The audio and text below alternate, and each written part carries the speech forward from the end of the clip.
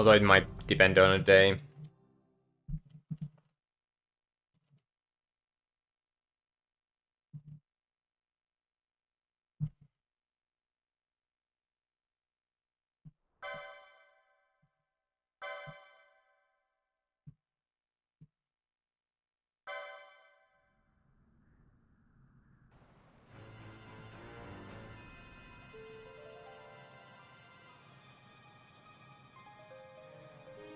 How much possible time save is there through across the whole run? Well, my sum of bests is 527. But it's not possible to get... Well, in theory it probably is, because I can improve some of my bests, but... like, my sum of bests is not accurate for this game, or this run, because sometimes you do stuff in one split and sometimes you do them in another split. So there would be things that you never do in the... If you took all the best splits and summed them up together, there would be things that left out.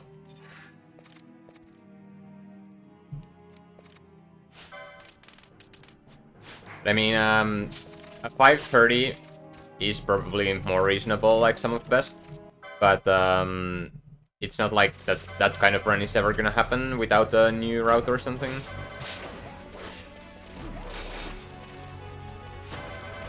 Yeah, Remora uses a move called Remora Strike here, which means I can't use Thunder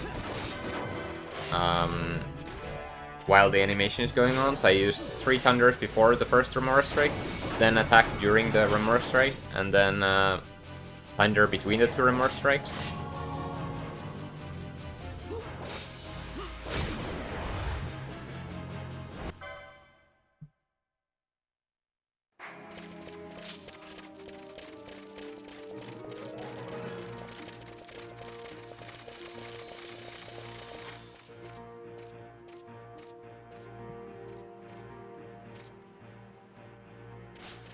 Three golds in a row is a black split. Every time I run a category I've never run before, I get 3 gold splits in a row.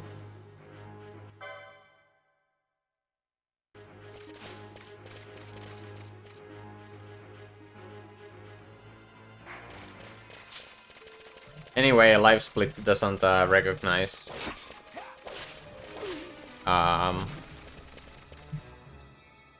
things like that. There's only like, you can only set colors for gained time but ahead, gained time but behind, lost time but ahead, lost time but behind.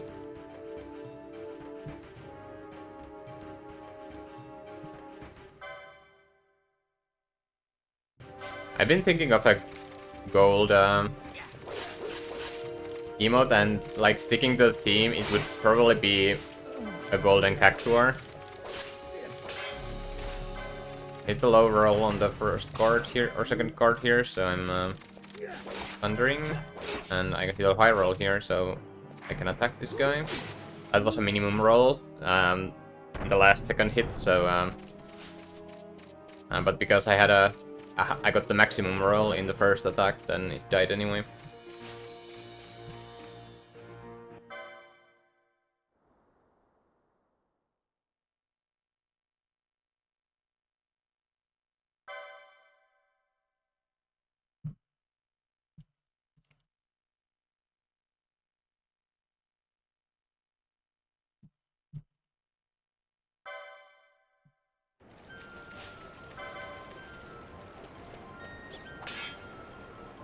Get the attention of the second rat and go down and hope that the last rat comes down as I'm killing the second one.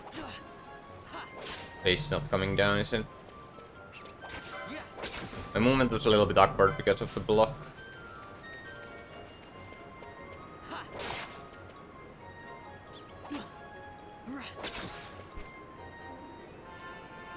Still runnable because of the good Remora, but...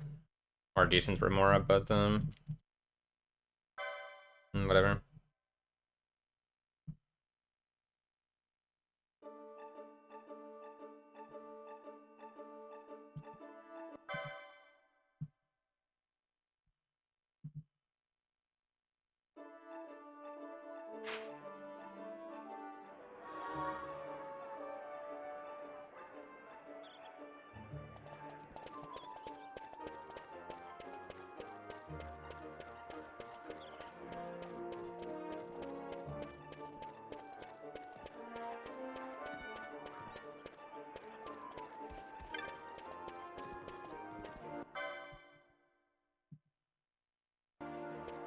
Hey HM, how are you doing?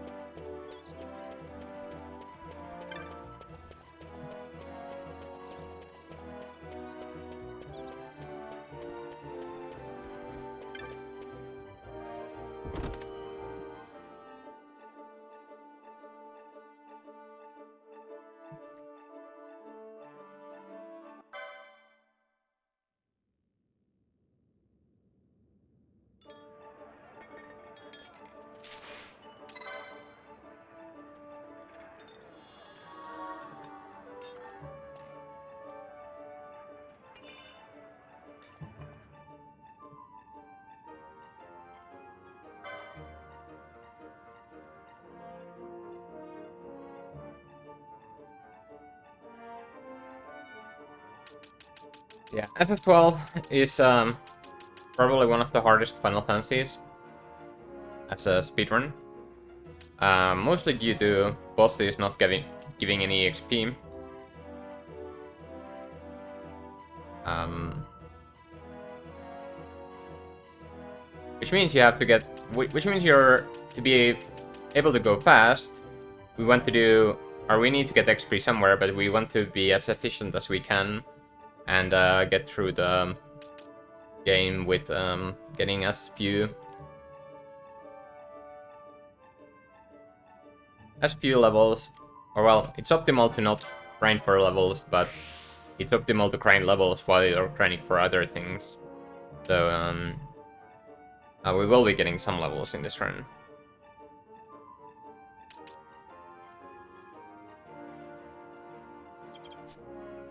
There are also other things like LP and guild management, which are gonna be very important for like the mid game. And in almost every single boss fight, positioning is very important in this game, and the way you move. I forgot to change my goal. Well,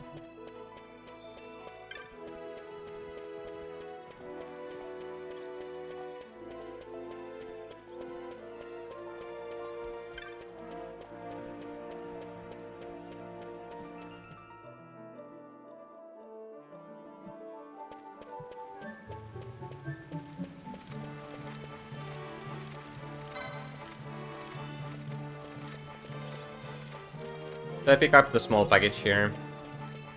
It sells for 150 gil, and that allows me to get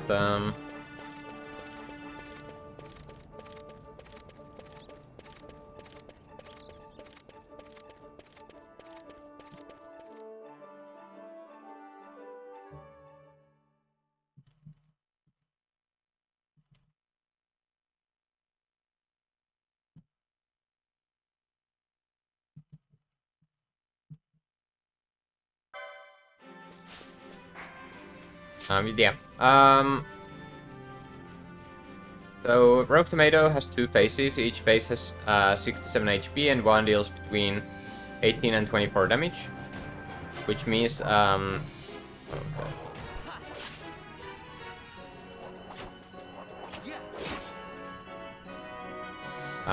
It takes either 3 or 4 attacks to kill.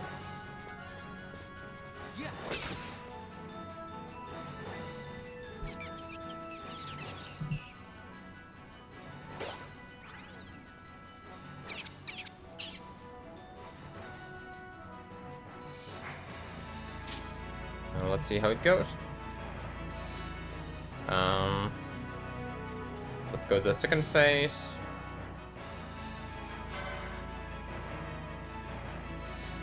23, that's a good roll.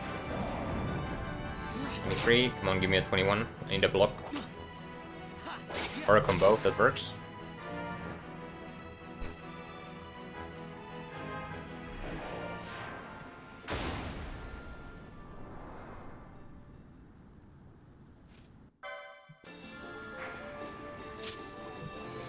What would the let's not command do?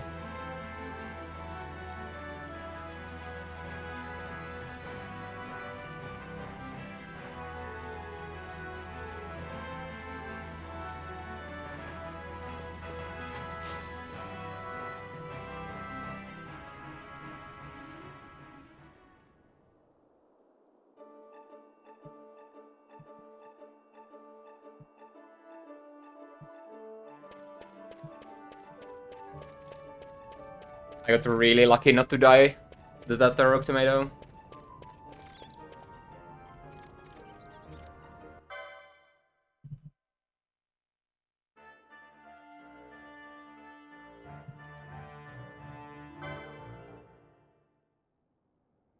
Yeah, the thing is, I'm not sure I have the knowledge on how to make a command like that.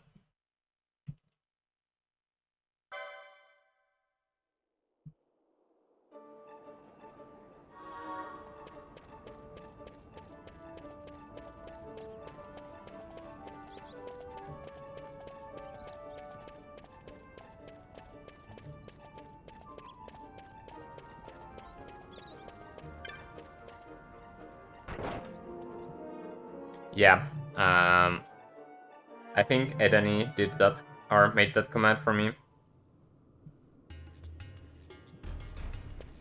As he has done at least most of my special commands.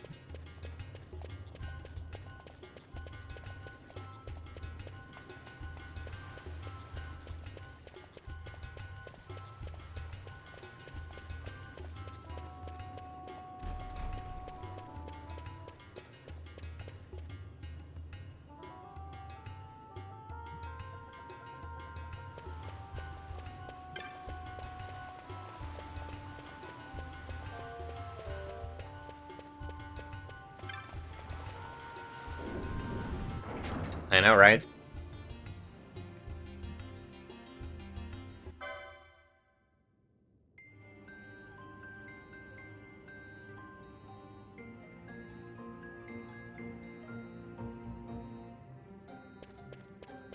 Well, I guess not.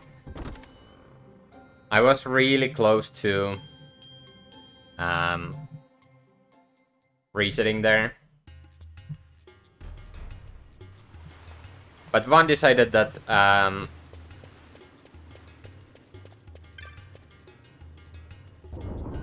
well, one said that today was a good day to not have a reset, and comboed when he would have been one shot away from killing or dying. There is no such thing as 5-hit rogue tomato though. Or I mean, there can be if you wait long enough, then the second phase can be a 5-hit. It can be even a 7-hit. You wait long enough. But that's slow.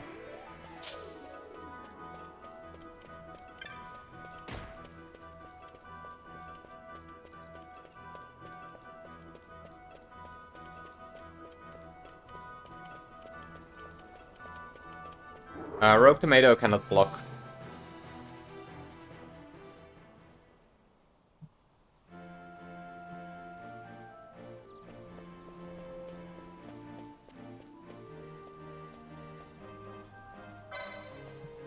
Because you didn't believe that he was Captain Balsh von Ronsenberg of Dalmasca.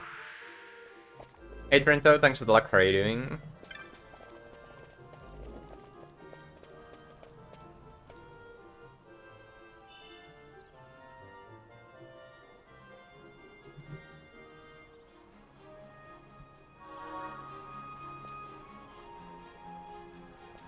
Yeah, so a lot of the NPCs in this game can use Vanish, and they like to do that a lot, but it doesn't last very long, and they usually start with it, but it doesn't last very long, so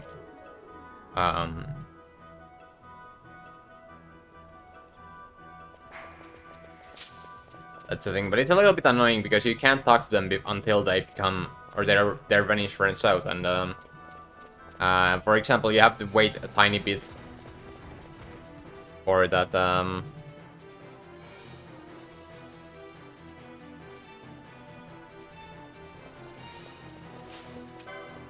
thing. And yeah, I forgot to change we already met the 125 one, so 150 is the next one.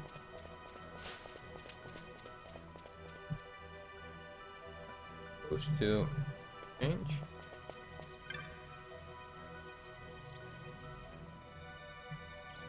Yeah, we made 125 yesterday.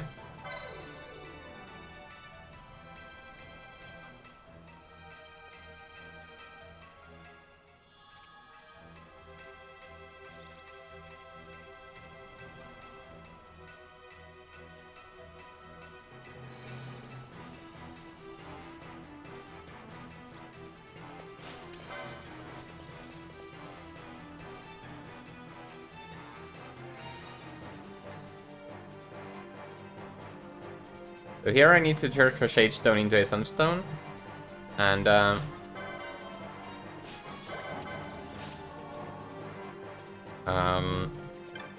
do that I need to hold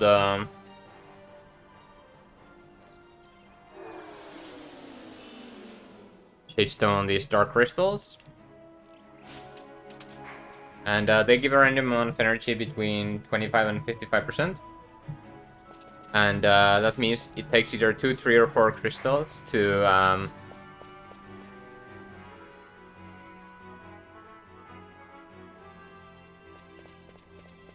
2, 3, or 4 crystals to do the thing.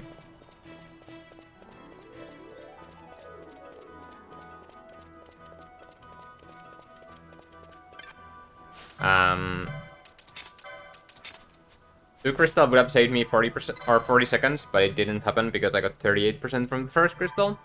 The 4 crystal would lose me a minute 15 seconds, and we are in danger of getting them. I removed Penelos's equipment there to sell it for money, and I did it there because Penelos was targeted, and that skipped Penelos's animation. Yeah, we have about 6.5% chance to get the 4 crystal now.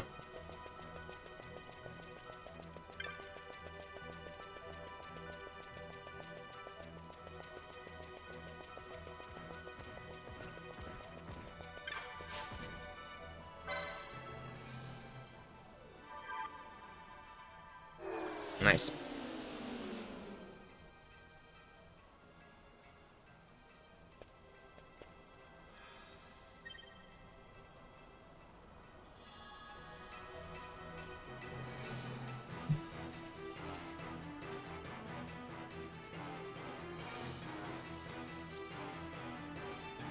I can still lose the run to the damage down.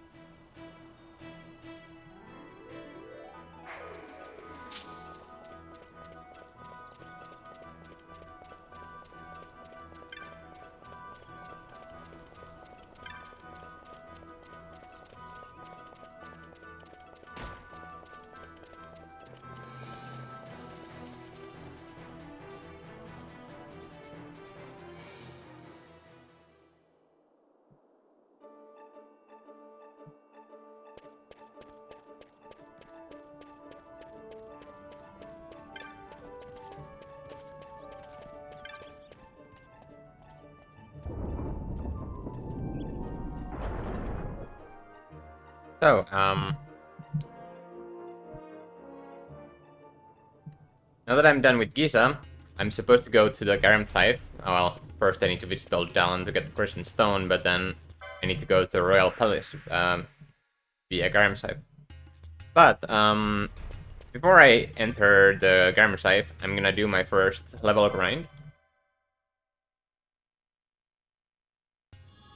I'm going to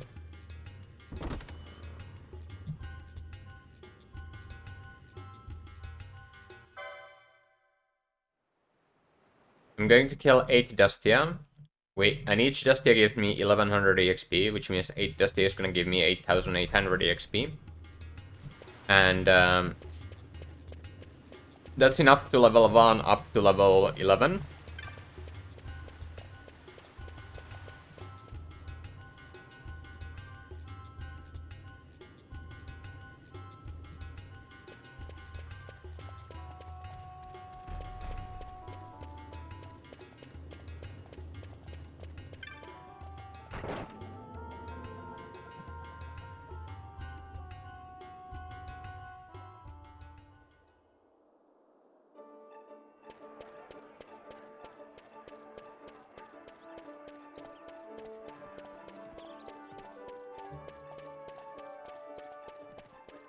So I go to Miguelos to get my Phoenix Downs.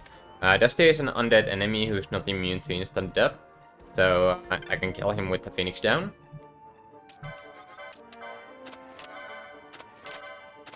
So I'm selling everything I don't need. I'm keeping a potion for safety. Teleport stone, so I can teleport back to Rebanaster after Mimic Queen, and Vaughn's equipment, so Vaughn will have it for the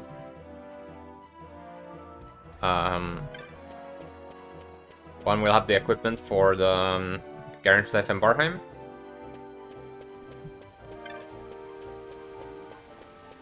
And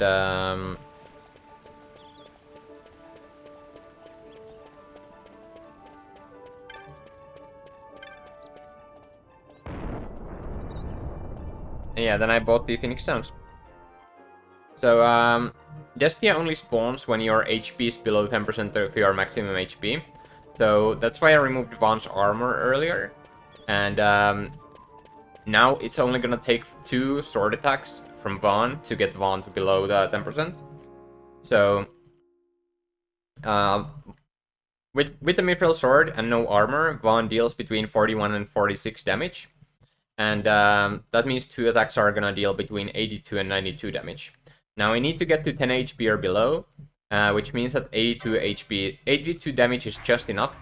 92 will kill me, but that's really rare, and it's like 9 in 10,000 chance to happen. And it has never happened to me. Of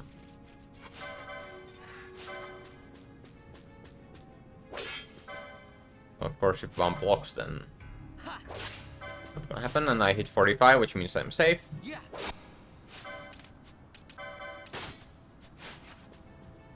And thanks for blessing the stream with good tomato boat. Very much appreciated. So yeah, unfortunately, I lost a little bit of time for that block. Yeah, now Dustia. Dustia has 2 drops. Book of Regain, which sells for 532 gil, and has a 40% chance to drop. And the Flame Staff, which has a 3% chance to drop, and sells for 1200 gil. And the more money I get here, the better, because I'm gonna come back later to kill 39 more Dustia, and that's gonna require me to have 39 more Phoenix Downs. So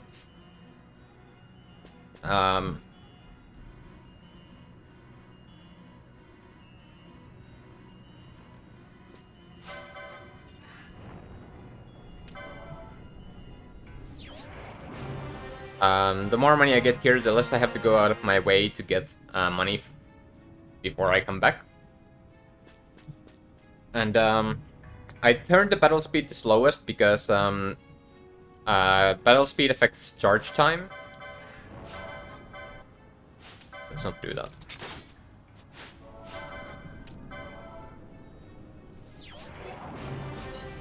That was an annoying time loss.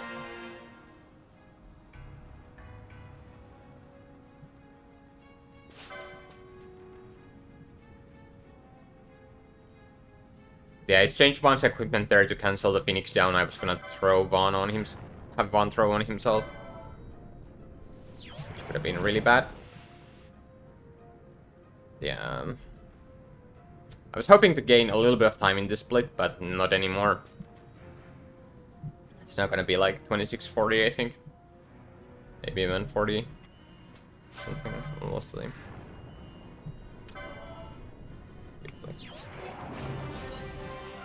Yeah, maybe like 47, I'm not sure.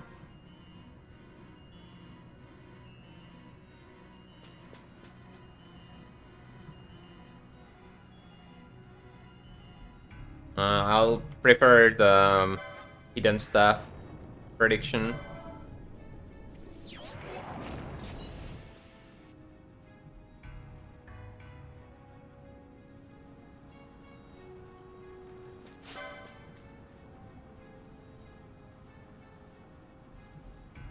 I'm losing a lot of time here.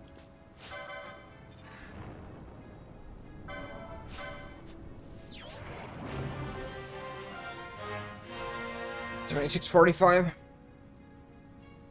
Annoying. Oh well, this was my mistake.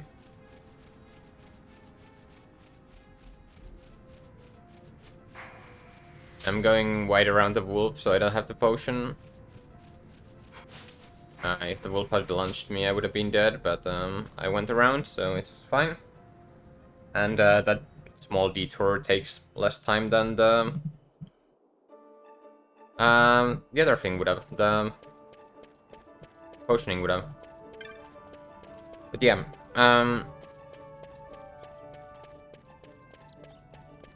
now, so yeah, I got 4 books and 1 staff from Destia, which is really good.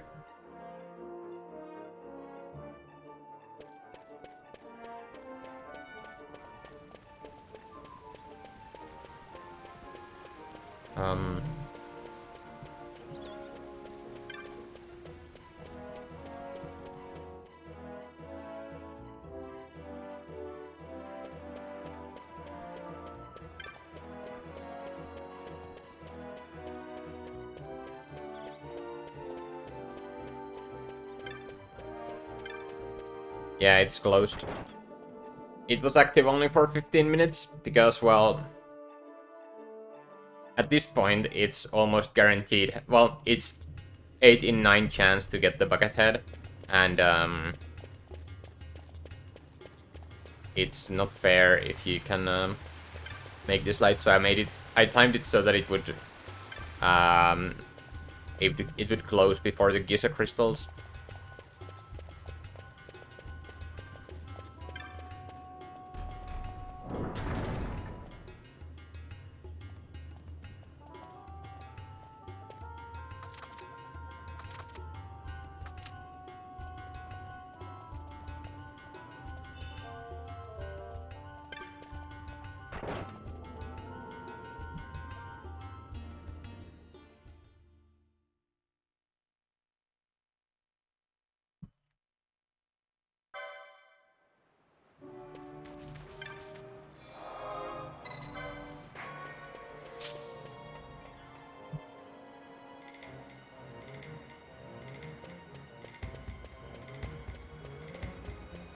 Alright, so...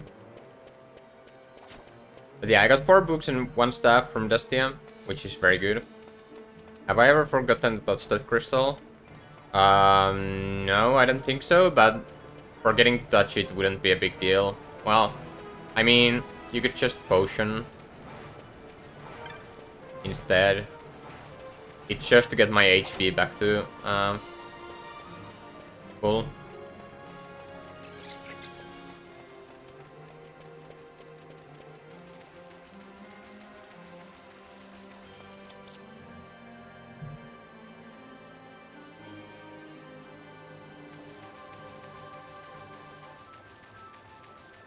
That's 4 times in a row I get a Razor Pin between 2 OOA runs.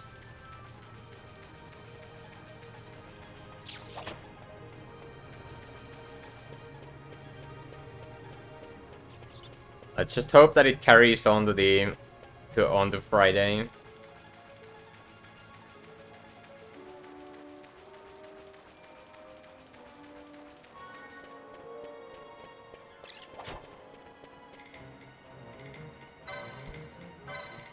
Well, my PB did have an early rope.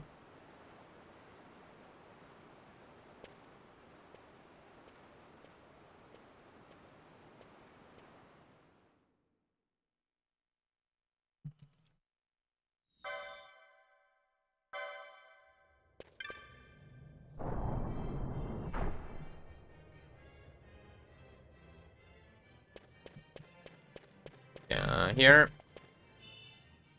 Picking up an elixir. which sells for 777 gil. That elixir is a Zodiac Spear chest, so that means that we are not going to use the Zodiac Spear in this run. I also wanted to, or I checked for a chest that could have been a Phoenix down, but unfortunately that chest did not spawn, even though that one has a 90% chance to spawn as well. The chest would have been a 75, would have had a 75% chance to be a Phoenix down if it had spawned, but not today. Hey, Buckethead. We do have a Buckethead.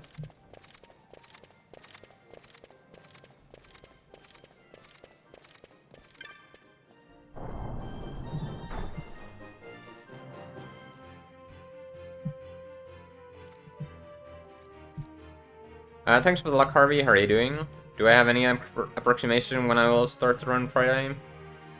I'll probably do the same thing as I did last time, so I'll let you guys know.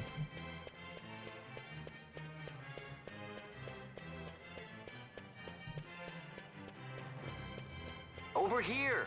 A couple of days before, or a couple of hours before I start.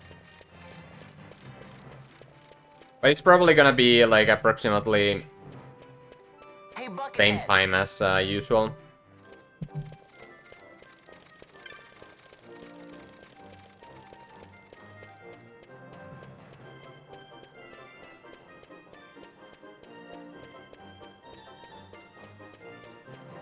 Over here. Well, you say it's a small amount of gil, but it is it is the single most, well, it is a third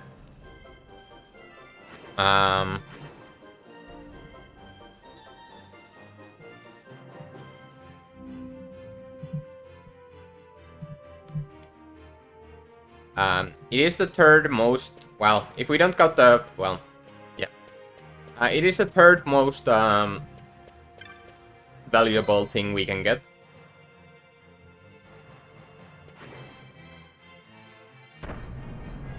Here. Like, after the Mage's Habit and the Flame Staff.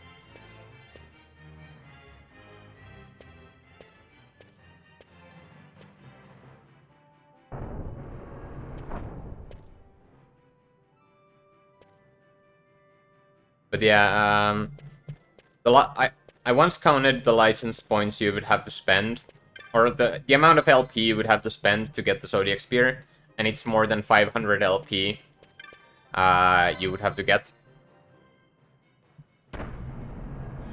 On top of everything. Special percent is the run that Harvey did that was any percent and getting the Zodiac Spear.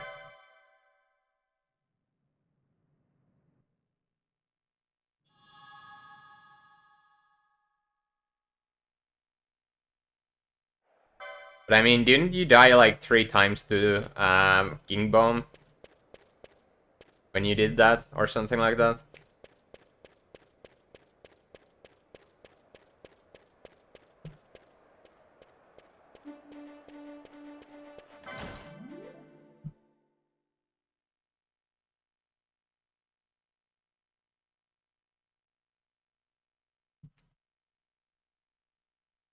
No, that's was cake. That's called the Hawaiian percent.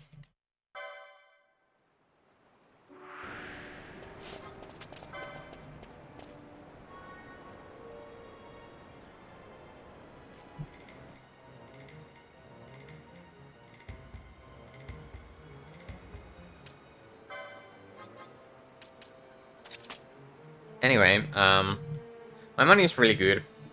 So I'm gonna be able to skip a lot of stuff in Garamsafe and Barheim.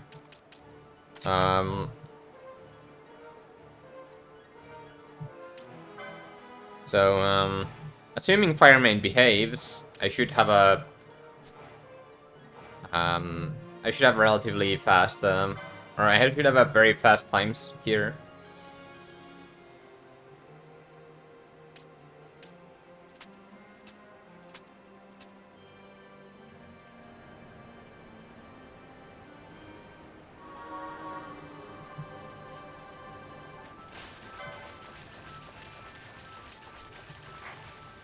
Yeah, normally I menu there before I leave the screen because I want to steal from the bats in this screen, but now now my money is so good that I'm gonna skip stealing from the bats, and so I'm delaying the menu so I can keep the slow battle speed here, so I get hit less. Don't know how much of a difference it makes, but it might account for something.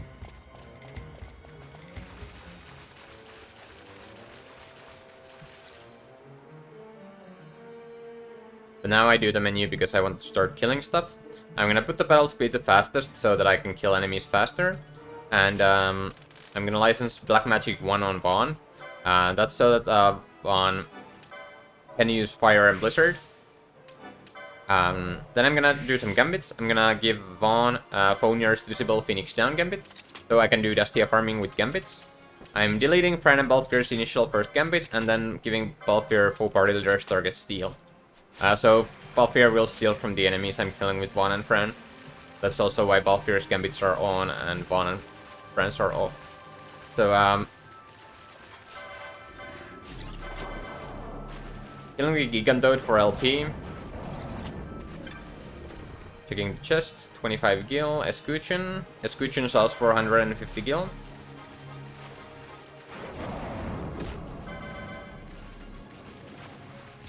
Horn is 120 gil. So 25 Escutcheon and Horn.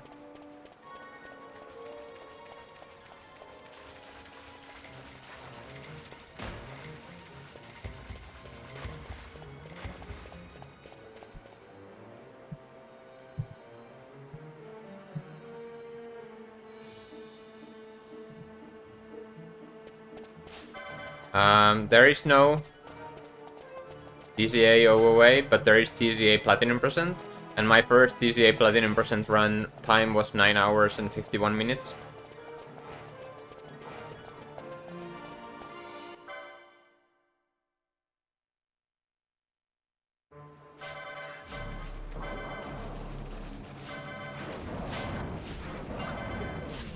So here I am.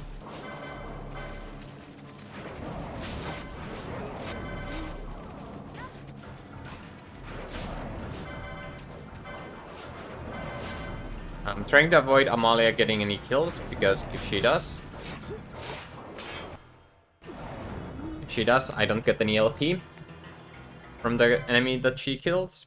But fortunately, she did not get any kills, even though that combo scared me a little bit.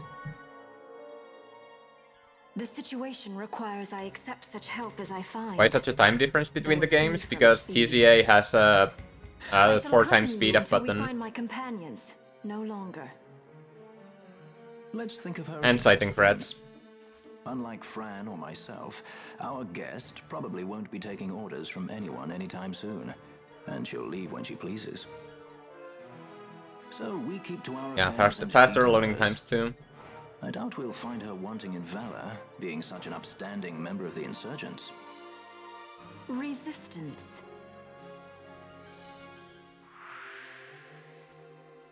Well, what are we waiting for?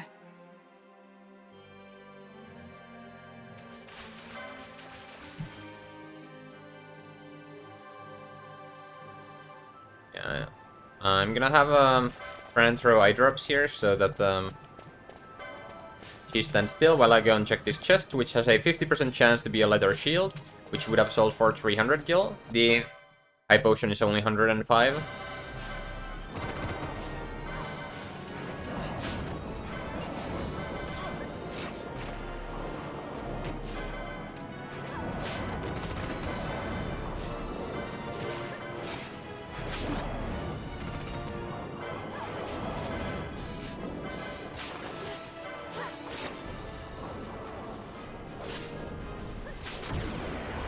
Sagittarius gem. And potions. High potion and a Sagittarius gem. Now this next chest has a 50-50 chance of being either a Phoenix Down or a Red Fang. The Phoenix down is nice, it saves me 250 gil, whereas the Red Fang would have only been 10 gil. So, that's a nice thing to get. And moving on.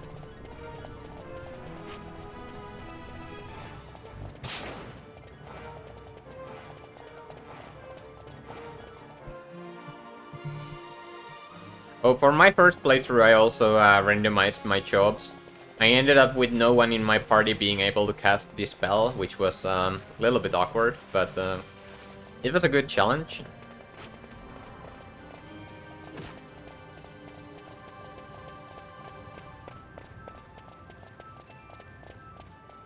I mean, we did no RNG manip,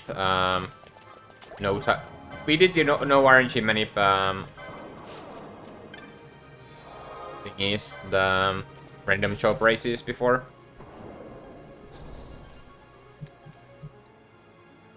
Hey Bandit, how are you doing?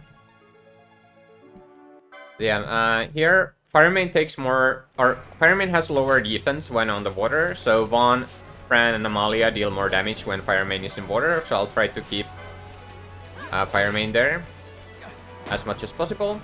Also, this boss is really annoying because he can teleport, and teleporting is the worst mechanic in this game. Whenever an enemy teleports, you cannot target them, and they become invulnerable to damage. Nice crit, Fran.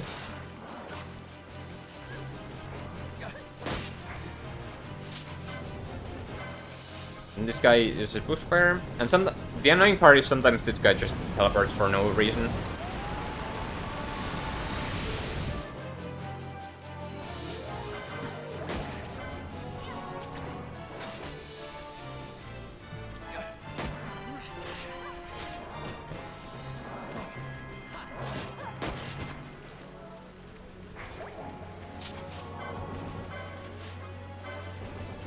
Please don't teleport again. Okay, nice. Come on. Nice, nice, good fight, good fight.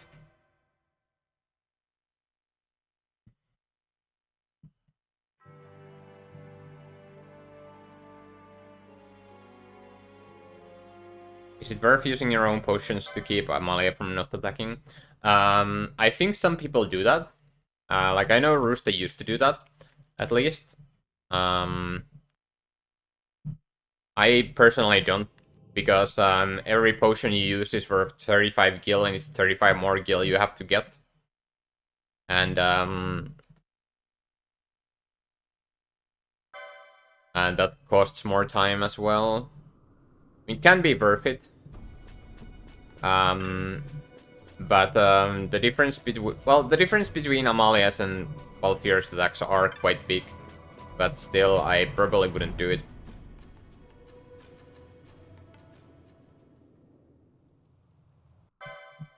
Yeah, I try to keep Balthior taking the damage because Balthior takes the least amount of damage, and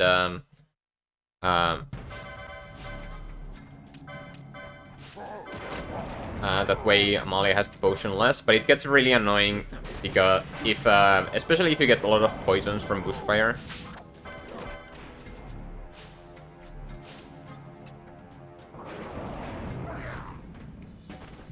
But yeah, there I killed Dagusa or Galida and Gwitch with fire, and well, Dagusa as well, but Dagusa also needed to be punched twice by Balthior.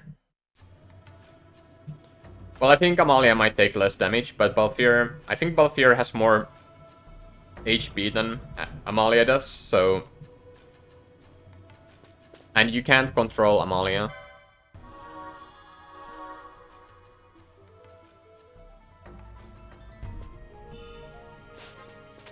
But I'm not sure. But yeah, I try to have Firemain focus on Balthior. I think it works for me pretty nicely. Also, like if I try to cycle the characters, it often leads to Firemain teleporting, because if you move in different ways, then there's more chances for him to teleport, and I don't like that as well. And that blind sucks. I'm gonna eye drops that.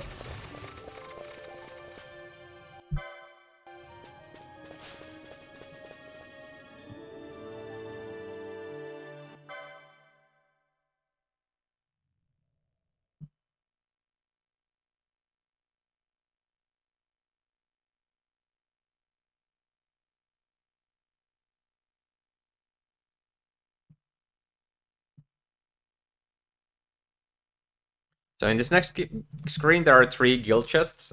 First one is guaranteed 777 gil. The other 2 are random. The maximum of the second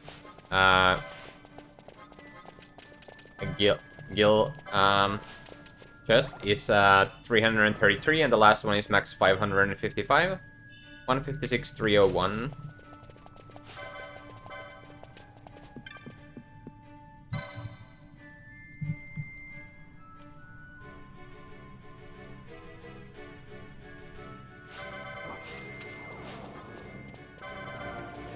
Then I'll leave Balthier up there so that once I get the tube fuse, I can install it immediately by switching my leader. But first, I pick up the light woven shirt and blizzard from the shop. And light woven shirt will be used as an armor for Ash later, and blizzard will be used in this dungeon to kill the mimics who are weak to ice. So then I install the thing, switch bit later back to Fran, who I positioned right next to the switch, so I can immediately touch the switch, and then I can move on.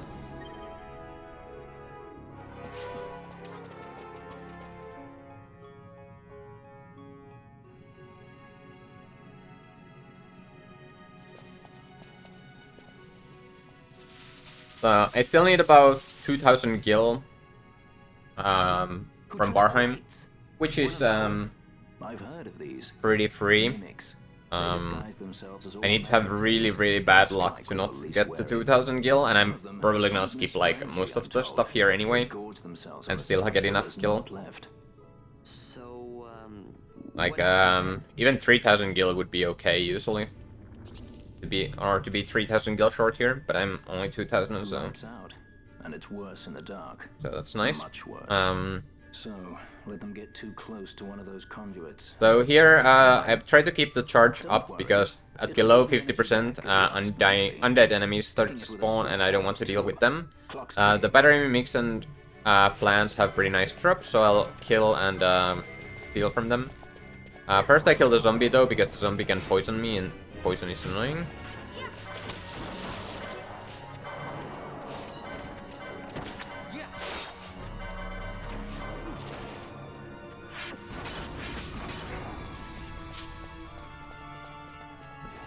So yeah, I'm gonna skip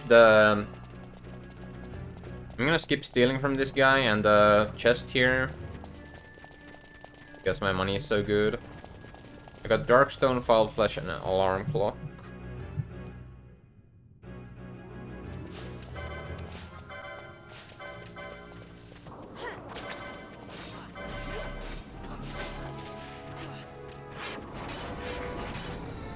Iron scraps there. The iron scrap sells for 185 gil.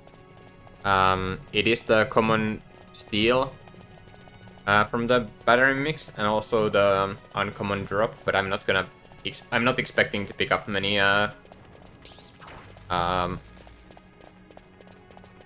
many drops from the mimics.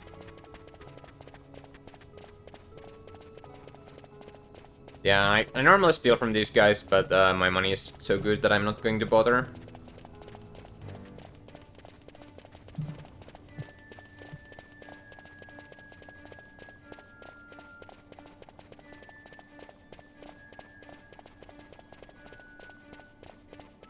I need like 1.6 thousand gil still, which is fine. So here are flans. The both common steel and the common drop of flans is a green liquid. The green liquid sells for 206 gil each, so they are pretty valuable. There's one.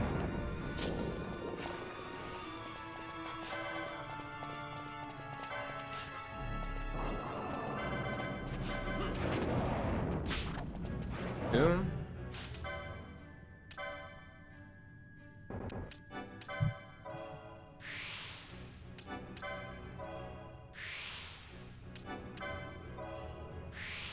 And each Balthier black magic one as well, so Balthier can also I can triple Blizzard the mix.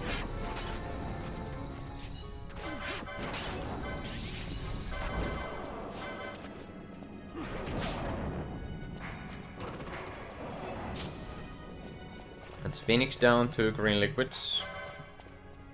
And Stormstone.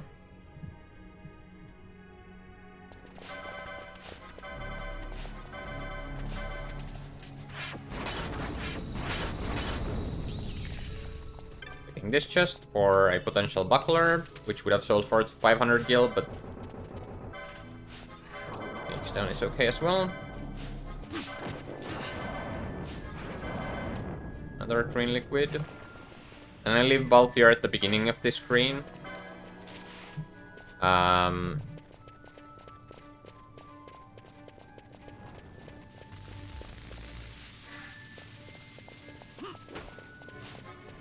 So he stands still while I go and touch the switch here. Stealing from this plan because it doesn't cost me any time.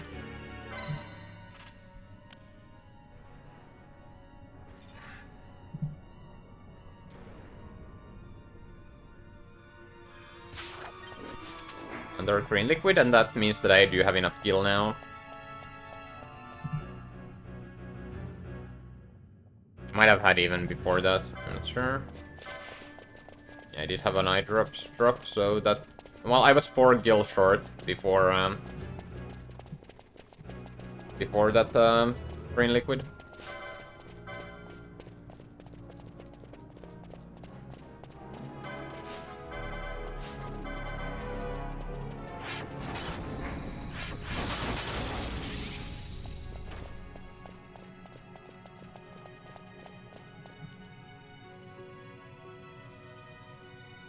Being at this cutscene or door before 10 minutes since Fire Main is really good.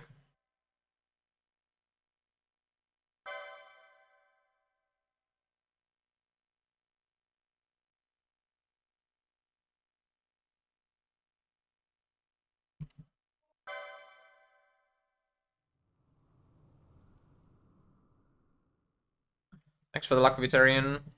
I did have a very good Dustia one. How are you doing?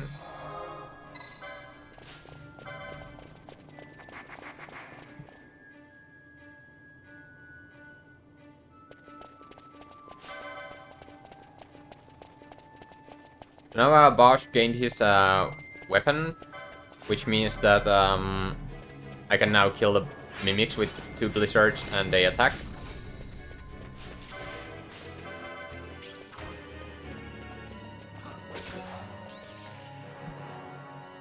Another iron scraps. Hey SMC Bar, how are you doing?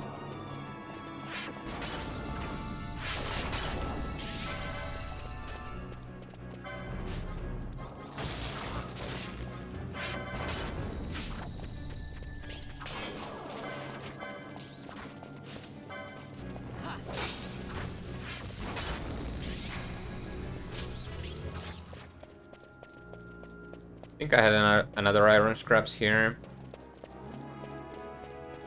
in this screen. Put me to 3 iron scraps, and it would put me to like 500 extra gil. I'm doing good.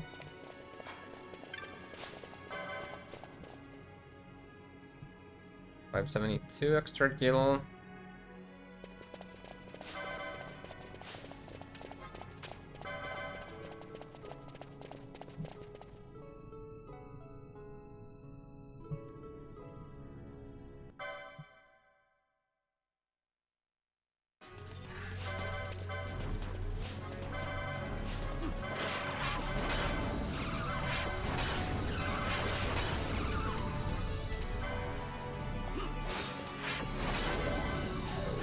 Here I spam Blizzard because Mimic Queen is weak to Blizzard.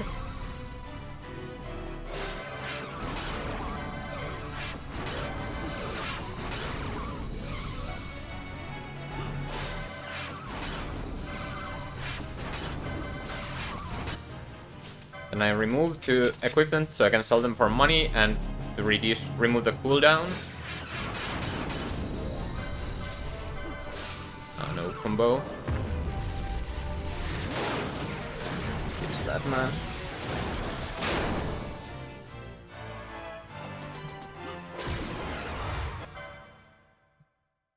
With a combo, I would have skipped Shock Storm, which would have been very good, but oh well.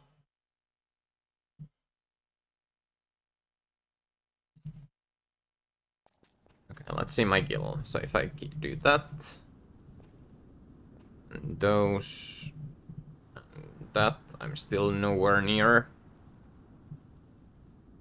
Yeah, I can easily just keep everything except for the elixir and be fine. My shop should be Where are fast. we? The Estes Sand, by the look of it. Let's back to Rabanasta before we shrivel up. By your leave, Captain. Well, that is assuming I do have 3 iron scraps, which I believe I do have 3.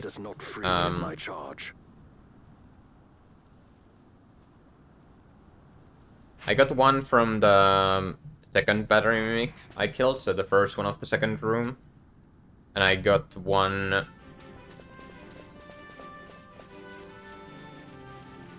I'm pretty sure I got one from the battery mimic after the save crystal, and then I got another one from the battery mimic in the last room. I'm pretty sure I got one from one of them. Not sure which one, but I think the first one. I think the first one gave me an iron scraps. Well, even if it was well, no. Well, yeah, we'll see.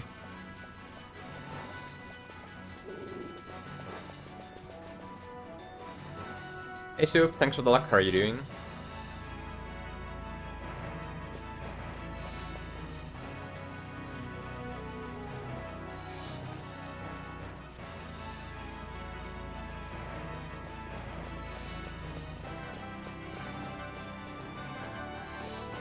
Hey Pangu, how are you doing?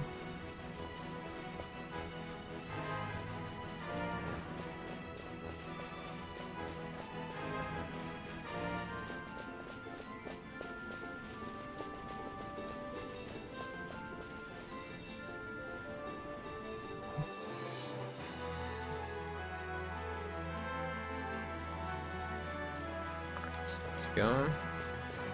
And L 4 1 1 1 yeah, 3. What I thought.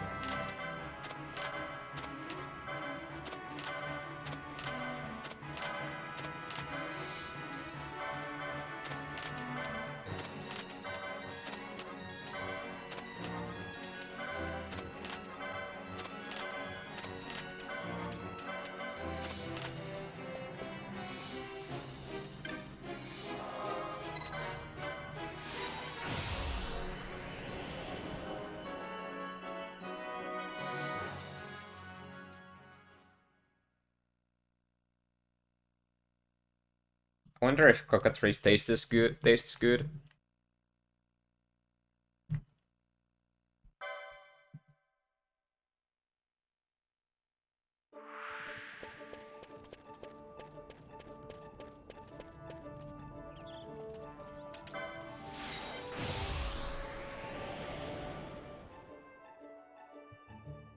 Probably.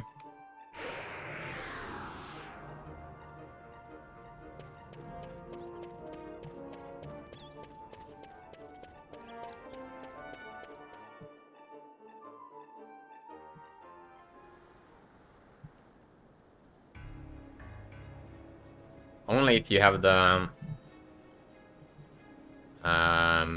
whatever that thing is called, the feather of the flock. I think it's called that's what it's called.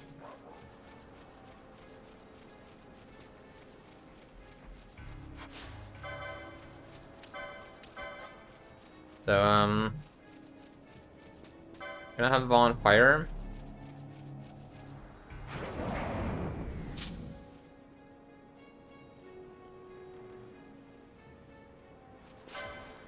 Then Blizzard, if this guy doesn't see me. He didn't. I need to get one to below 10% of his maximum HP, so I think this should be enough damage, but yeah, that's enough.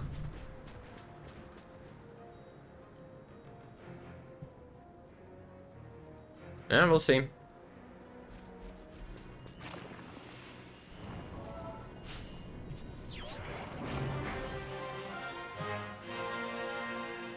So, Destia. Every drop you pick up at Destia makes the chain levels happen later. At the first chain level, there's a 40% chance to get a Book of Regain and 3% chance to get Flame Staff.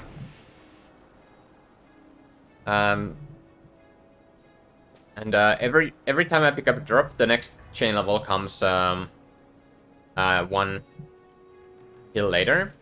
And well, how much it delays the chain level on depends on the chain level during which you pick up the drop.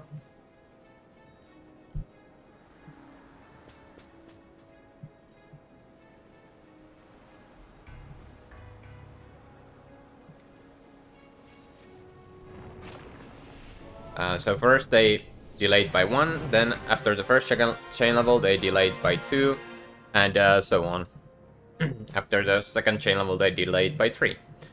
And well, then there are no more chain levels after the third one.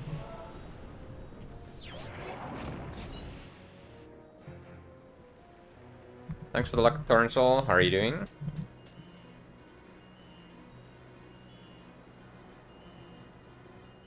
Yeah, I did get a drop there. So if I hadn't got picked up the drop, I would have a 40% to get a chain level now.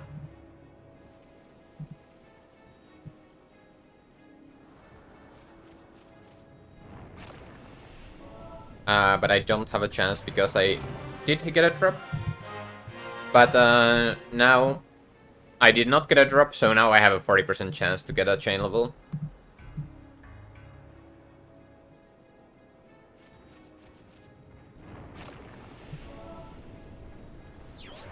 I did not get it, and I did not get a drop either, so now I have a 60% chance to get a chain level.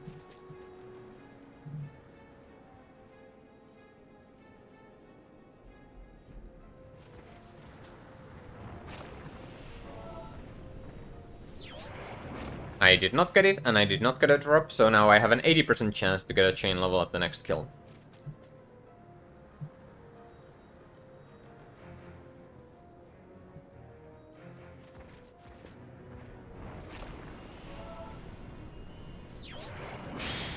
So, that chain level puts me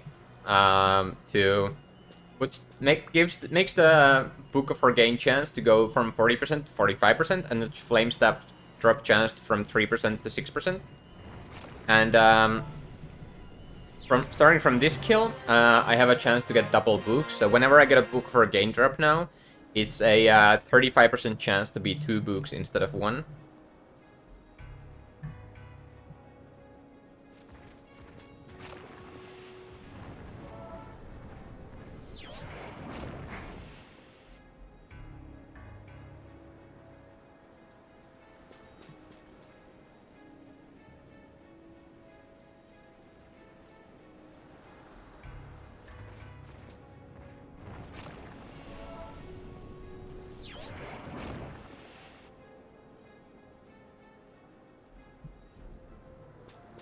I don't mind the bad start if I get rewarded for it at the end, because the drops at the end are much more valuable than the drops at the start.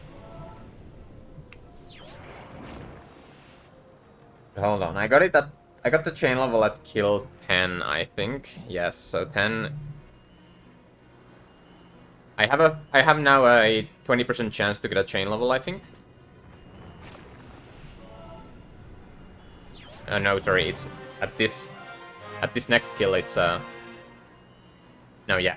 Now, sorry, I didn't have a chance there. I now have a 20% chance to get a chain level. And I would have it also because of the flashing number, but because I haven't gotten any drops.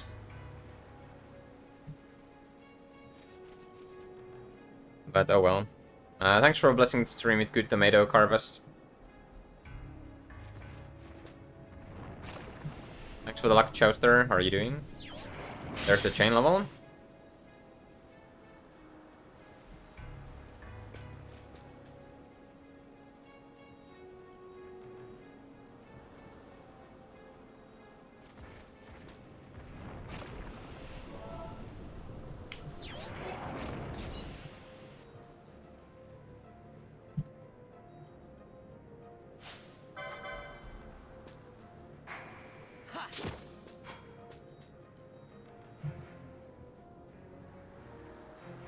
This is the second attempt. I started late today because of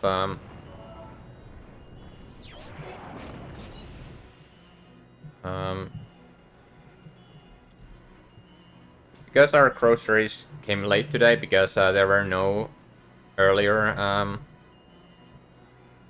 earlier slots available, so we had to get our groceries delivered on a later hour than usual. Is this a potential kill? It might be.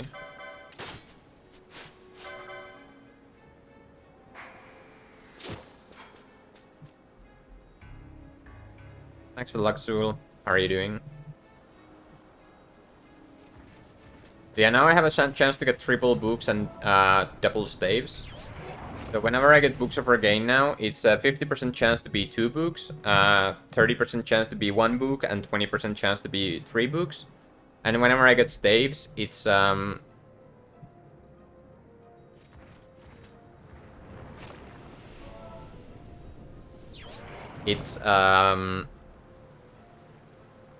chance to be 2 staves instead of 1. I'm thinking I got it at 17. 17 plus 6 is 23. I think I have a chance to get a chain level here. A 10% chance, but it is a chance because of the last flashing number. Yeah, I'm doing good.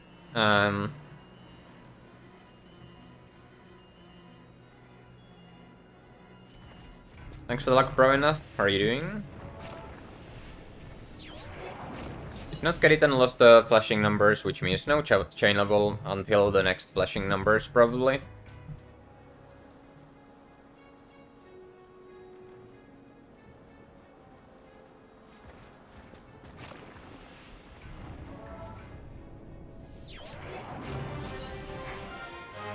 So many heals.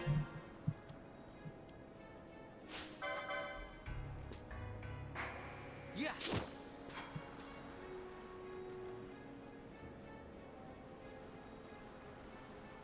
We'll see. The start of this Dusty was really bad, but I have been getting some good luck later. So we'll see. It's not actually looking that bad anymore. But yeah, I think I got my second drop at kill 18, which is awful.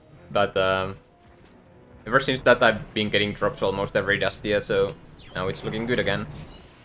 And there was an entirely hidden drop. And a heal. It was like heal number 4. Also, there's no longer a chance to get the single books. So whenever I get the books of regain now, it's 60% chance to be 2 books, 30% chance to be 3 books, and 10% chance to be 4 books.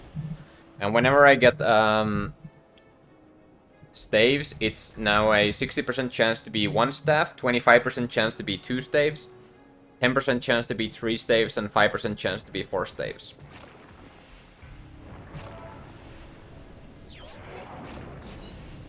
Nice.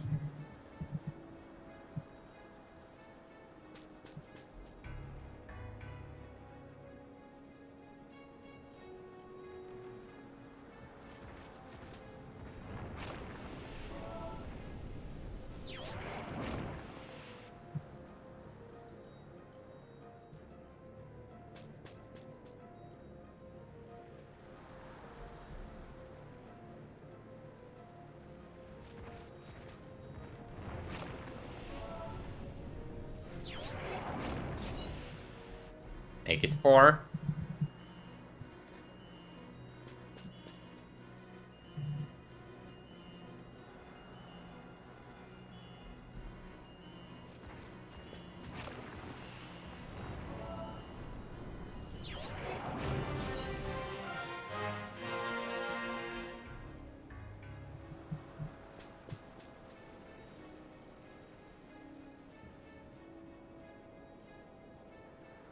I only need to get 46 books from these last 6 or 7 Dustia.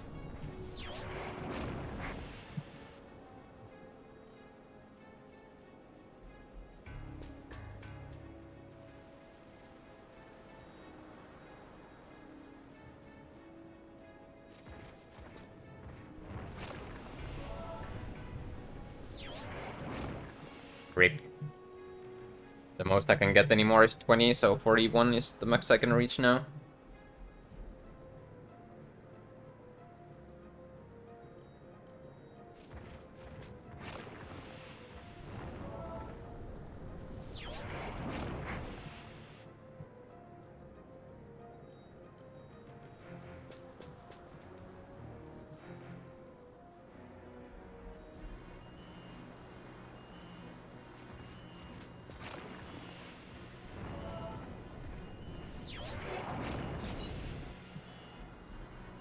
The amount of heals has been absurd.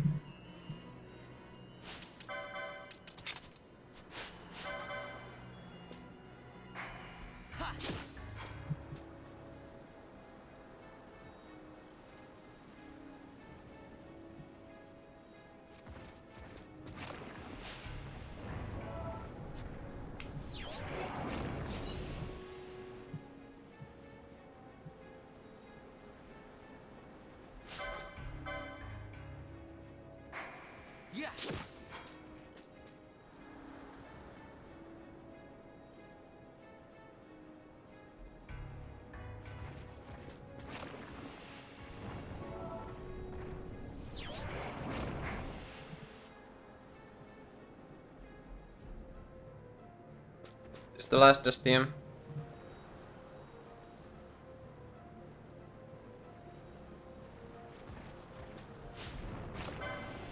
Yes.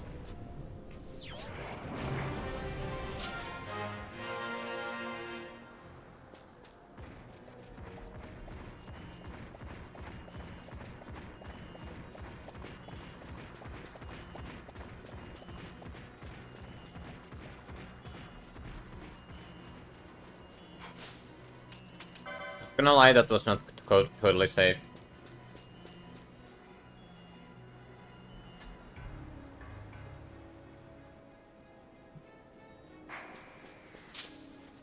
I think Vance takes a plunge.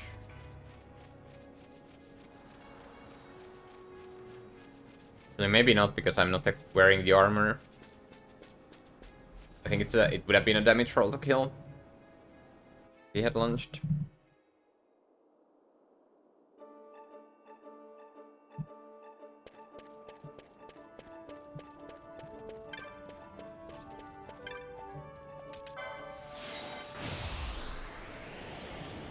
So, the first 17 Dustia gave me 1 book. Or was it 2? No. Yeah.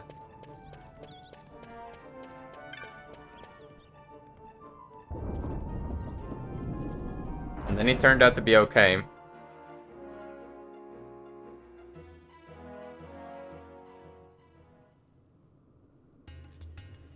No, it doesn't.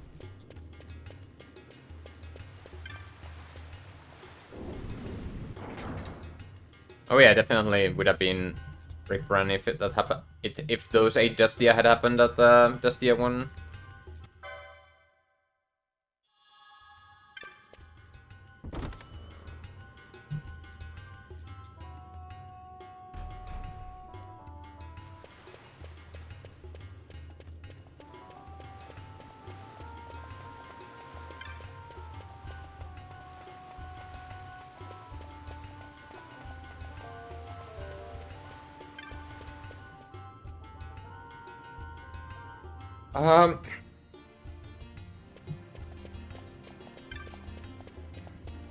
Yeah, there was definitely some risk in what I did after Dustia there. The Earthstretch might have gotten a gust off. I don't think the Cockatrice would have been able to get a poke off, but it would have. I wouldn't have argued against the game if I had gotten poked there. And the Wolf maybe could have killed me with a lunge. I'm not sure what the Wolf's damage range there is. I don't actually think. I think it doesn't deal that much damage. I think it can maybe deal like 23, 25 maybe even, but I had 26, so I'm fine if it's 25. I don't think it can deal 25.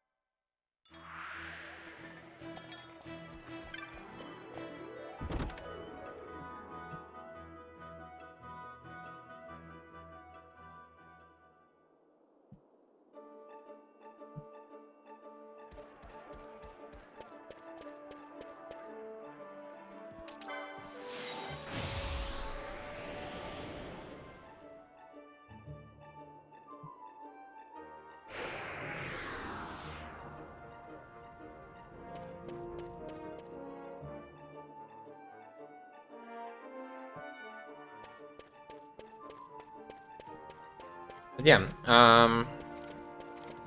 so what I saw was 25 books and 2 staves, or sorry, 4 staves. And that includes getting 2 books from the one drop that I did not see, because that's the worst that it could have been.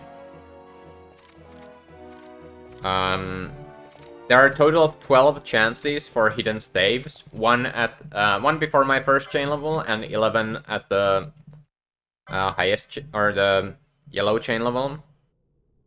So there's 1 3% and 11 8% chances that I have more than the 4 staves that I saw. And if I have more than 4 staves, then I have hidden staves. There's a total of 61% chance that I have hidden staves, if my math is correct.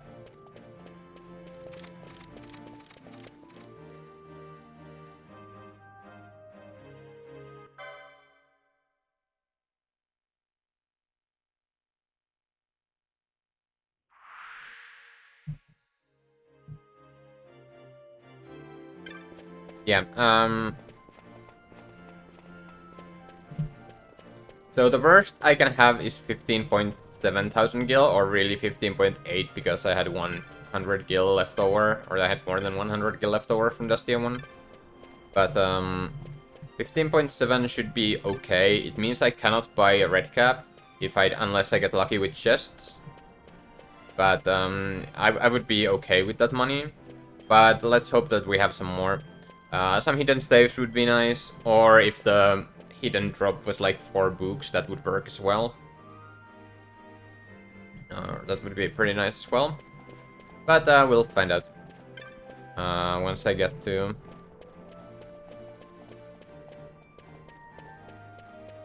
the shop in the next screen, where I'm gonna buy a couple of Phoenix Downs, so I can be safe for the run.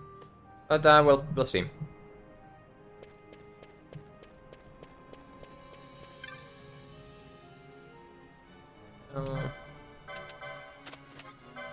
Okay.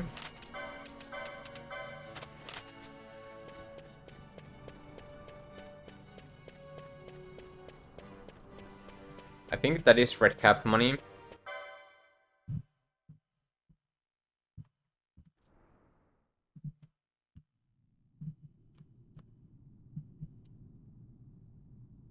Yeah, barely. I have like 200 gil extra.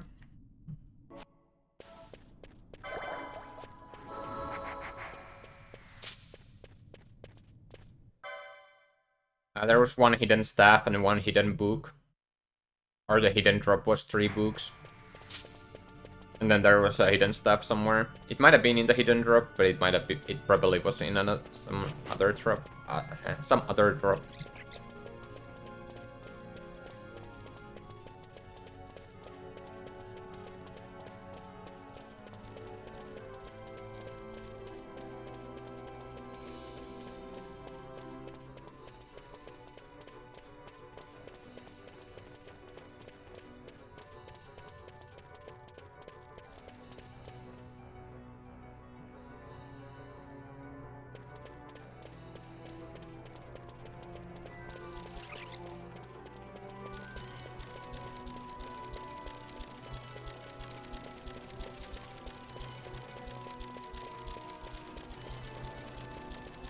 So how many heals did I have? I had 1 heal, then I did without armor.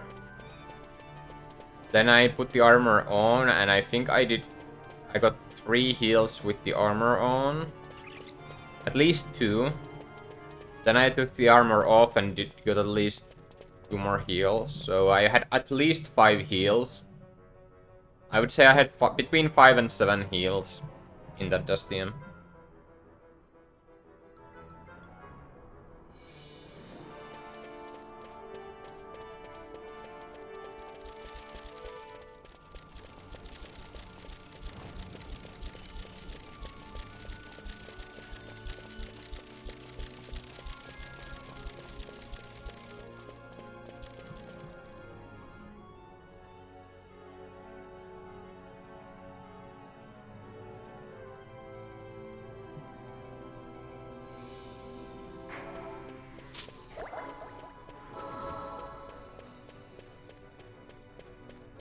So there was a 15% chance to get a killer bow earlier in the Illusion Mines, but I did not. And there is a 12% chance to get an Assassin's Dagger in this screen. The chest is right here. It's only 76 gil. The Assassin's Dagger would have sold for 700 gil. But not today.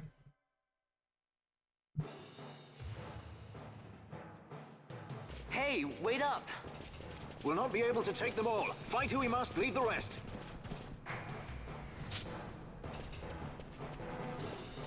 I'm sorry, Engelsnacht.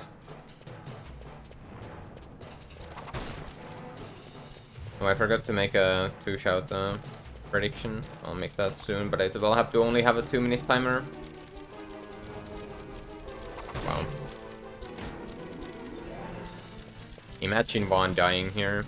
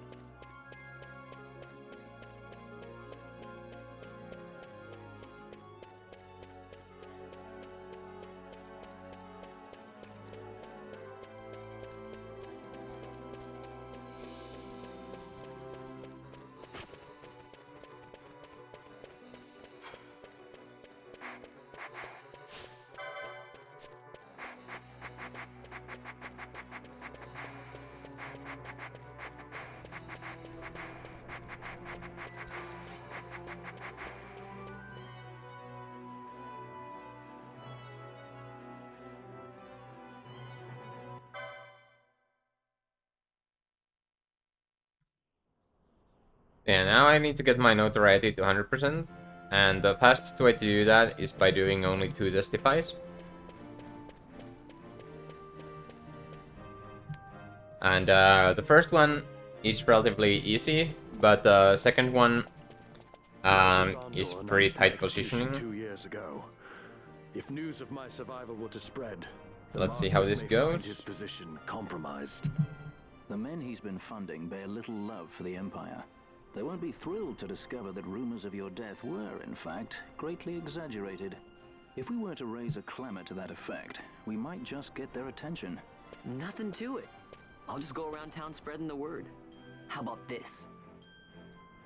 I'm Captain Bosch von Runzenberg of Dalmasca.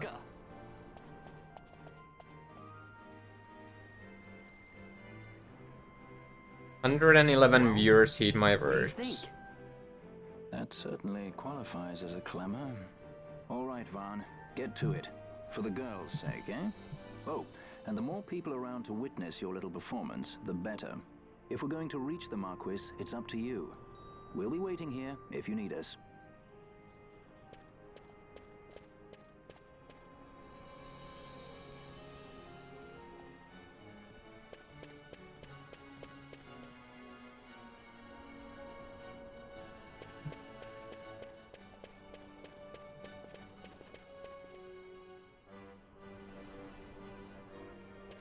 Yeah. So yeah, now I'm going to shout here. I'm Captain Bosch von Rotzenberg of Dalmasca. You get the guy with the book, and then go to the bar, and then try to get 3 of the guys who give a lot of notoriety with the same shout. And I'm Captain Bosch. I think I got it.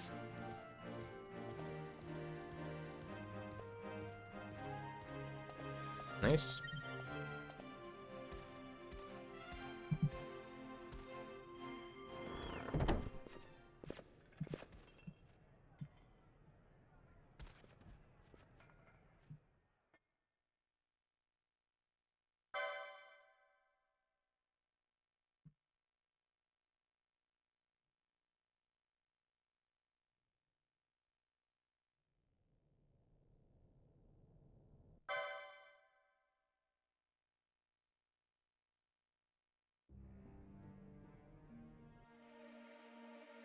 It will be soon, though.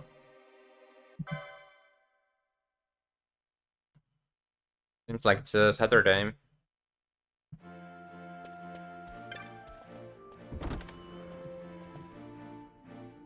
May. 1st of May.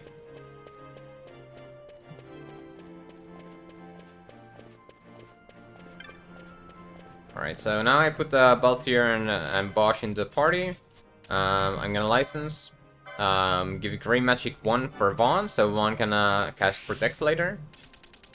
And then I'm gonna license Poles 1 for Balthier and Bosch, so that they can use the Cypress Pole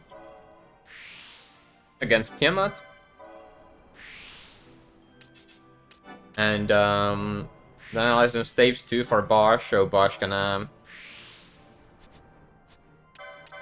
equip the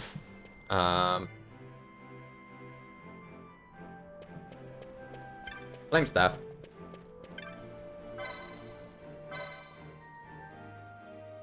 Thanks for blessing the stream with good tomato, pineapple.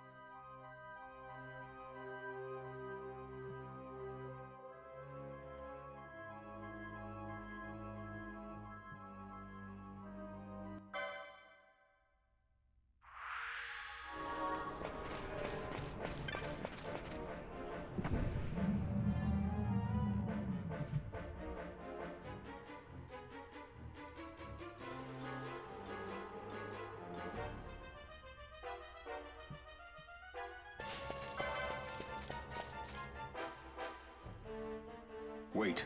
A word of caution before we set out.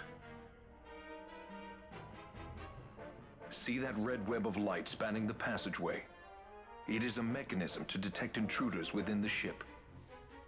Break one of So, those beams next and fight an is against alarm 2 will sound, judges, 3 summoning the Imperial guard. Swordsmen, and an Imperial The Mages. alarm should cease And the after a spread time, used cast but it's have better to Vossler avoid cast drawing balance on unnecessary them. attention. And Vossler uses Come. balance when Your Majesty awaits. he's at critical HP, so I need to get Vossler to critical HP first.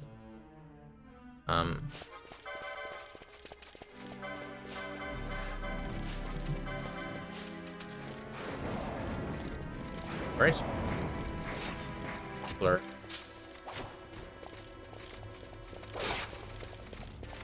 The heck, Vossler?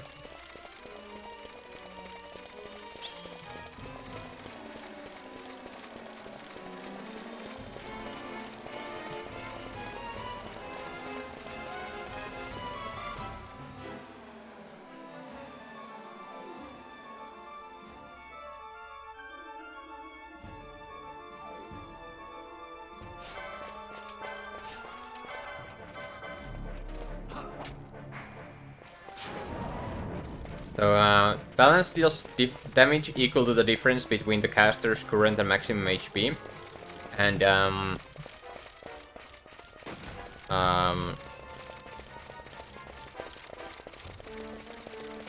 so Whistler has less than 200 HP and more than 1000 HP, or max HP, and that means that Whistler will be dealing more than 800 damage with balance. And balance hits all enemies in range, but it's not guaranteed to land. And it has about 55% chance to land on the judges and about 90% chance to land on the other enemies. So I equipped the Flame Staff on Bosch and Bosch's weapon, the Mithril Blade, on Vaughn, so that they would be dealing a little bit more damage and help Whistler to get rid of the judges.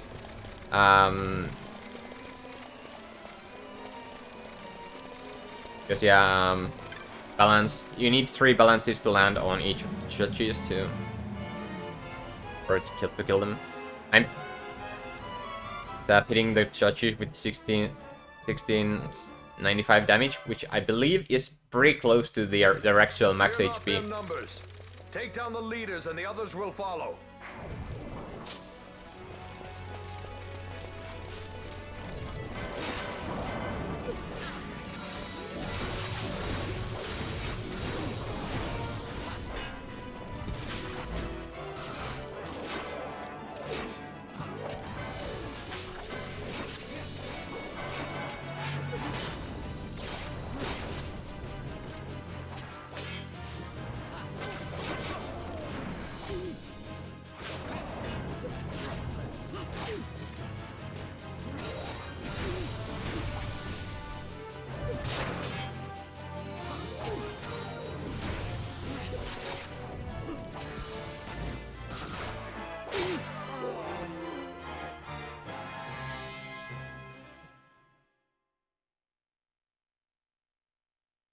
Bad fight.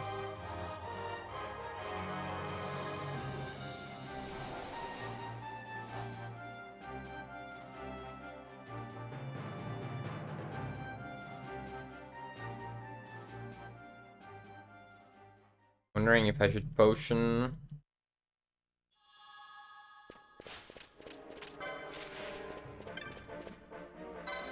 Yeah, I probably should.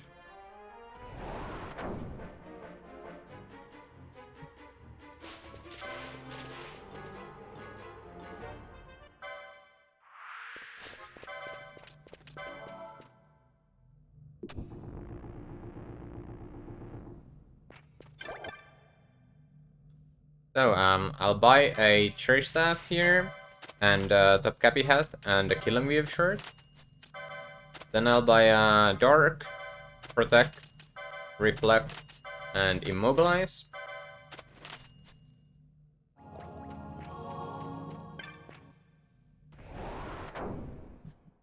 And move on. So, Cherry Staff gives a 50% boost to your Wind Elemental magics.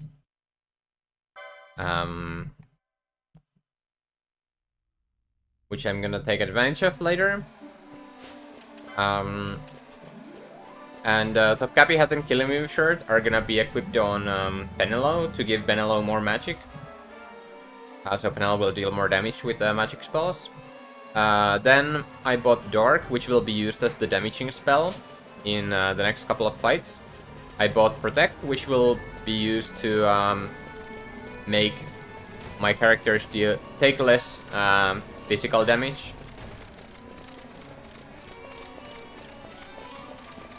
from enemies.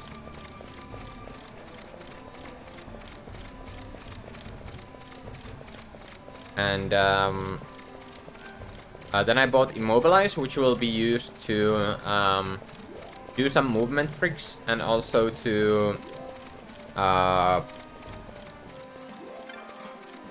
also is used against a couple of boss fights. And Reflect, which is part of the main strategy of dealing damage in this run. So as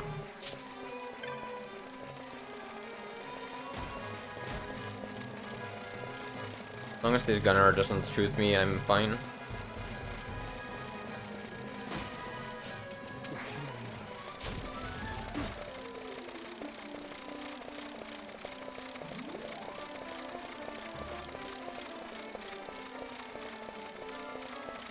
find that Bosch is dead. He doesn't need the LP.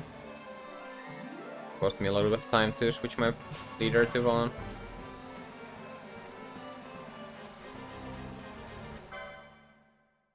Yeah, I will reflect all my party, my whole party, and then cast an AoE magic on myself, which then makes the spell. I can get multiple copies of the same spell hitting the enemy for one cast. So I'm licensing the cherry staff here for Ash and Penelo. Then I'm licensing the Mystic Armor that I just bought for Penelo. And then I'm gonna license Black Magic 1 and... Black Magic 2 for Ash and Penelo, so that they can cast Arrow. And then I'm licensing Time Magic 1 for Penelo and Vaughn, because, or so that they can use Immobilize. And Time Magic 2 on them, so they can use Reflect. Then Arcane Magic 1, so they can use Dark and Berserk. And then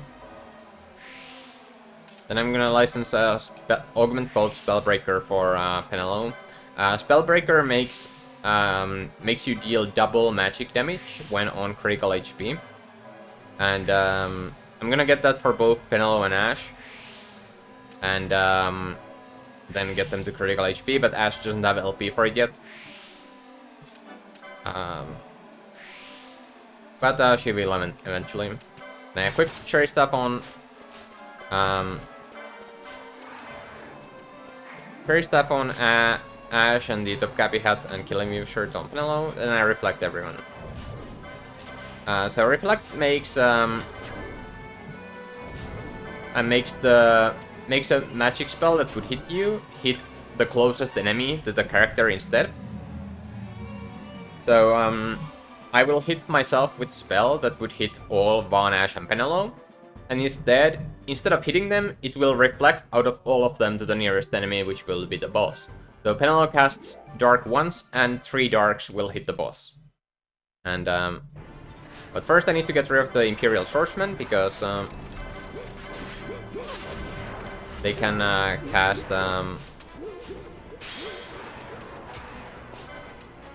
they can use Trey Attack and kill Penelo.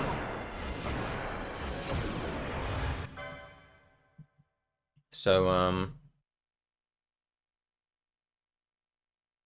I can't let them do that, and so I killed them with Dark, and then cast Dark on my own party, and had Ash attack Penelo, so Penelo got to critical HP as well, or Penelo got to critical HP to deal double damage with her Darks.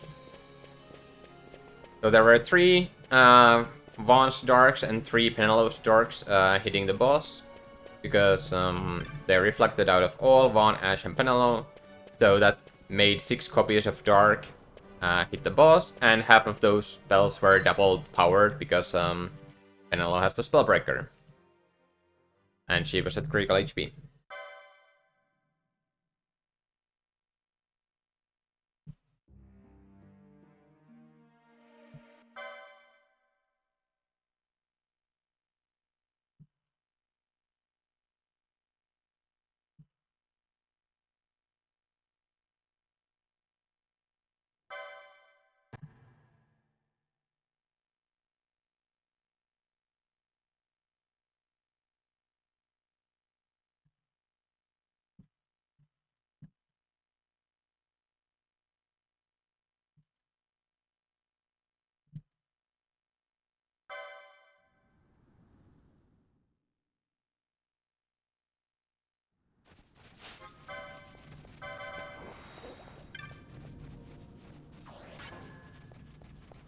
So then I start heading towards the Great Wall.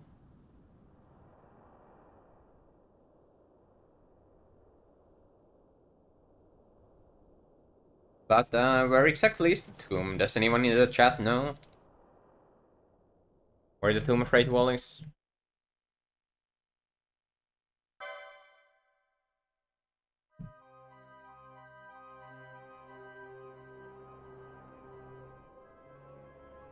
So where exactly is Wraithwall's tomb? Far to the west. We must first cross the Ogir Yensa, and beyond that, the Nam Thank you, Yensa, Ignace, before and we reach the Viserion. tomb. An expanse of desert larger still The than tier all 2 of subs, they Dalmasca. know. We must pace ourselves. If you grow tired, we stop and take rest. You don't have to worry about me. I'm tougher than I look. You are at that.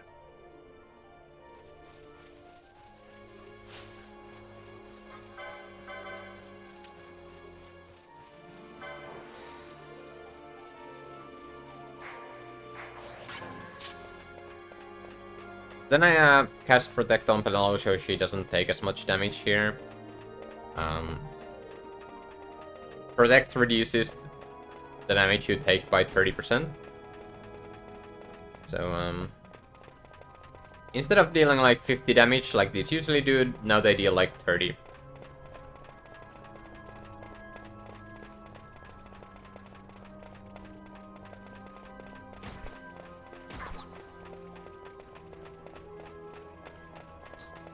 Which helps me to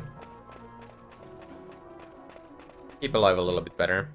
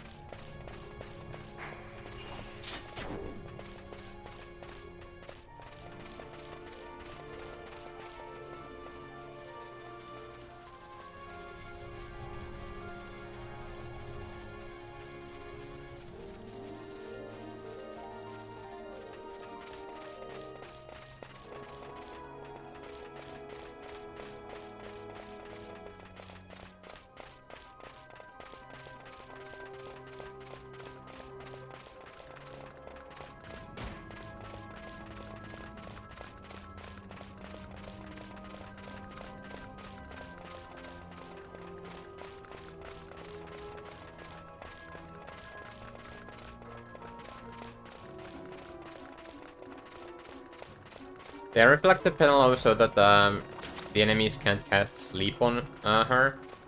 The enemies with crossbows can do that, and if they land a sleep on Penelope, then Penelope, well, I have to stop running until an enemy hits me, or I can also change my party leader. Depends on the situation, which one is better. I have to stop fleeing if I party member. I'm gonna reflect wears off nicely here, so I can get the cure off. But unfortunately now I can be put to sleep by these guys if I am if they decide that it's a good idea to cast sleep on Penelope, but they didn't. That's fine.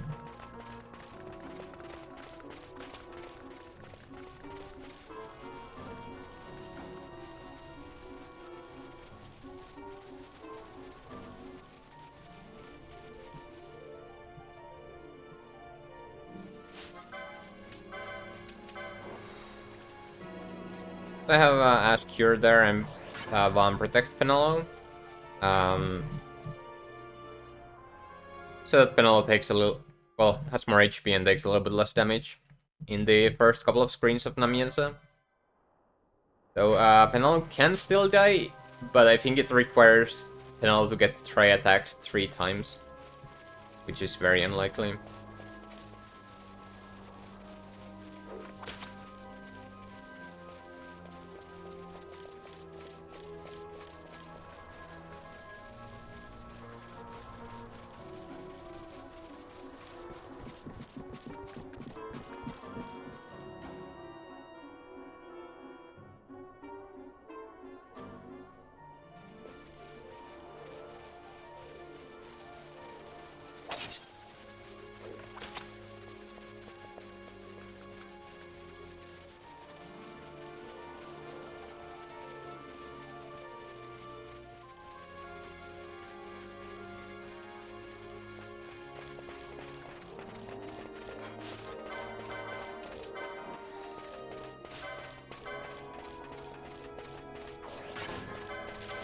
Should have had Ash cure Penelo there, and I can do it in this screen.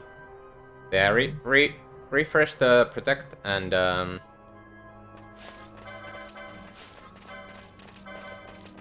cure and reflect. The Penelo will be at full HP and protected and reflected. And now nothing should stop Penelo from running to the Tomb of Freight wall.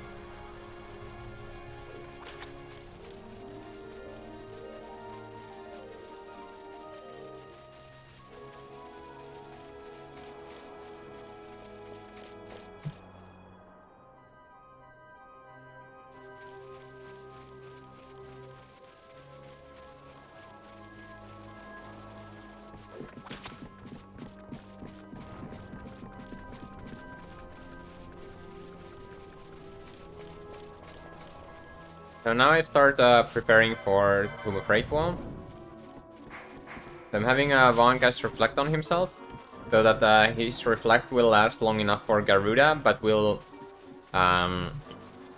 wear off before the Demon Wall.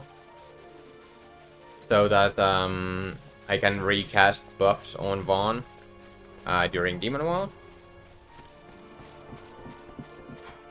And then I'm also using Vaughn to reflect Vossler here, so that I don't have to stop with Penelo to do that. It's also part of the timing of the reflect, so that Vaughn catches up to the party, so he can do that and save me like a second or two.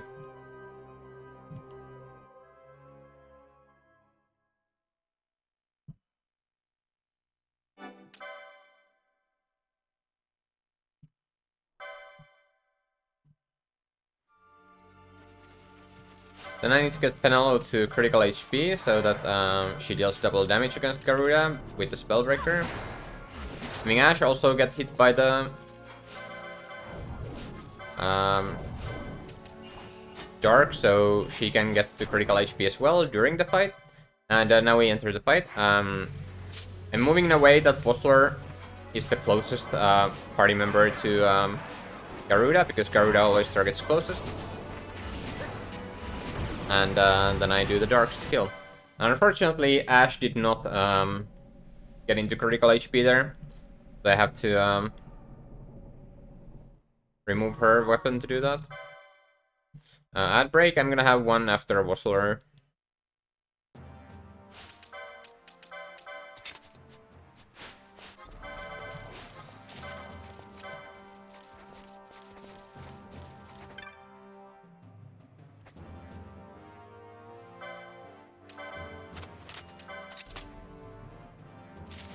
Two Cypress Poles, Sleep, Oil, Berserk, and Arrow.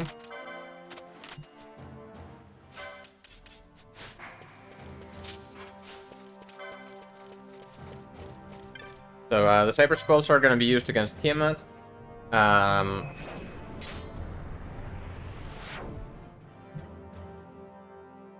Sleep is going to be used against Fenrir. Oil is going to be used against various fights. Oil makes enemies take triple damage from Fire Element. And I'm using Fire and Fire Aga a lot in this run. Then Arrow is gonna be the damaging spell in Tomb of Freight wall here. And the Berserk is gonna be used whenever I need to use physical attacks. But here I'm gonna fight the first Demon Wall, even though it's an optional fight, because killing it gives me 30 LP and a lot of money from Clan Hall. So I license the Spellbreaker on Ash as well, so she deals double damage as well. Equipping the Cherry Staff on Penelo. Vaughn gets a Steel Gambit. Penelo gets Reflect and Arrow Gambits, so she can cast Reflect at Vossler, and Arrow without me having to manually input things. And Ash gets an arrow gambit, and I turn that on. And the strategy here is to have Demon Wall target Vaughn, so and run out of his range with Vaughn, so that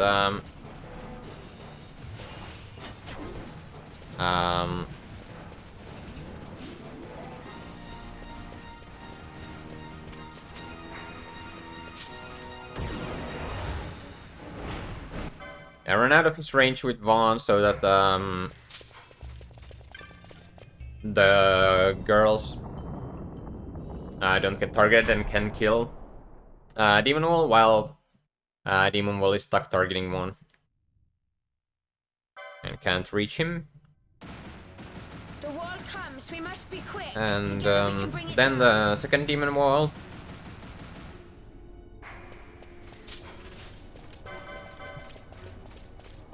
I'm going to reflect Vossler.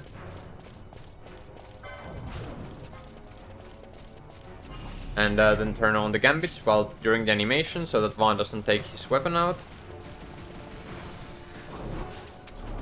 And letting Vaughn steal.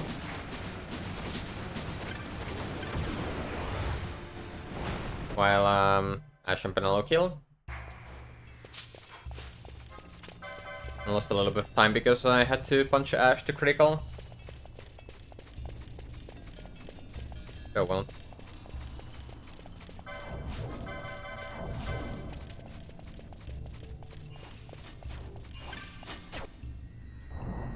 So I did steal a gold needle. Gold needles cure petrify and stone.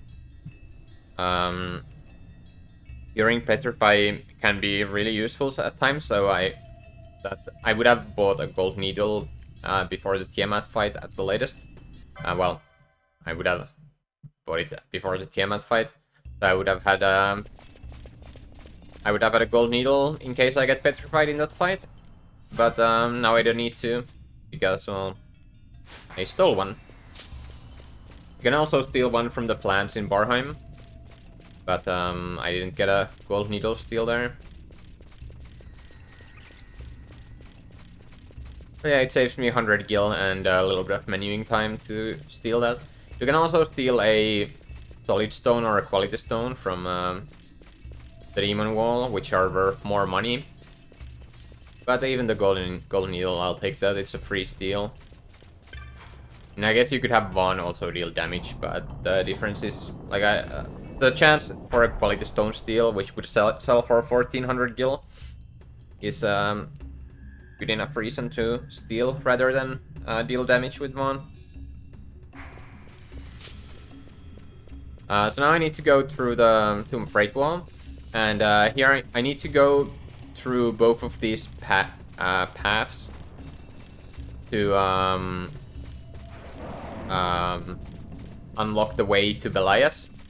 And I take the north path first because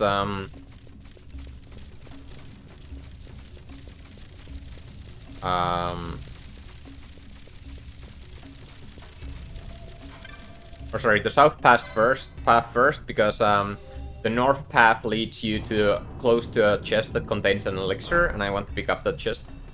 So that's why I do them in this order. And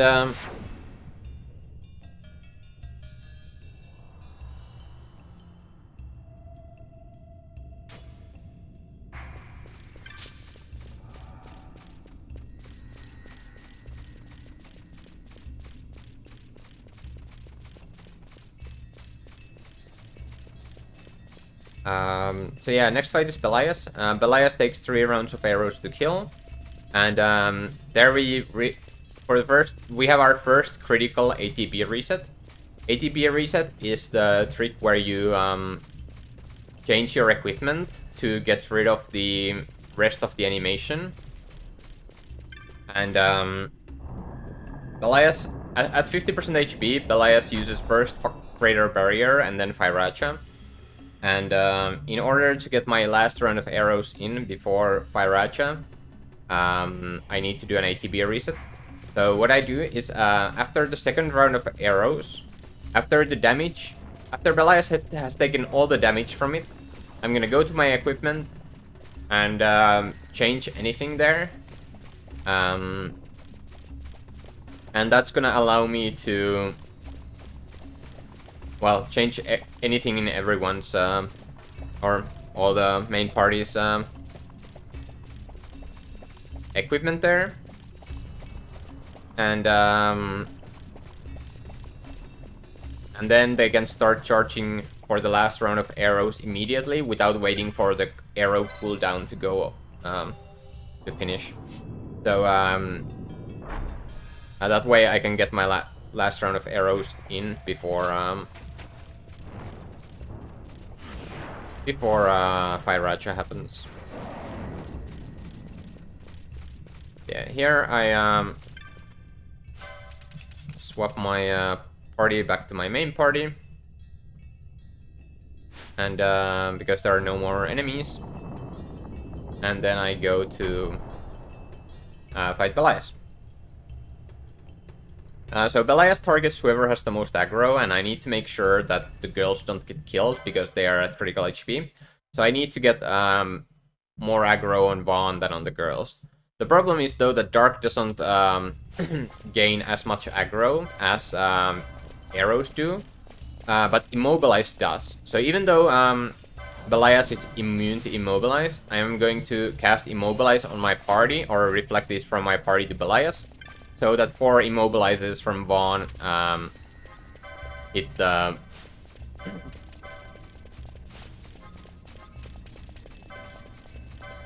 hit Belias, and that makes Belias target Vaughn instead of the girls. And it's important that Vaughn's Immobilize starts after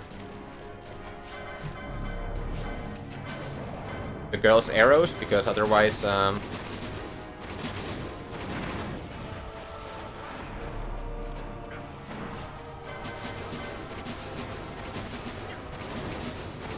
the damage from otherwise the girls will have more aggro than Vaughn. Yeah, I blast the damage, then I do the last round of arrows, and that's Belias.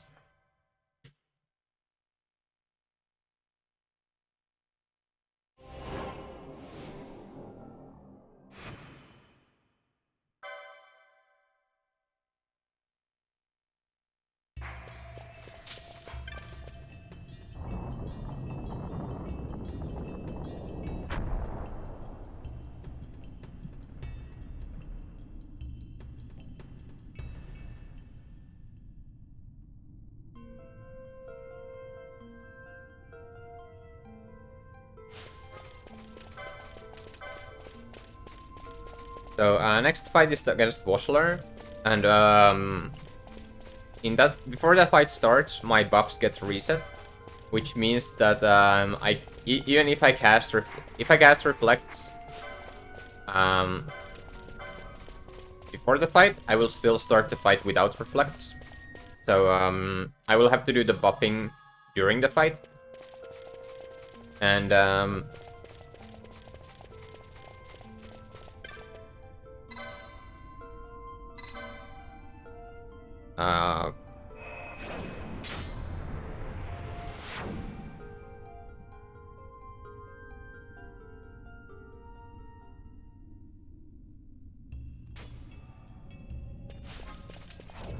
so Vaughn and Nell are gonna be reflecting at the start of the fight, and meanwhile Ash is trying to kill the 3 Imperial Swordsmen that are in the fight, along with Voshler.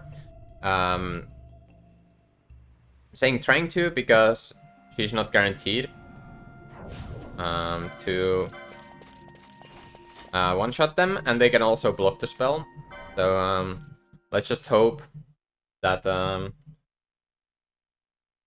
she kills at least most of them.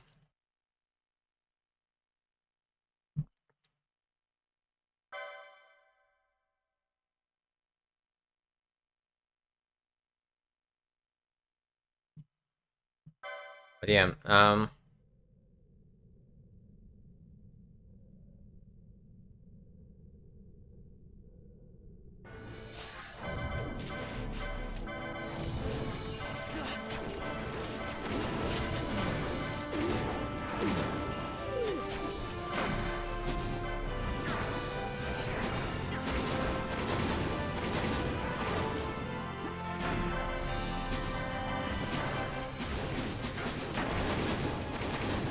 nice fight. And there's an unskippable cutscene coming up that's long enough for a bathroom break. So I'll take advantage of that, and I'll be right back.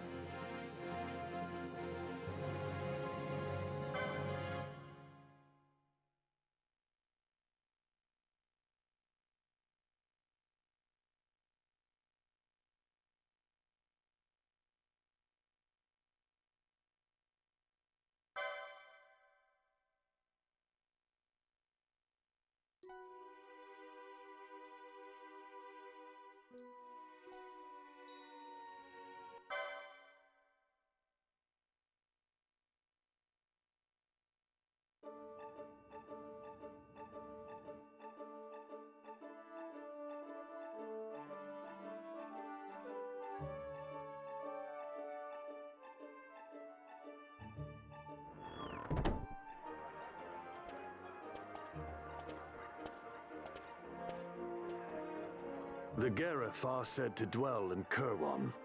So they do. We'll need to head south, past the Giza Plains. It is the rains now in Giza. The wadis will be swollen with the deluge. Passage may be difficult. But those same waters may also lay open new routes to us. Regardless, we must go south, yes? First things first. You're eager to be on your way, I know. But we should see that we're prepared before setting out. I made my resolve 2 years ago. I swore to overcome any hardship I may face. Man cannot live by resolve alone, Princess.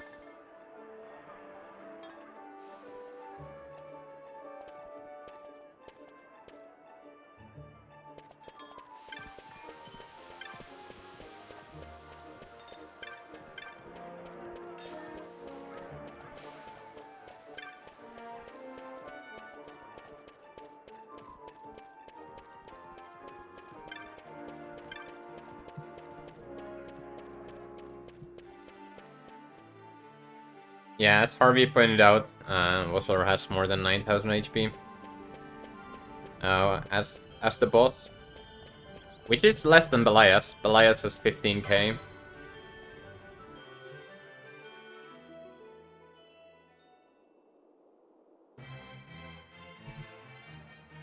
I am no man.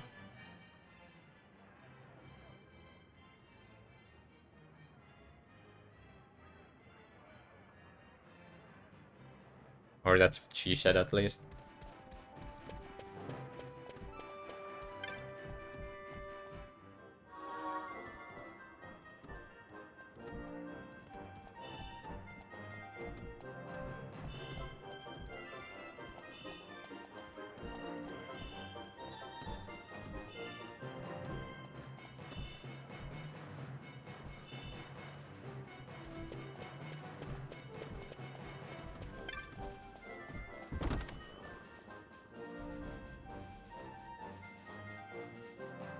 Yeah, I go to Clan Hall to get some gil.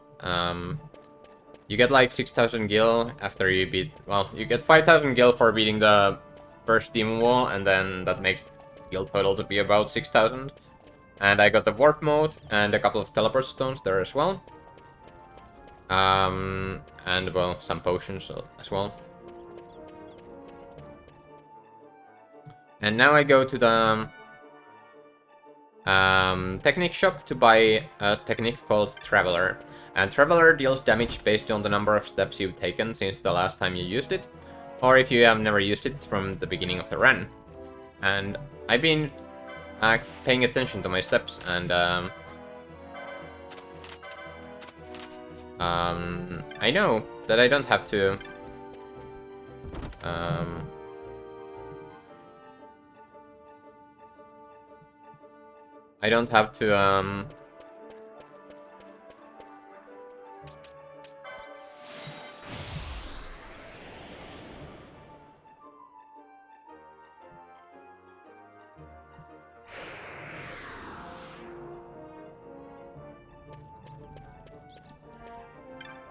set up Traveler anymore. I can just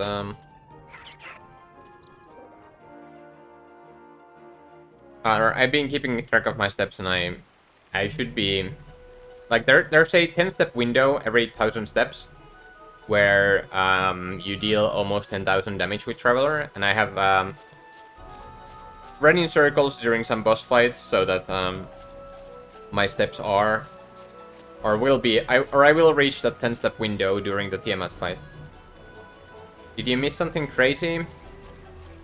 Were you here for Dustia 1 at the start of Dustia 1 or sorry, Dustia 2?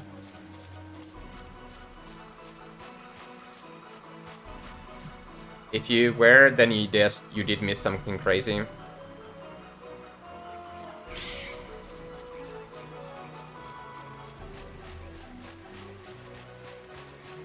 Okay, so the first 17 Dustia that I killed in Dustia 2 gave me a total of 1 book.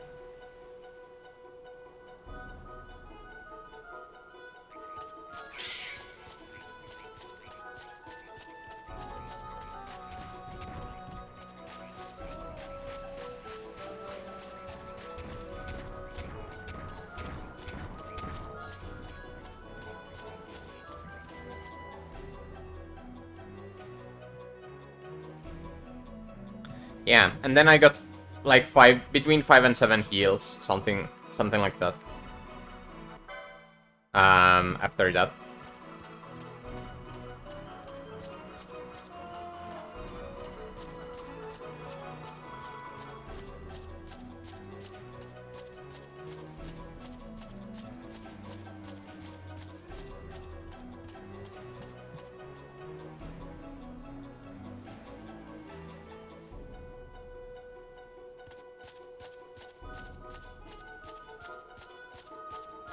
Yeah, I had a really good Barheim. Guys, in my way. Like, you can see my Barheim time.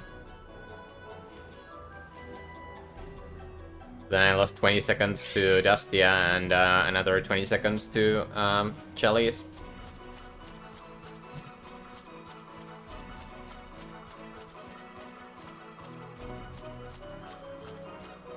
Or sorry, not Chalice, that Judges.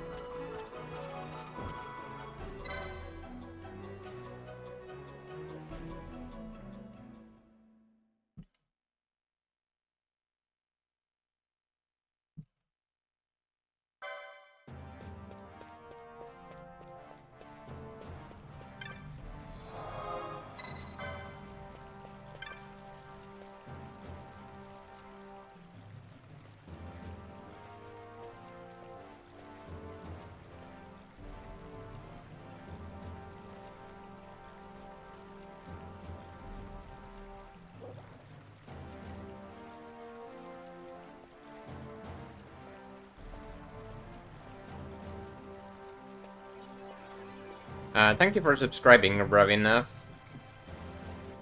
Very much appreciated.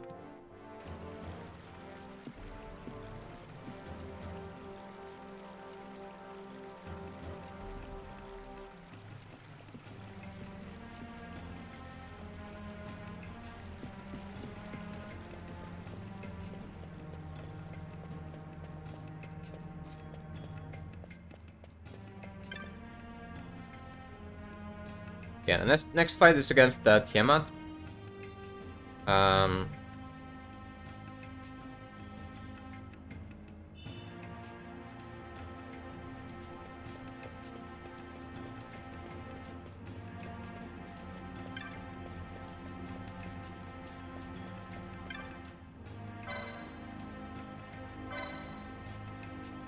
Against Tiamat, we use physical attacks instead of magic, because Tiamat absorbs arrow and halves dark. So magics, we don't have good ways of dealing damage to him, to Tiamat with magics, and but we are able to hit Tiamat's weakness, Earth, with the Cypress Poles. And that's why I got the Cypress Poles and Berserk and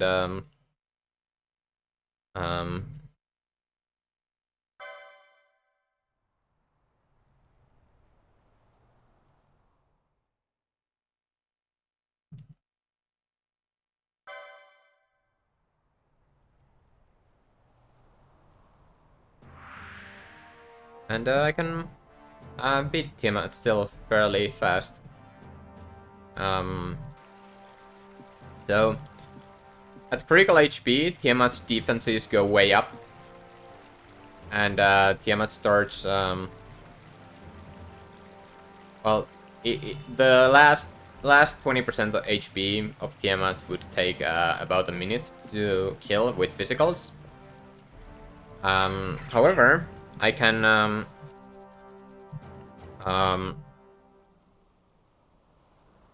use Traveler and deal at 10,000 damage on Tiamat. And Tiamat has about 50,000 HP, so critical HP is just at 10,000. So,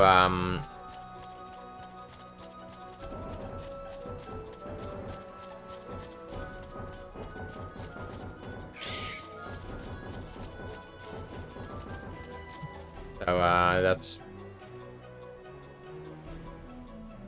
what we're doing.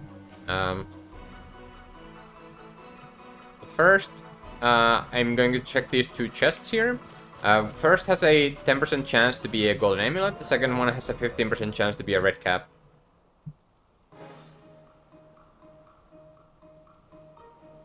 And I get the golden amulet. It's nice. That saves me 4,500 gil.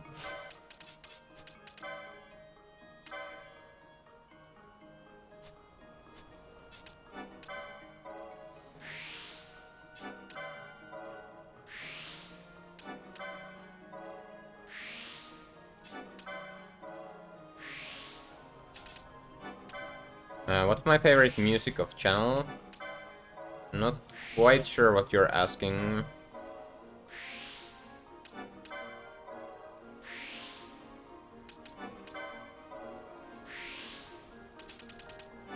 I got like all kinds of music. Well, a lot of kinds of music.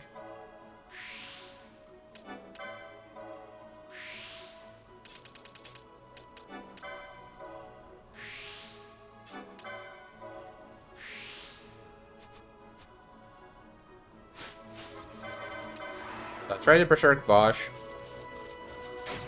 for the Tiamat fight.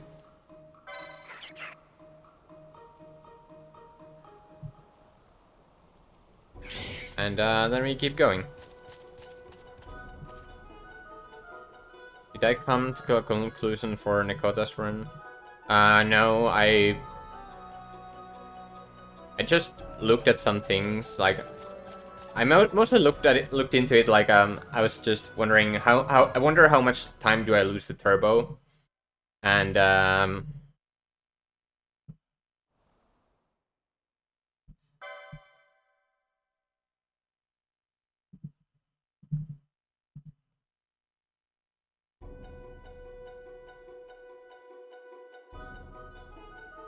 the red cap just did not spawn.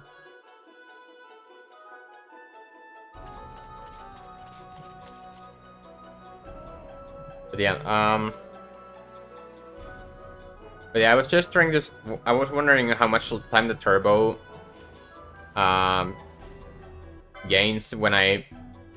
So I went and looked at how his chops were, because I figured that's the best way to see that.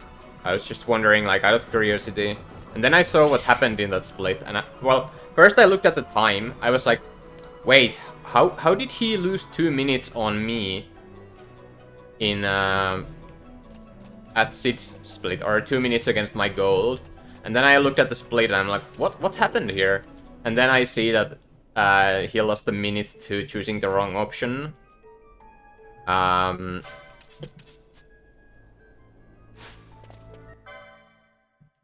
Choosing the wrong option at the cab, and I'm like, wow, really? This happened? And then I'm like, wait, if that happened in that run, how is his time so good? But yeah, his jellies were insane. Like that jellies time that his PB has is like almost half a minute faster than my gold.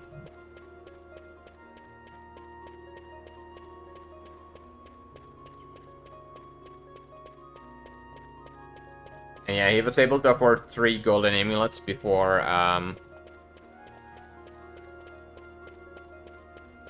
before the what's it called? The before Chalice, which is amazing.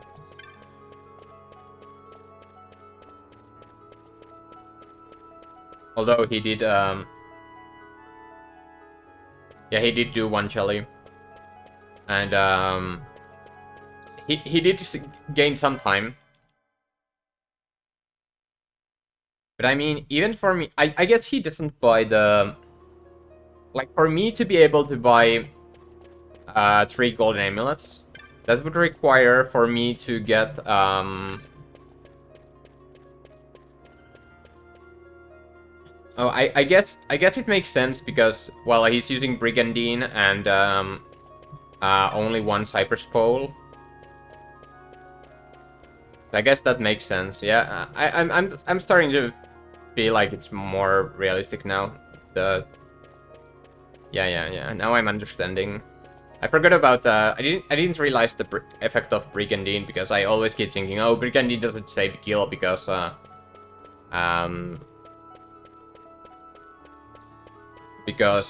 you don't have the bowgun yet. But it does affect being able to afford the golden amulet. I can see that.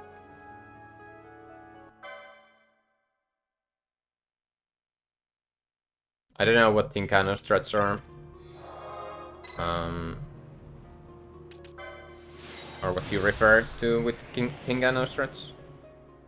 Yeah, Brigandine means 1 less trip, which, no, it was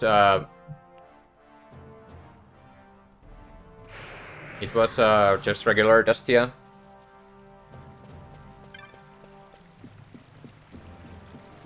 It's not 50 seconds save, it's like 30.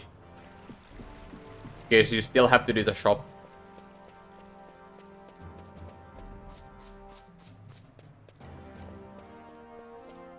Yeah, but I'm not losing 50 seconds to this shop.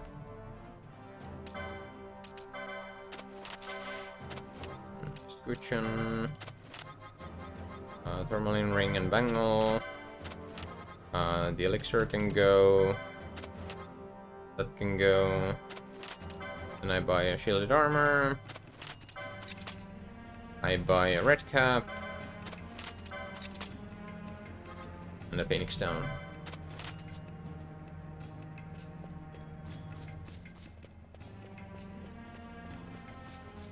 Yeah, with 1000 it might be 50 seconds, yeah.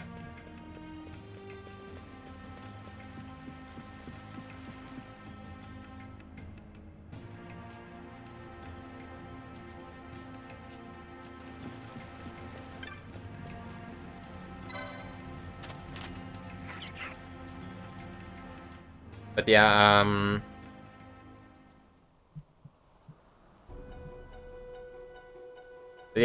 he had 43 books and 3 staves,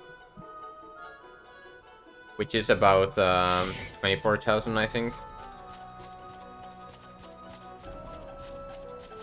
But yeah, Brigandine is so much worse than Shielded Armor for the English version, so I'm not gonna bother with that. Like, I think the 30 seconds you lose from that is easily regained. Although not needing as much money is nice. But also, like, he doesn't have a red cap, and it's...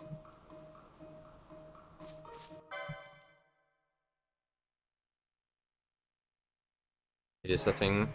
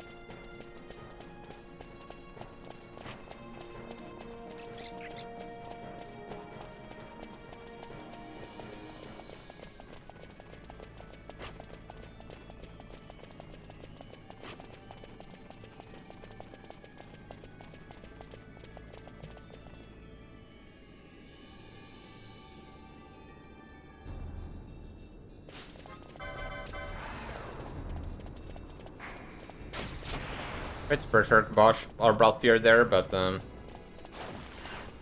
fortunately I was not able to. It's about 70% chance to hit the Berserk on Balthier. But it's fine. I have plenty of other opportunities to cast it.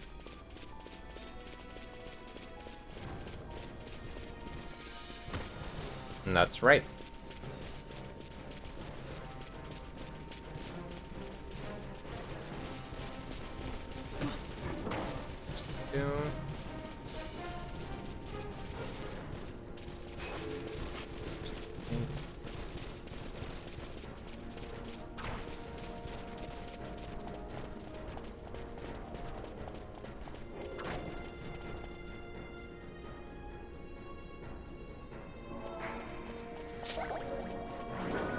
One was totally safe there. There was no way the Mistmare killed, or would have killed Vaughn.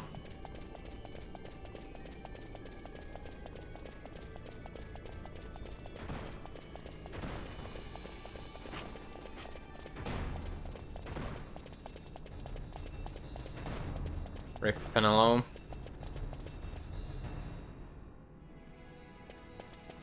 It's a little bit annoying, but oh well.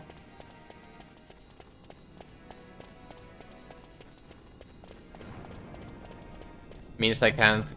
I mean, it takes away at least one Berserk chance, or chance to Berserk Balthier. But I do get another one after the save crystal.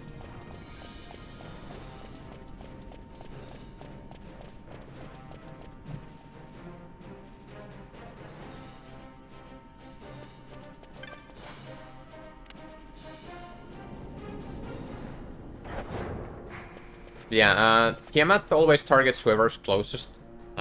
So I'll try to keep one closest to Tiamat at all times.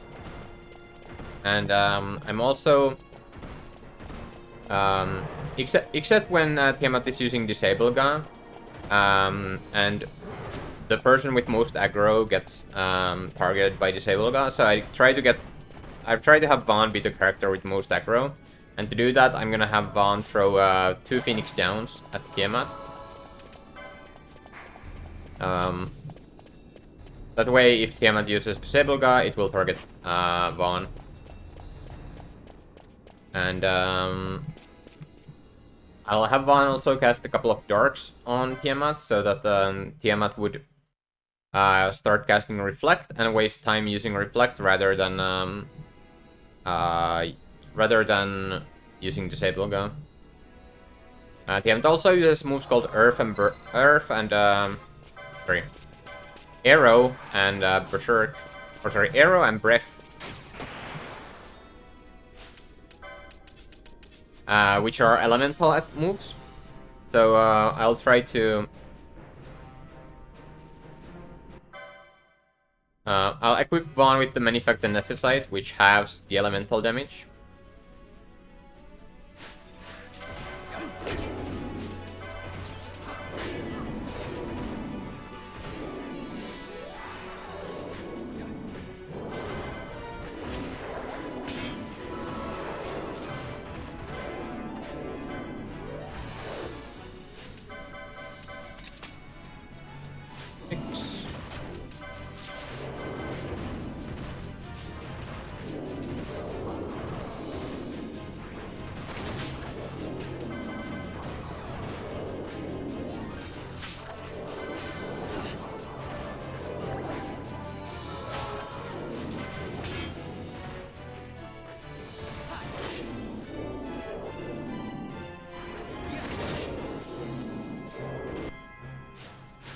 I'm getting close to the window.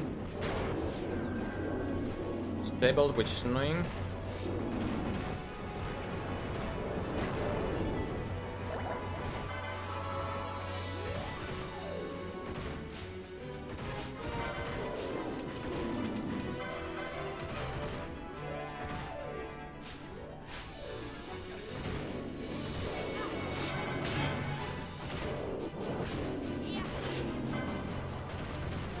Be fine. There we go. Nice fight. Other than the disable, but it's it was okay. It came late enough that it didn't matter too much.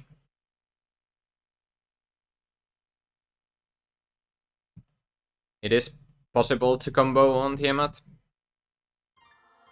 That's why we're equipping the Cypress Pulse, so that my character... Well, but Cypress Pulse have a pretty decent combo rate, which makes them better at the Tiamat as well. Or deal better damage.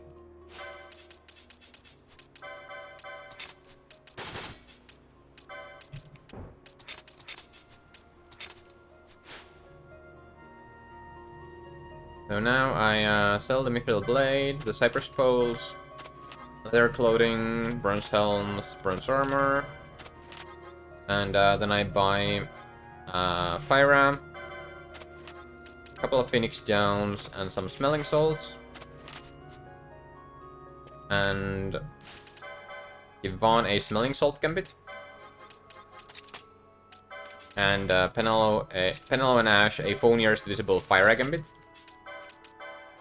Because I'm gonna go and farm Chalice now.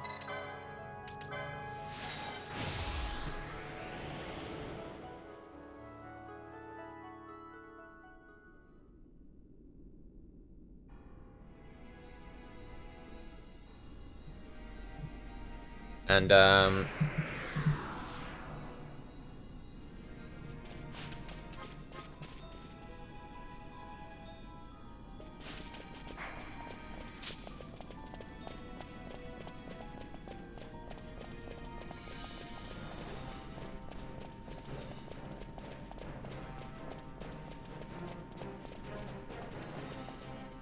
yeah, Tiamat, well, no, Chalice. Chalice,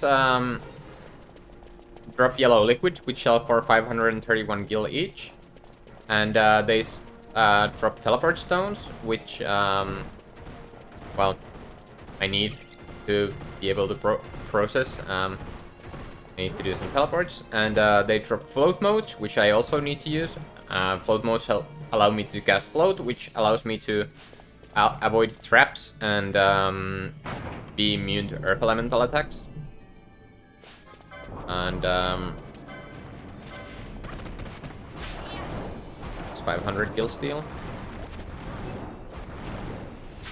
And the goal of the... I'm gonna split Chalice in two, so I can go and buy golden amulets for my party to get double LP from the rest of the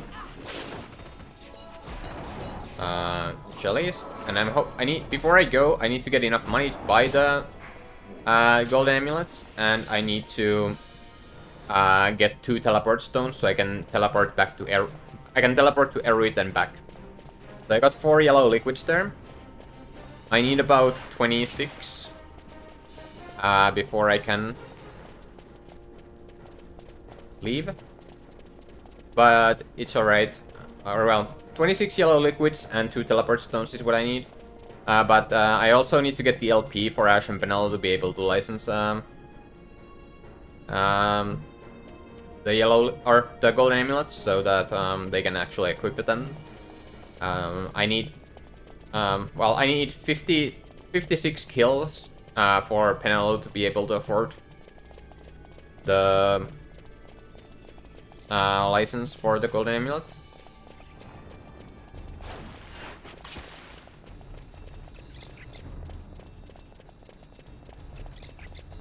You can't buy tippets from Westersand shop after Mimic Queen, no.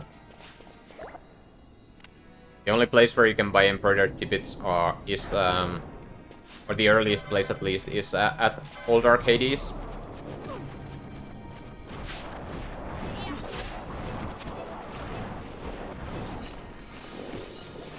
A second teleport stone.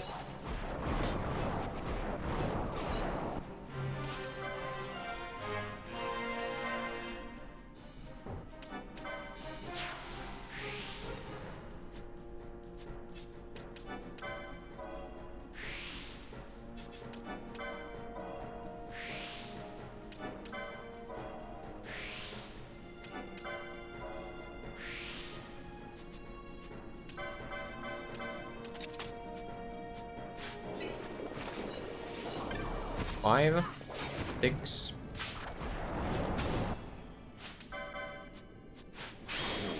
Got the chain level, which is nice. 8. 10. 12. 12 after 2 rooms is not too bad. So if I get a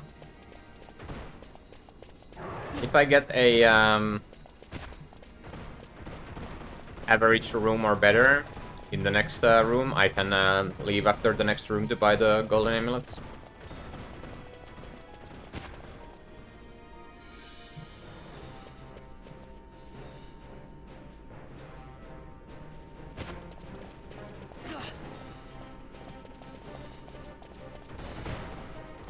I'm stuck.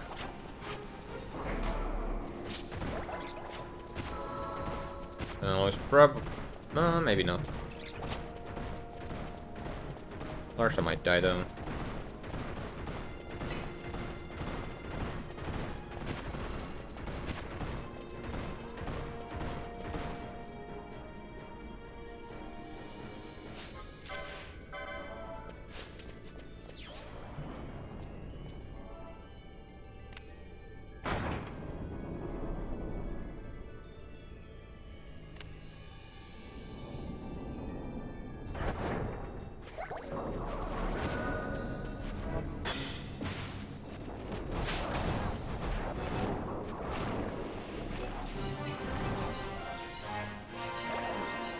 $14, $17.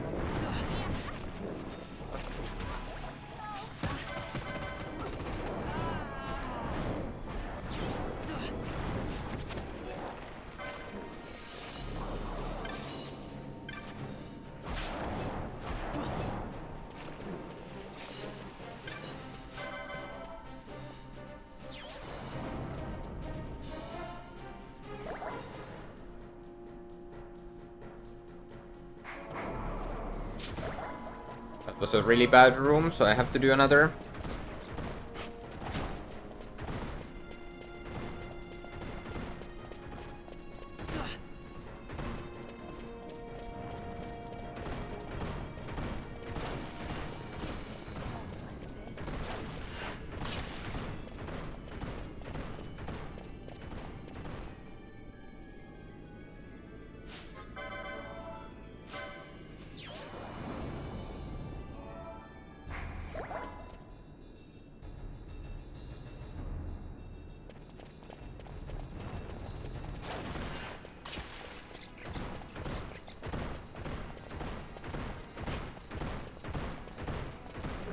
If I get Sonic Fanged here, it's really bad.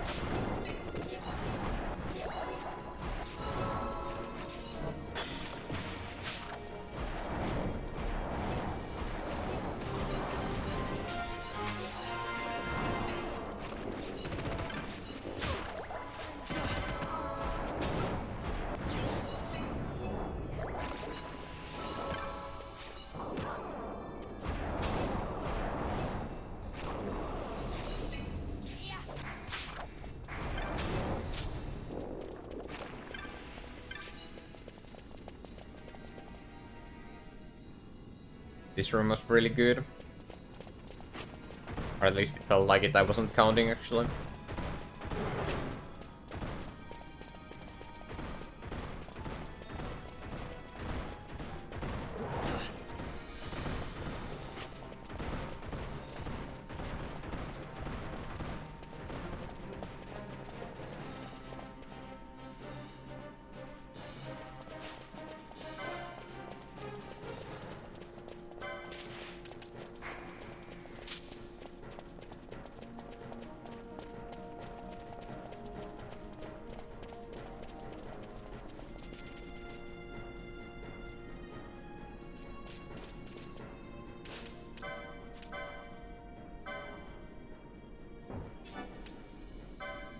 9 LP.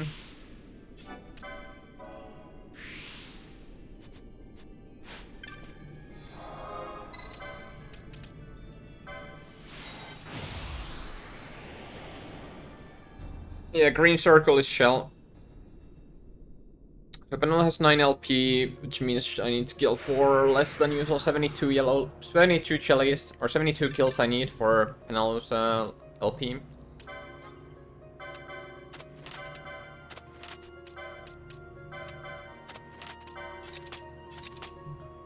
Boots. Or confuse, decoy, Blizzara.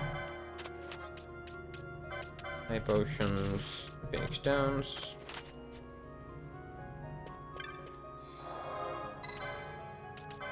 I have 5,000 gil. And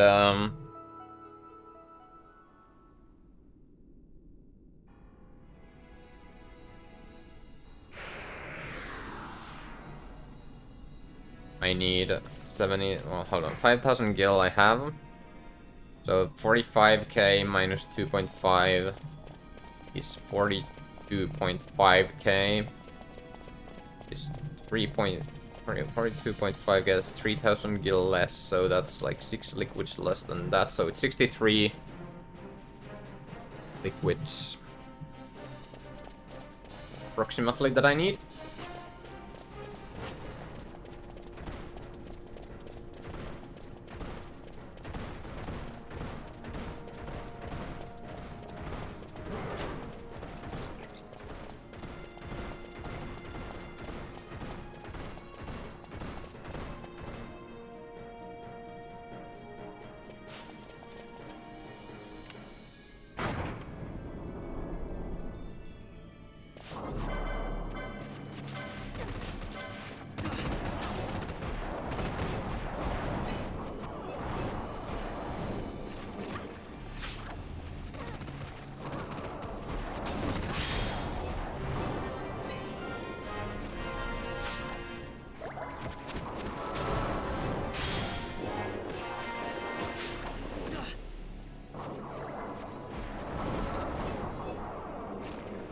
Small chance to get a chain level here.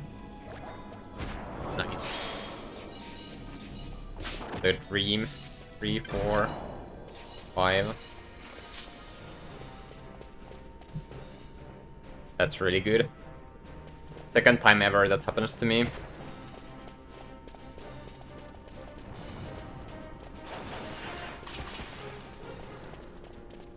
That was 3 chain levels in one room. No, wait. Yes. 3 chain levels in one room.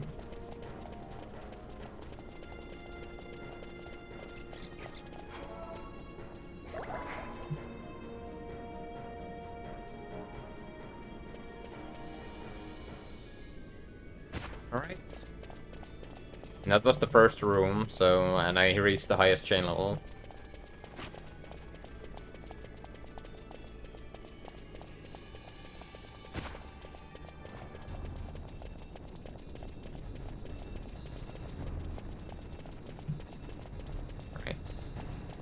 There's also a lot of a lot of jellies, which is good.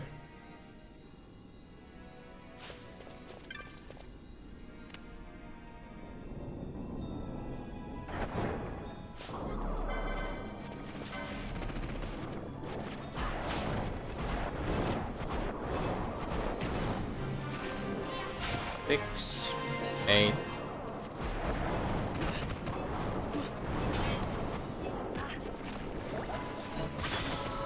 500 gil. 11, 13, 15, 17, 19, 21.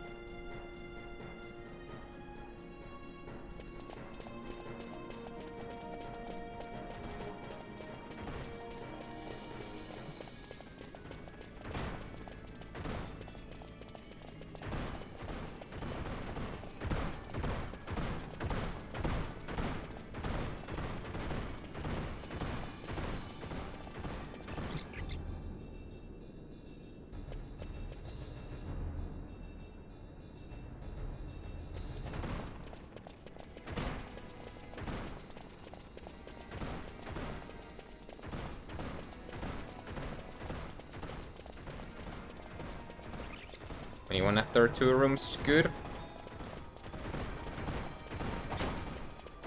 In 2 rooms, yeah. Probably gonna do 2 more rooms. Unless they are bad rooms. So let's go.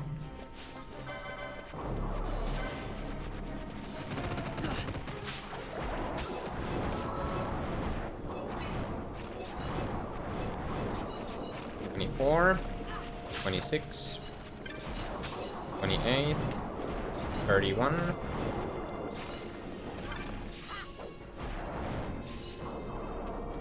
33,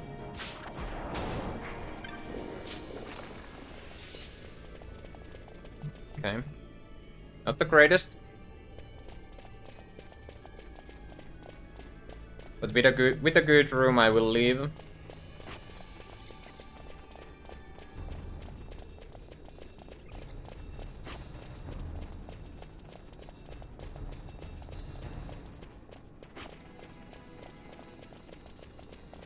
Sure how many kills I have.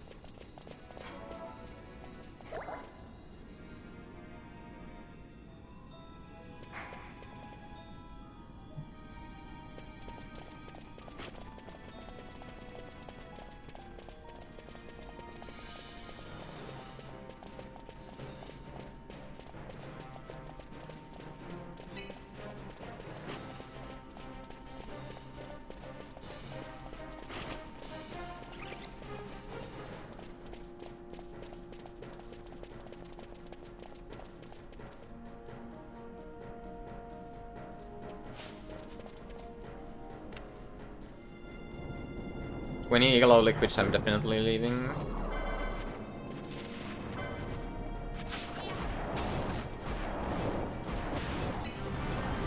$35, 38,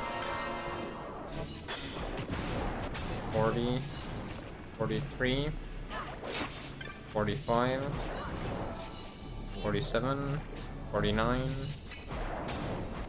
51, 55, 56. Yeah, we're leaving.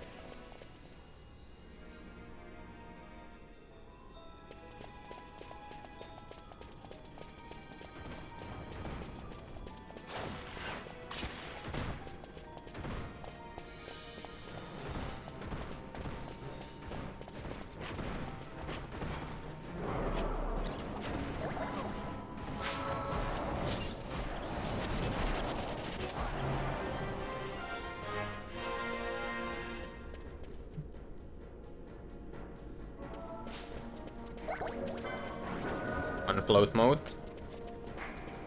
Well, I know where that one's gonna be used at.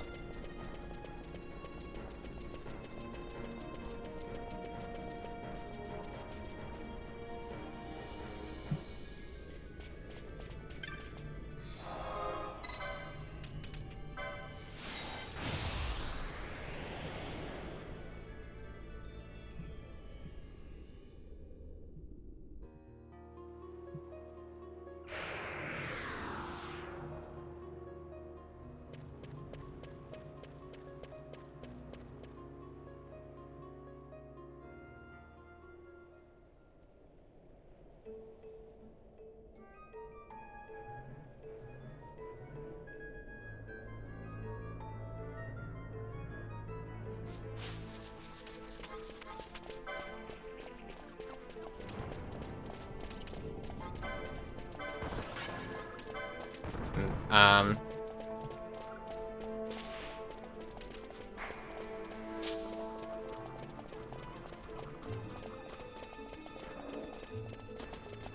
I'm going through taking this path through Golmore because this way I can avoid the boss Elder Worm and skip that fight entirely.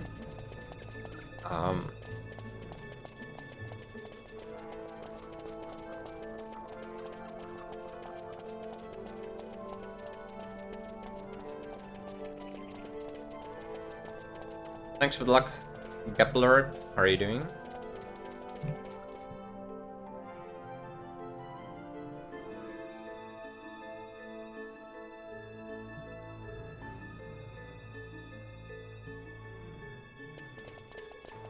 And normally I would use a float mode in this screen, because there's a trap at the start of the next screen.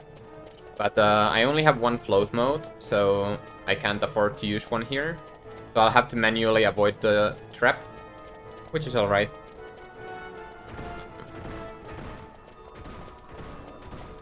It's usually fairly easy to avoid. So you just need to hold left and flee at the start of the screen, and then hug the wall to avoid the trap.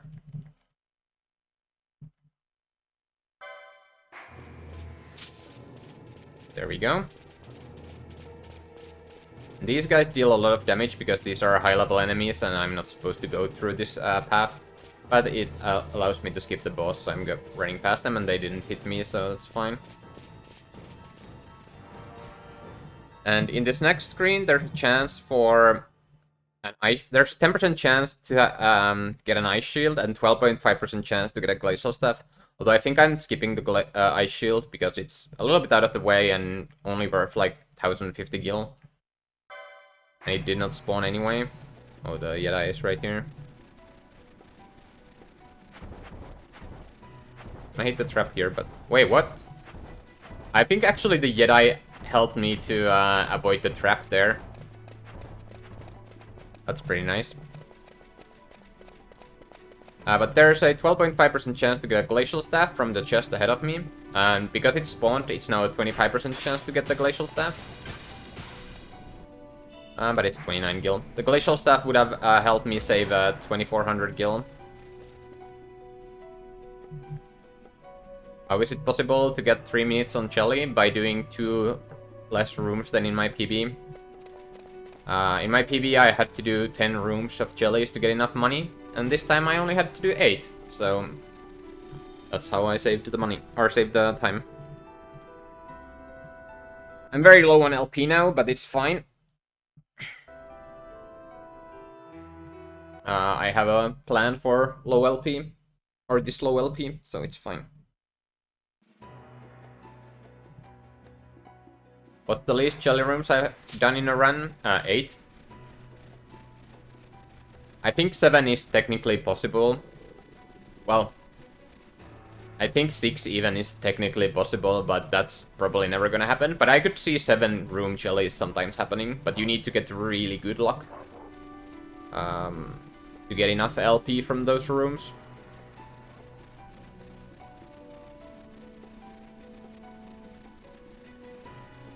Money-wise, even 5 rooms could be enough.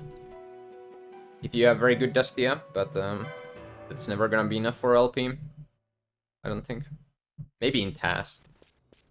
Then again, TAS probably wouldn't do that many jellies anyway. Or need that many kills anyway. So I buy the mage's hats here, and then I move on. 38.7. That was an odd numbered.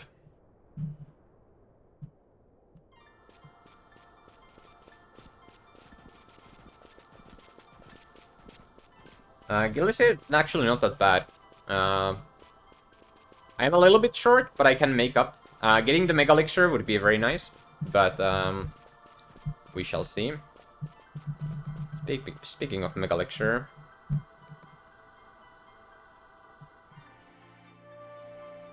make a prediction for that.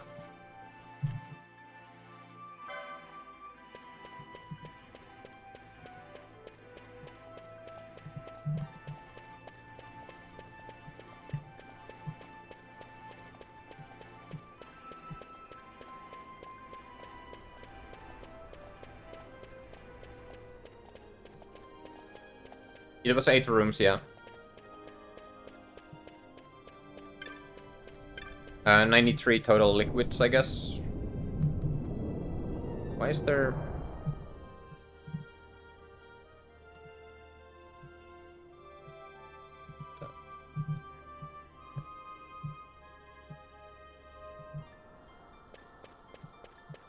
Oh, I guess I don't have a Mega Elixir.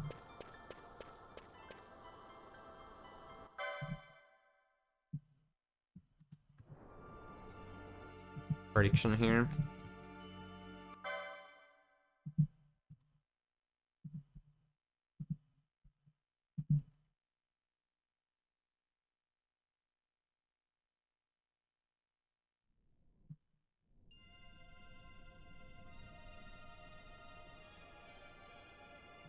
Well, how much money do you go for?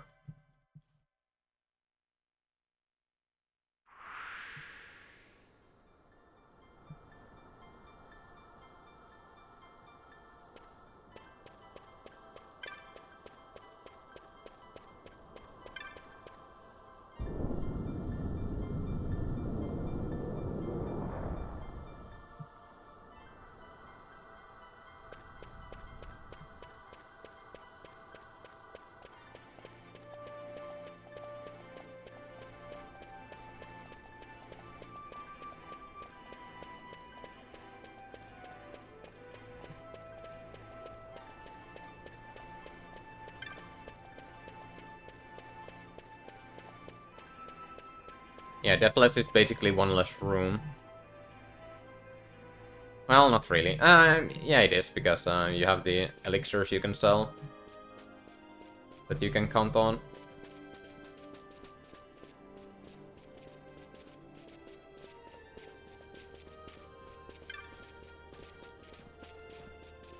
So... this time I'm doing the menu.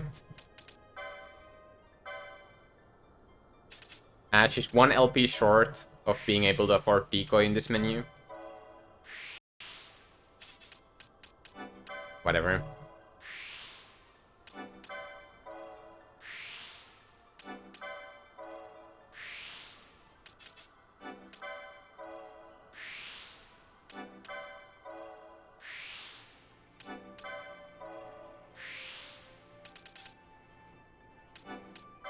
Vaughn has enough to be able to afford potion lore here, though.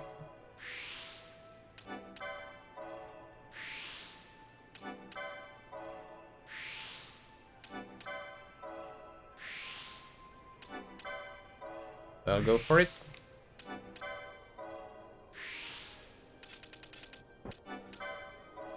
Then I license Mystic Armor 5 for the girls, so they can equip the Mage's hats. The Mage's hats give them more magic and MP.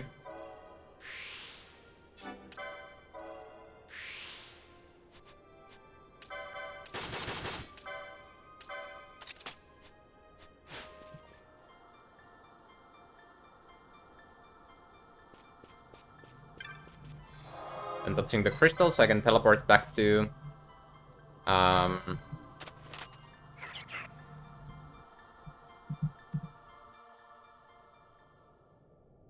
I can teleport back to here later. So yeah, I'm like 2,500 gil short, which I can easily make up by selling my teleport stones. And the shielded armor. If I need to, so my money is good. Even without the Mega Elixir. So in Steel Shrine there's a chest that has a 50-50 chance of being either a elixir or a Mega Elixir. And the Mega Elixir sells for 7,777 gil, which is really good. So getting it would give me a really good boost to my gil. And I would not have to worry about the gil at all during the run.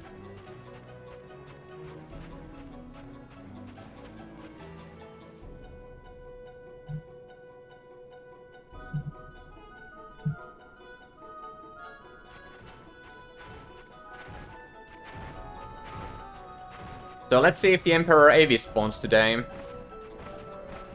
have no idea why he didn't spawn in my OOA run, or the OOA attempt.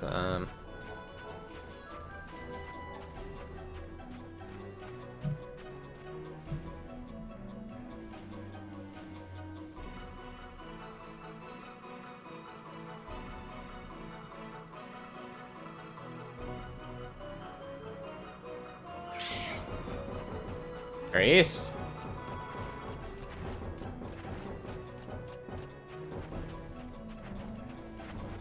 Well, the thing is, Razorfin is RNG. That guy should be there always. I just have no idea why he wasn't.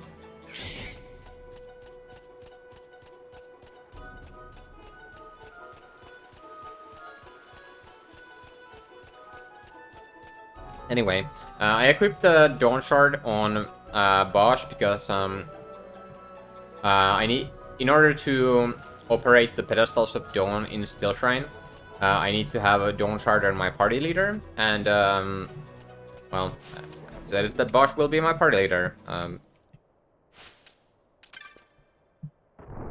Guess that's just most convenient.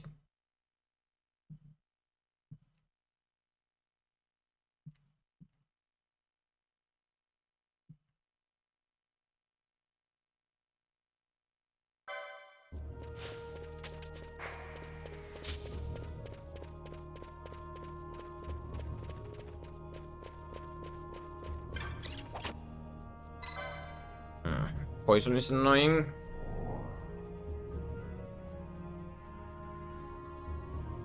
It's fine, probably.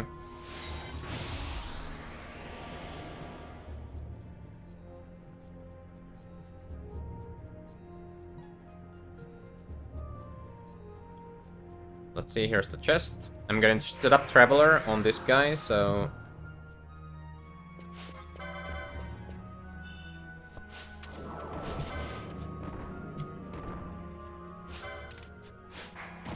Well...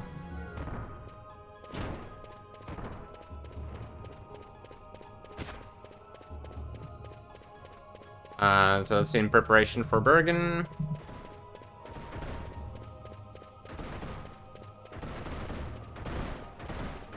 High Potion Bosch.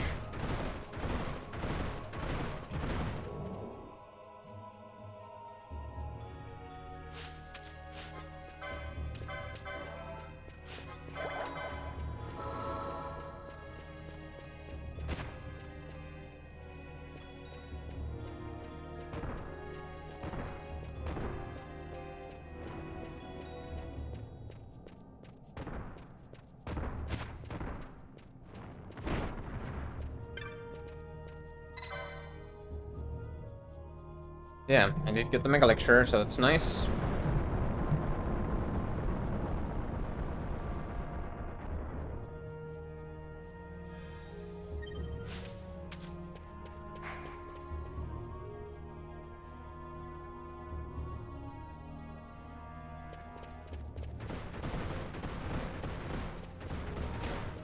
Fine.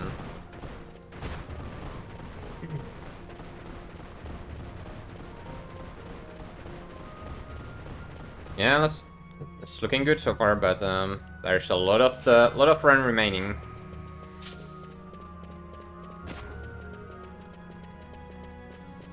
So hold your chocobos, everyone.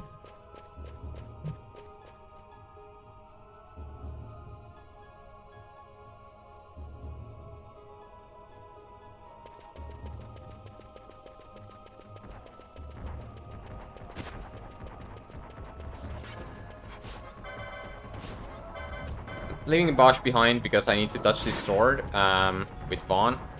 Well, with anyone, but doing it with Vaughn.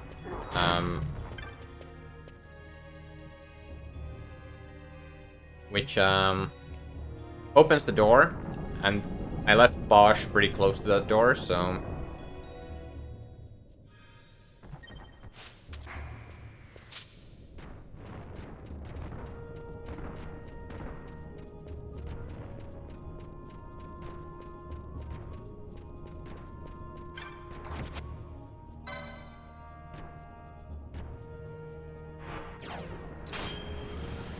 Bergen was the last turn, but Gabrand was a couple of runs ago.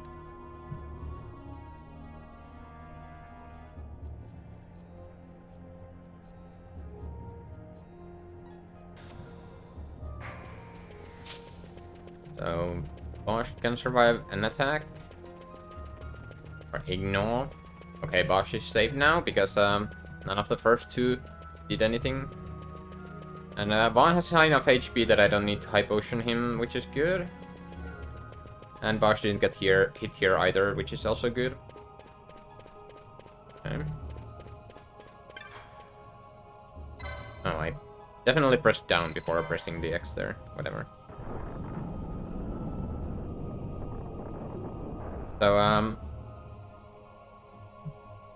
now I just put my cursor on black magic so I can get the girls to critical HP. Gonna swap out Bosch.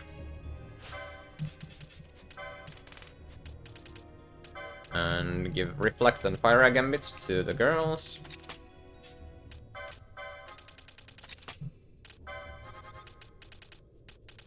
There we go.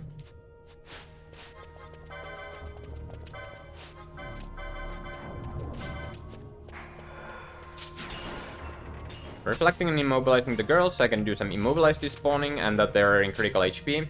And so that they don't get hit by the enemies here.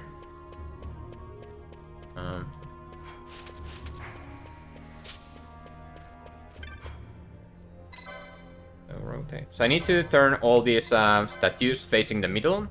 And they can face any direction except for the correct one. So there's a 1 in 3 chance that you have to rotate them twice.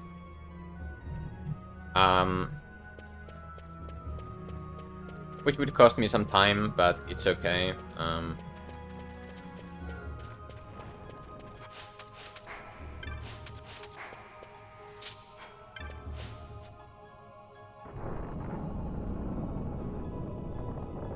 I got the first statue. Wasn't the troll? First statue is probably the worst place to get the troll, or the double turn.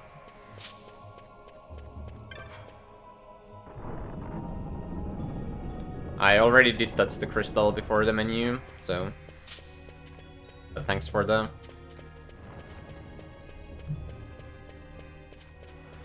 thanks for reminding.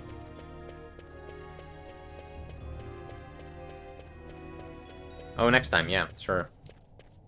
I'll try to. Not often I make that mistake. So, how the immobilize despawning works is I get Vaughn across the line that spawns the enemy, and then I switch to which is like far away from the enemy. Like it's about when the enemy shows up at minimap. A little bit before that, there's a line where when you cross it, the enemy spawns, and or I guess when you are on the line, the enemy spawns, and if you go far enough away from the enemy will despawn. And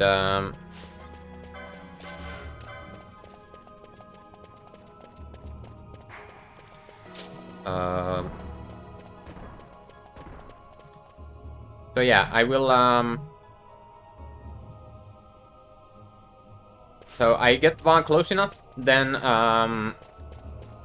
so that the enemy spawns, then switch to a leader to a character that's far enough away that the enemy despawns, and then switch back to Vaughn who's already across the line, so the enemy does not spawn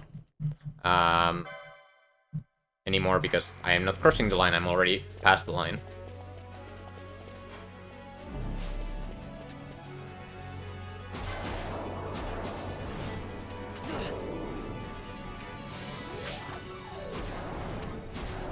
Sucks.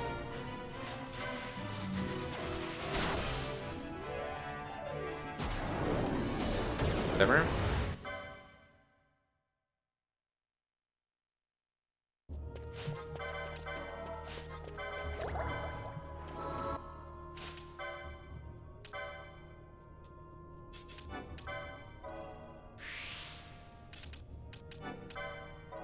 So I need to license oil and decoy here. And I leave Penelo behind so that she stands still while I go and turn the last statue. Statue was counterclockwise today.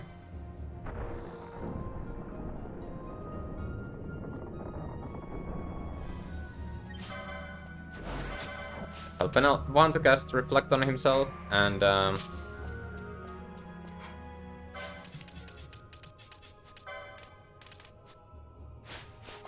move on towards Matthäus.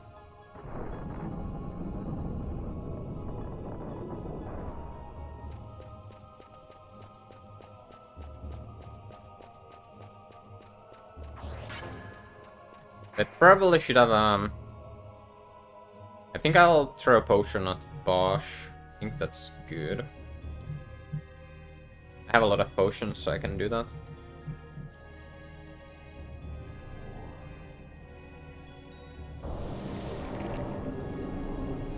Yeah, there are certain enemies you cannot despawn.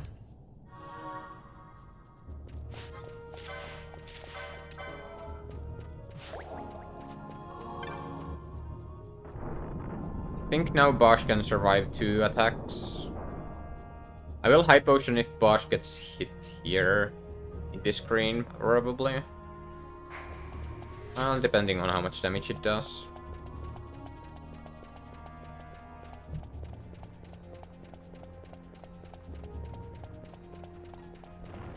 Okay, that leech did not go off, which is good.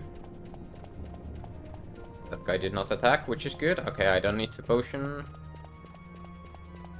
So, Mateus can be oiled. It's the first boss we use oil against. Oil makes fire deal triple damage. And with that, I can kill Mateus with 2 rounds of Pyres. Mateus is accompanied by 4 Ice Acers. And they are like circling around. And I need to make sure that they don't get too close to my characters, or otherwise my Pyres will hit the Acers instead. And if more than one Fyra hit an Acer instead of Mateus, I'm probably dead. Fortunately, Bosch or Balthir died there, which means I cannot have Protect after Mateus. That is fine. It's alright.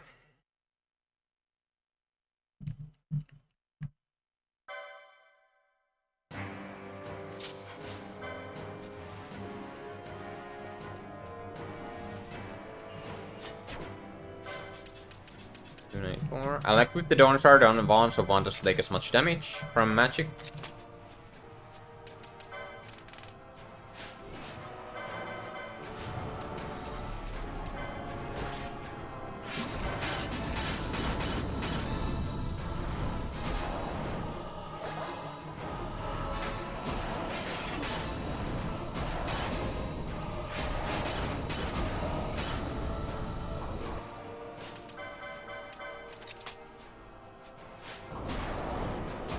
And then equip the golden amulet back up, or put the golden amulet back on so that Vaughn gets double LP from the fight.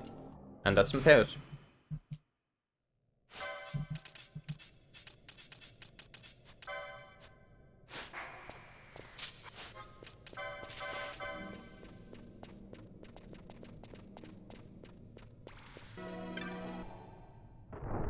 Yeah, Ash was pretty close to an Acer, but I judged the situation and I saw that it was fine. But I was looking at that.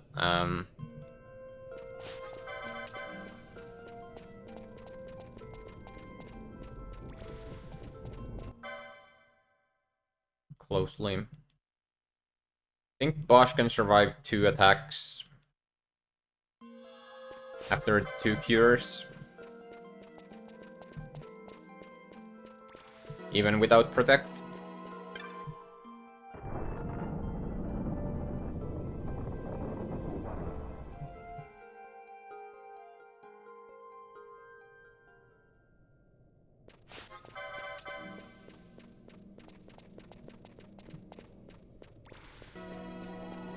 And 2 HP.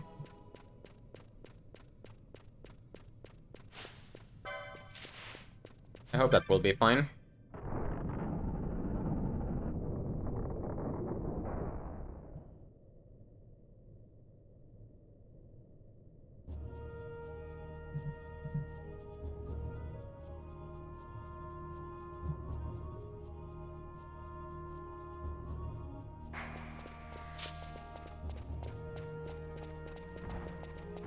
Okay, maybe Bosch cannot afford, or cannot survive 2 attacks. Maybe that was a little bit optimistic. He could have survived 2 with Protect, definitely. Let's hope that the Dark Mirror does not dark. He didn't, that's good. He didn't kill Fran either. Okay, that's very nice. Now I probably should High Potion.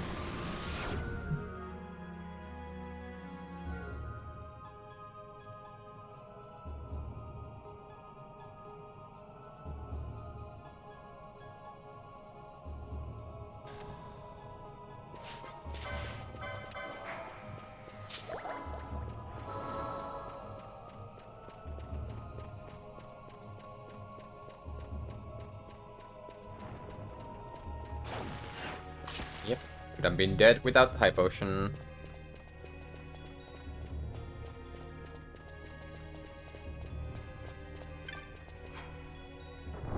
That's good.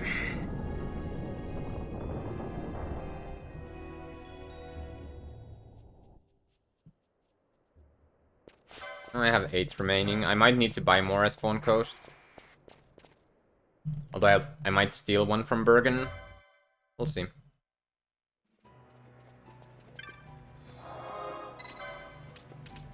So I have to teleport to Bromise, which means I'm touching a save crystal here. Which means that now the girls are back at full HP and not in critical. So they can't...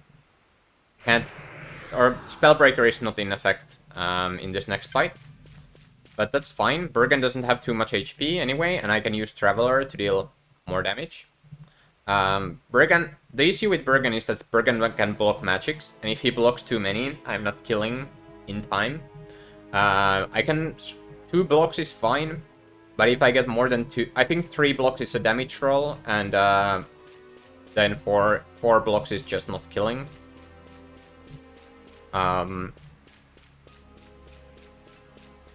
So let's hope he doesn't block too many, because there are 3 judges in the fight as well, and if you take too long to kill Bergen, they will join, or they will catch up to the fight and start doing some nasty stuff. The worst thing they do is the water spout, because that clogs the entire queue, and that means that Vaughn, or that means that my Fire Rush can't go off until the water spout animation is finished, which means that the other enemies can attack me and kill me while I'm waiting for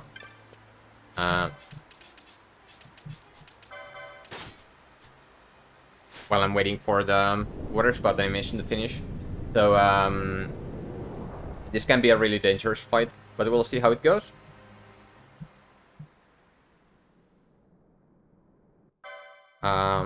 So first I'm gonna flee the Bergens and let Bergen target Vaughn. Vaughn's decoy will wear off, but that's fine.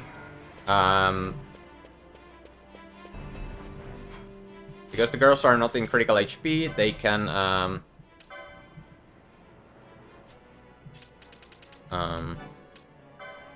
survive a hit or take a hit from Bergen. Then I license Sorcerer's gear for Ash and Penelo. Heavy armor for... or Mirror Mail for Vaughn. And Magical Orb for Ash. And 190.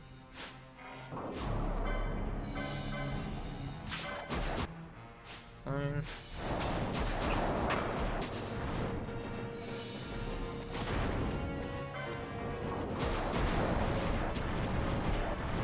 Got the kill, thanks to the Spellbreaker there, and I'll be right back on skippable cutscene.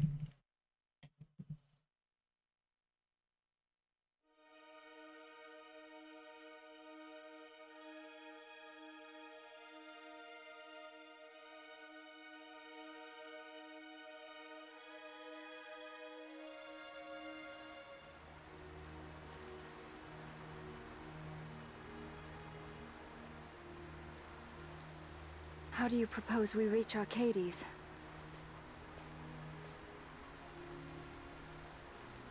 Arcadia's borders will be well guarded for fear of Rosarian invasion. We dare not approach by air. And their navy will see that the coast is watched as well. No, we go afoot. We'll cross into Arcadia in the Salika Wood. We can reach the wood any number of ways, but the easiest is to head north from Nalbina.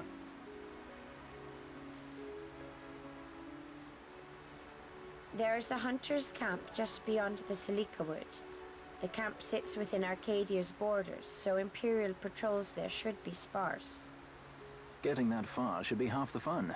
Let's be sure we go prepared.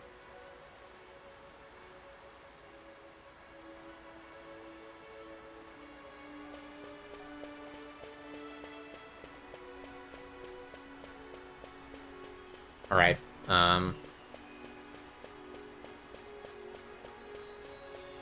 very nice Bergen.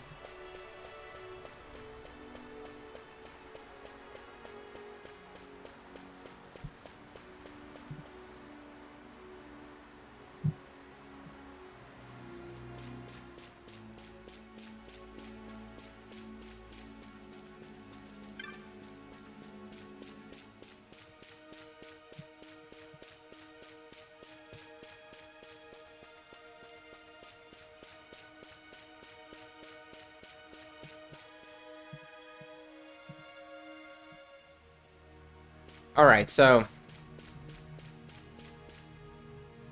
gonna buy 2 glacial staves and 2 sorcerer's habits here, and then I'm gonna teleport to Nalbina and move on.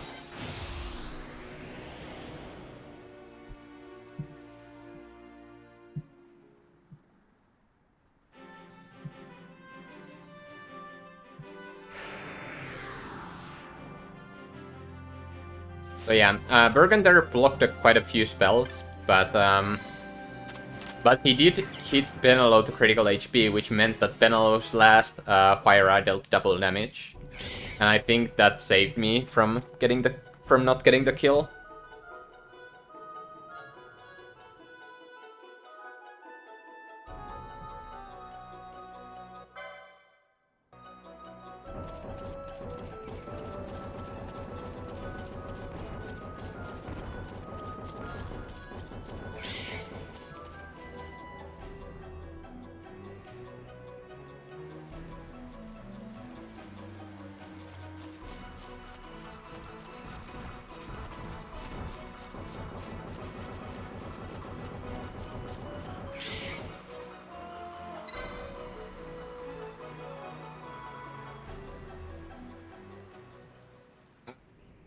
.320 Bergen. I wonder how close this is to my best ever Bergen time.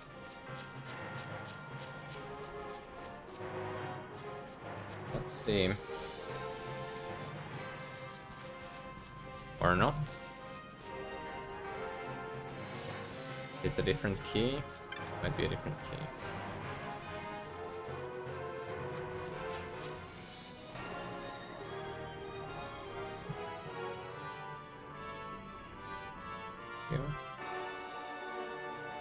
Oh, that's my best Bergen. Best ever Bergen time. Cool.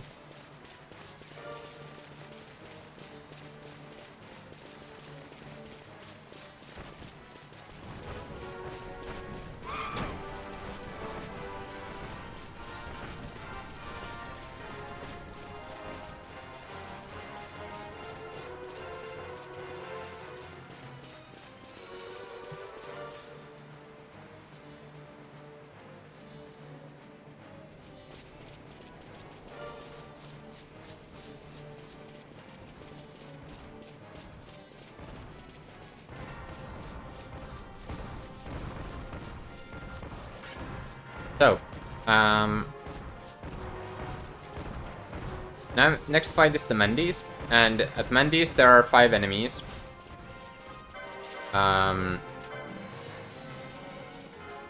5 enemies have less than, or well, they have a little bit more than 9,000 HP, which means that I can one-shot them all with Traveler, if they are all close enough to each other, and that's a big if. Ideal fight, I just kill all of them with Traveler. But that's probably not gonna happen. Or maybe it will, who knows.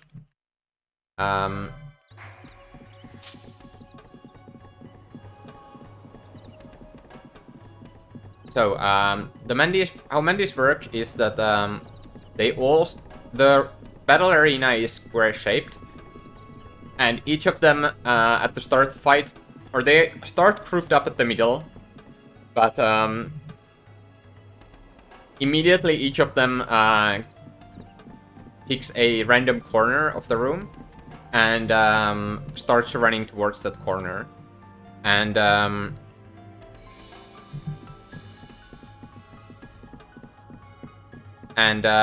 then, after they reach their corners, they choose a random Mandragora, and then they group up at wherever that Mandragora is. And that's when I'll try to hit them with Traveler. No easy targets here. I have to go and kill the dude there. Checking the just first for Bone Mail.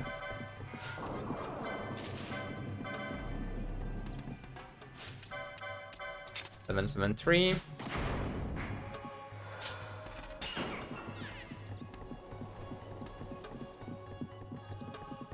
Killing the pumpkin head because why not?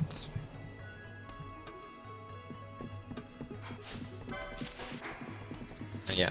So I'll try to, when they group up, I'll try to get them with Traveler. But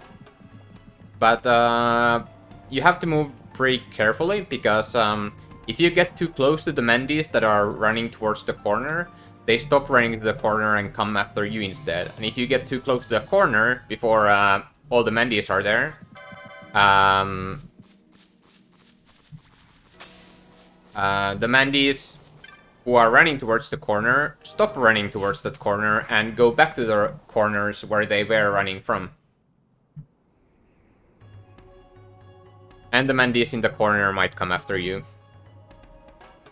So,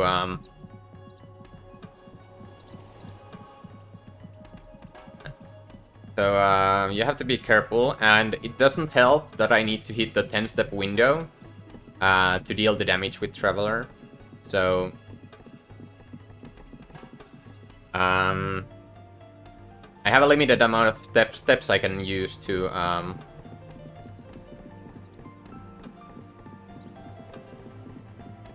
work around however the Mandys move. And also, when they group up at the corner, it's not that clear that you can get 5 hits, because you might be targeting one of the Mandys who are at the edges of the group, and then you might hit the... You might not... or the Mandys that are on the other side of the group might not be... might not get hit by the Traveler. So ideally you would hit one... you would hit a Mandy that's approximately in the middle of the group, but it's hard to tell which Mandy would be such a Mandy. It's usually one of... Usually the ones who are already in the corner are the ones in the middle, but it's hard to target those Mandys because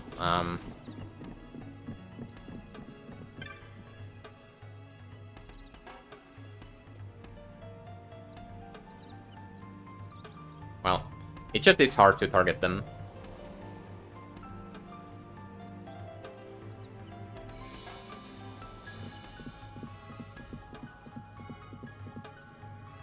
Because you're usually at the distance to the corner where the Mandys will. It's easier to hit the ones that are running a little bit closer by than the ones that are already in the corner that never get close enough to you.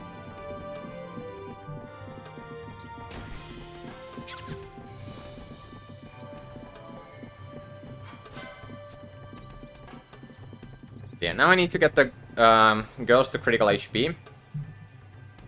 And I start by having Ash cast Cure on Vaughn.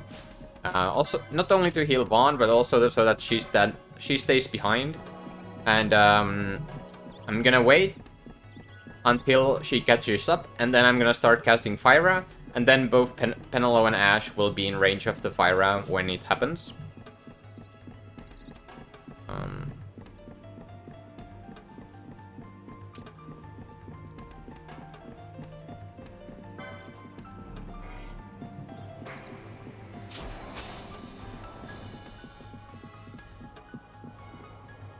Thanks for the luck, Luki. How are you doing?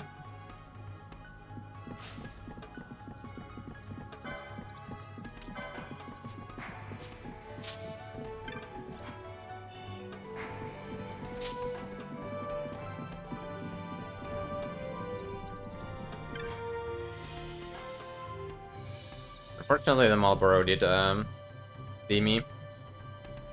Means I have to do some tricks to avoid getting hit by it. So best way to do it is to switch my leader to Penelo and then go to the next to the last hut. The Marlboro was so close, I think it would have caught me even if I hadn't gone for the chest. The chest could have been on high ether, which would have been nice, I guess, but probably not worth it. I don't know. We'll see.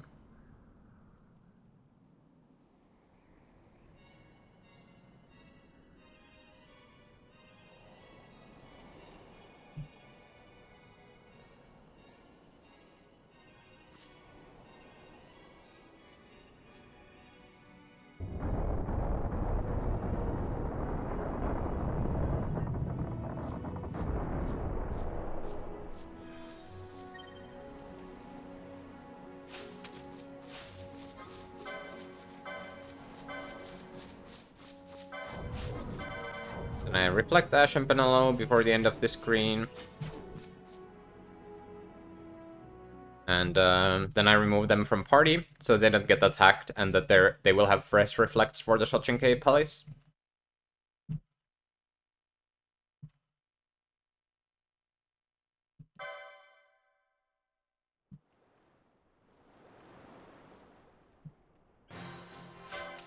I'm turning battle speed to slow. That has two reasons. One is that I will get hit by the enemies less. I'm not sure if it makes really a difference on how much you get hit. At least it doesn't make much of a difference. But the bigger thing is that Vaughn will, or the Mandius will stay in the corner for a little bit longer when the battle speed is on slowest, because they are casting stuff on themselves when they are in the corners. So I'm hoping that that helps me to get the Traveler to land. It gives me a little bit more time to do that. I'm looking at Vaughn's HP and I'm seeing that he has a lot of HP. Usually, like, with the once Vaughn is able to afford the HP plus 150, which he probably actually will before Ahriman, or sorry, before Sid 1, he will actually have more than 1200 HP, which is quite well. Usually he has like a little bit less. So it's nice, a little bit better chances of surviving Sid and Tyrant, which are the two big things that can kill you with damage rolls.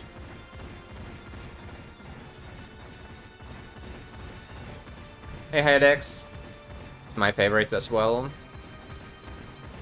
How are you doing?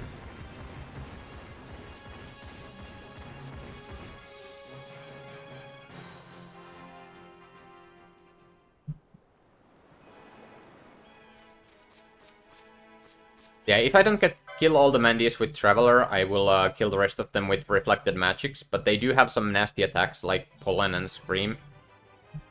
Oh, thank you for the Prime sub, Hedex. Very much appreciated.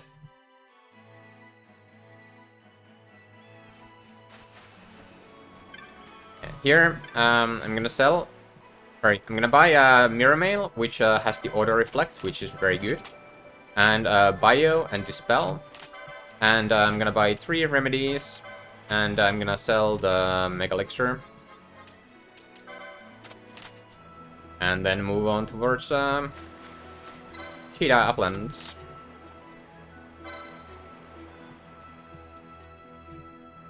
So remedies cure status ailments like well, they can remove pretty much all the status ailments once you have enough remedy lores. But in this run, it's mostly for stuff like disable, immobilize, sap. Sap is probably the most common one to use a remedy for. Silence is another one. I could get echo herbs, but I don't want to. Like, in most of the runs, I'm not gonna need. I'm not gonna need an echo herb, so I'm not bothering buying them. But I used to buy echo herbs. Nowadays, I just use a remedy if I ever end up silenced with a character I need not to be silenced. But yeah, then I bought Bio, which is a non-elemental spell, which means there are gonna be enemies that have all elements or are immune to all elements that I have access to, and against those I'm gonna be using Bio instead, because that will deal more damage, because it's more powerful than Fire and Blizzara, especially when they are halved. Thanks for the luck, Rain Giant. This run is exactly as good as it looks.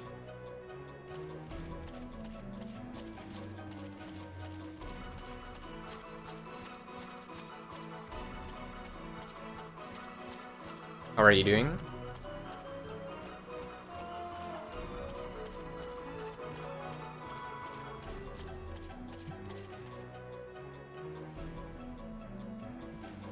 What went well in this run?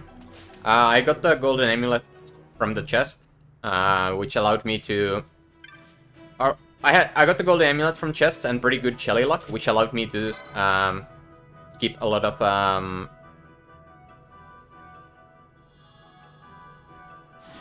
It allowed me to do less rooms of jellies than usual. Dastia wasn't that great.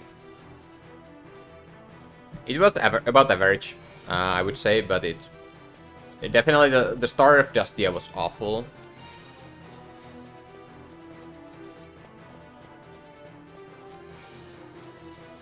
But as I said during Dastia, when I got the awful start, I said like I don't mind as long as I get the get good drops later, which I then did. So it was okay Dastia at the end, but in the end.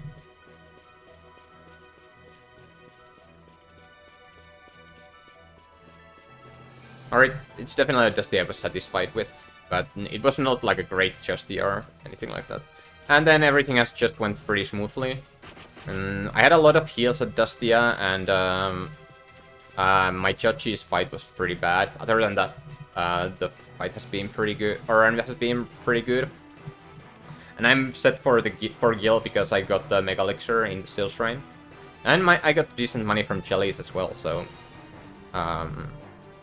I would have been fine without the Mega Elixir, but with Mega Elixir, I'm really good.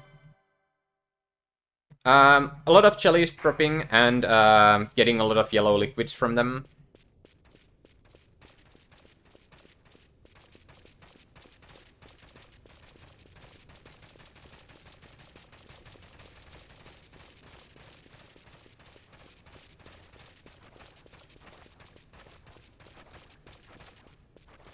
Got the lunge off.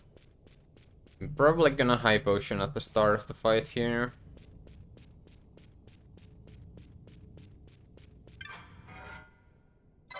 Yeah, this -3 is real. How are you doing, Auto Haste? And how are you doing, Justin?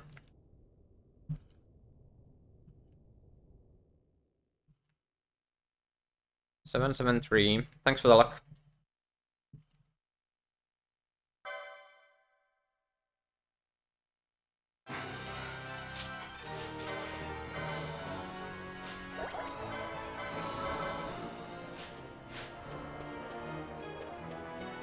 Oh, where are they?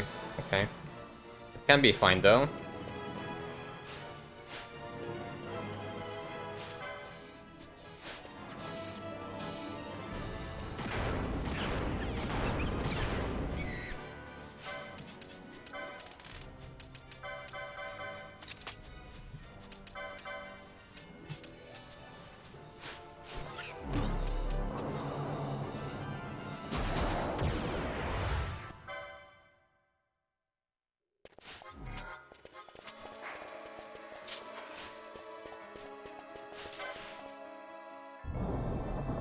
Oh boy, that was a really good 4-hit.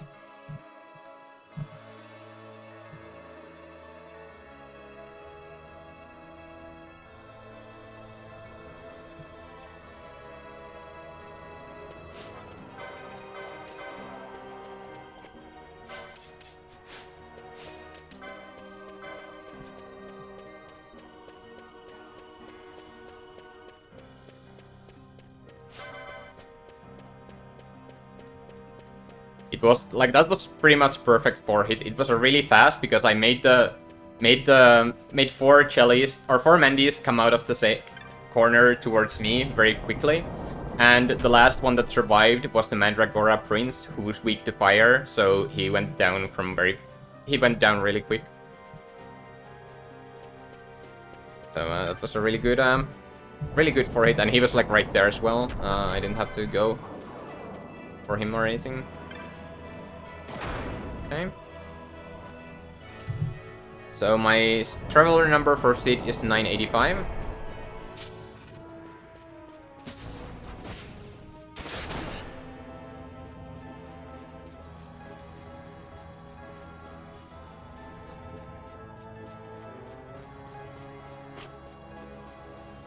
I cannot afford a safety save anywhere. Well, I can afford to make the save, but I can't afford to reload it. Like if I reload, then I will be behind.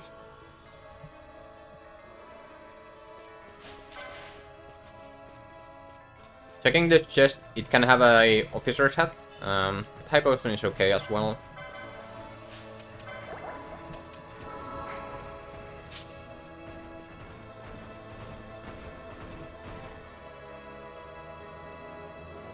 Like saving takes like 20 seconds already.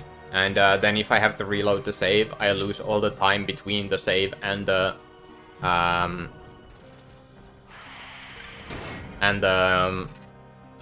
fight. And usually the fight is longer as well because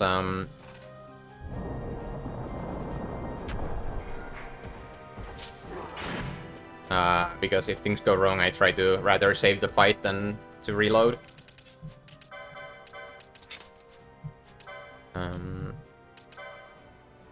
Here I license channeling, and channeling and War Mage show they have more MP basically. Headsman. One gets Belias, so I can do some Belias freezing, Spellbound, and Swiftness.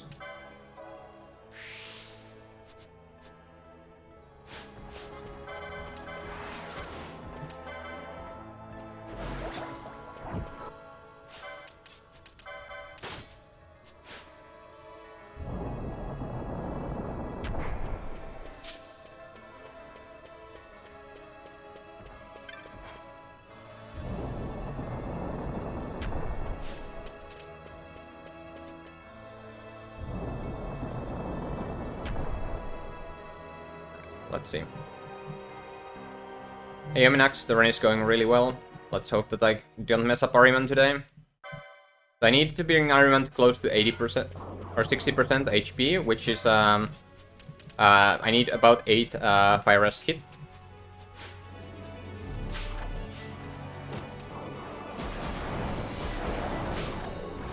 Six.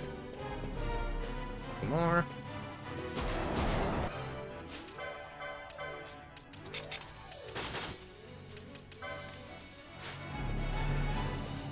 Then I Goliath Priest.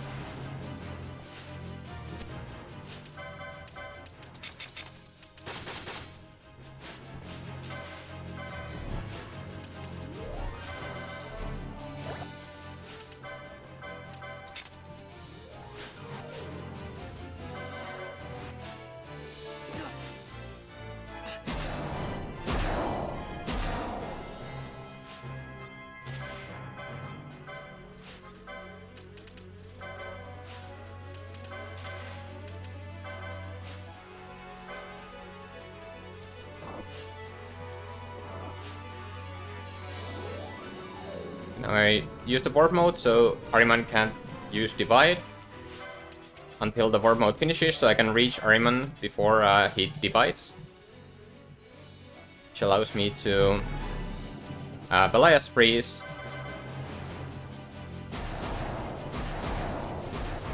And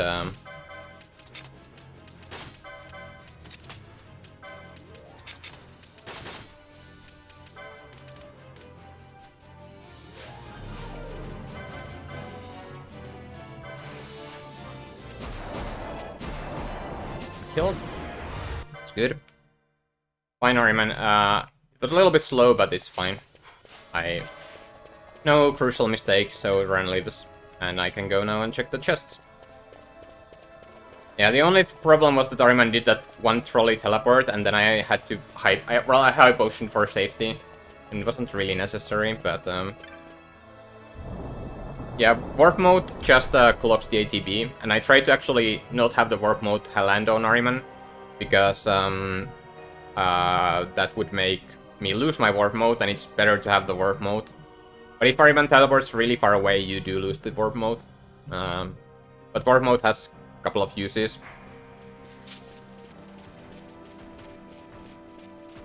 Yeah, basically I put the Belias in the queue, and then to prevent Ahriman from teleporting, and then cancelled it, so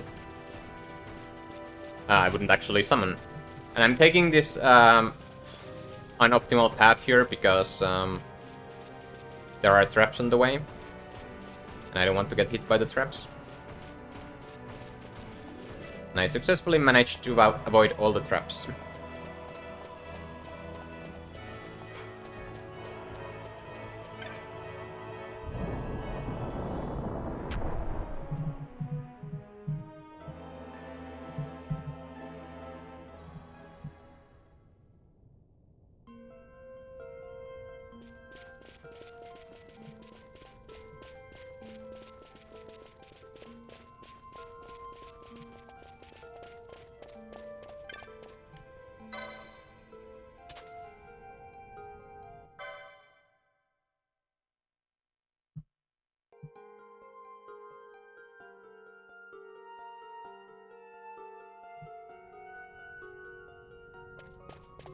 Is this the best Ahriman time I've ever had?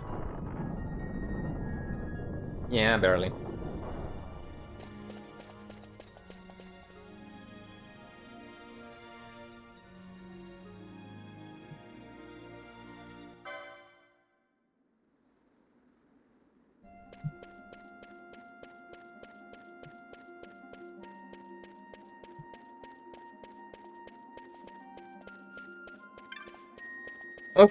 Okay, so my heart is pounding really hard right now.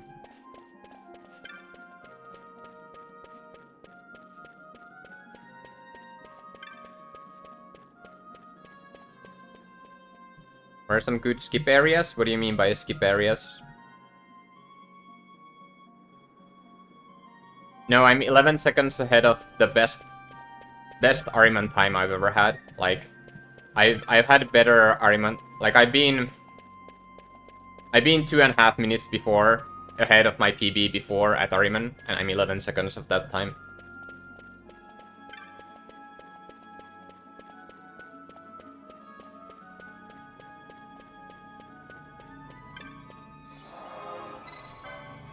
Thank you for subscribing, Pineapple. Very much appreciated.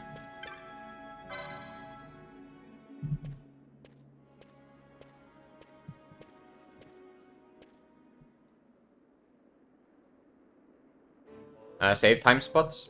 I can save time at Bane. Thanks for blessing the stream with Good Tomato, Bode, and Zool.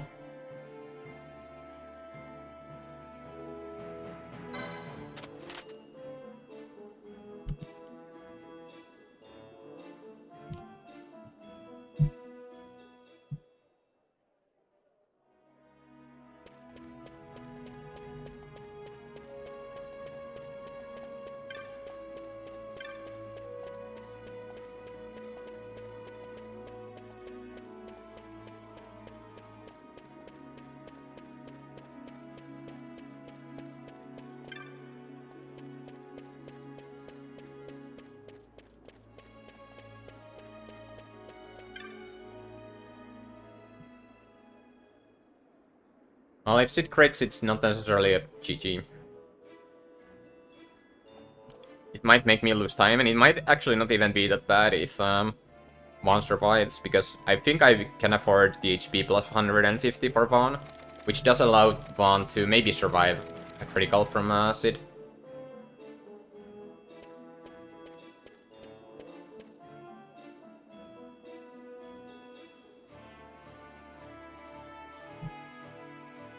Do I run any other FF? I have run several other Final Fantasies. I have run FF13, 13-2, Lightning Returns, FF15, FF9. I have done one run of FF10. Oh, I guess I only have done one run of FF15 as well. And I have tried to run FF3, but I have never finished a run.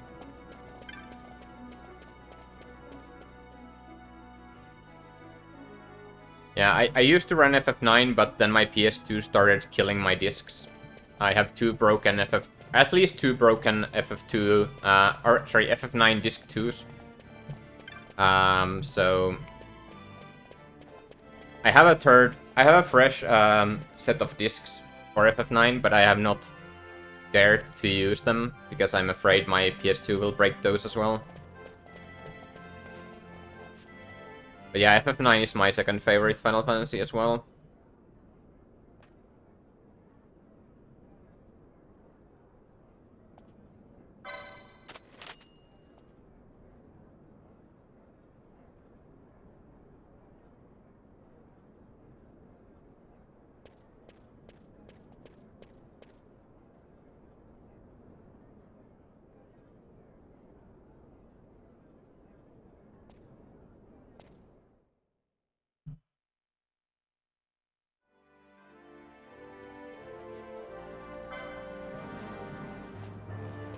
Alright, so the chops.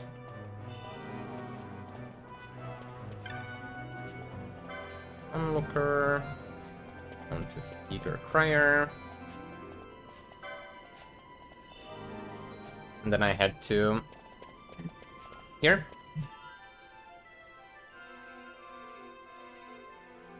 Alright, so I need to get 9 chops to proceed, and you get chops by talking to... Or there are 28 pairs of NPCs you can get chops from. 1 per pair, and you need to talk to them like in a row, so like you talk to one person, you get the thing they have to say, and then you find who that information needs to go to. And this is the most efficient route to do it.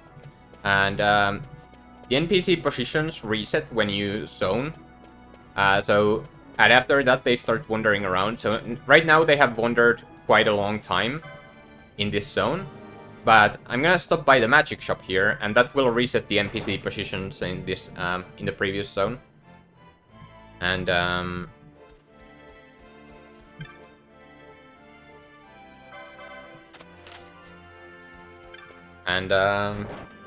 that will make the positioning more consistent, and it means that one specific NPC cannot troll me. Who would be able to troll me if I were to say I used the shop before chops when I ran past the shop earlier. So that's why I do it there. And I bought Eroga, which is the strongest wind elemental spell in the game. There are a bunch of bosses remaining that are weak to wind, so that it's gonna be used on those. Those being Rafflesia, Pandemonium, and Hashmal. I might be forgetting some. At least those 3 are gonna be killed by Eroga. And yeah, the poor husband in the previous zone was the one who can sometimes troll you by being very far away. And the thing about these chops is that you are on a step counter. Because I cast Traveler before, or right after Mandy's, I cast Traveler to set up for the Sid fight. So that's why also you were able to see me run in circles before while waiting for the shop merchant to, or the magic shop merchant to load, to burn some steps for the fight. This should be the last shop, and I can move.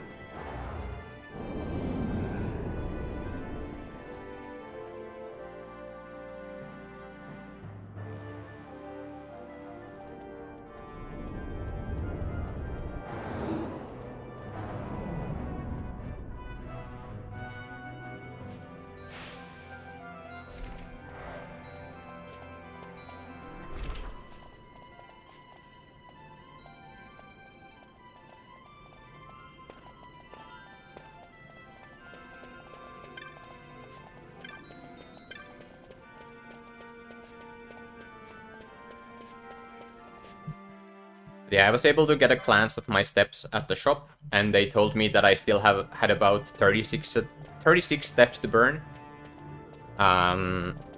Like 36 extra steps to burn, which means I can still run around in circles a little bit, and I have 36 steps of leeway in my movement, which is plenty.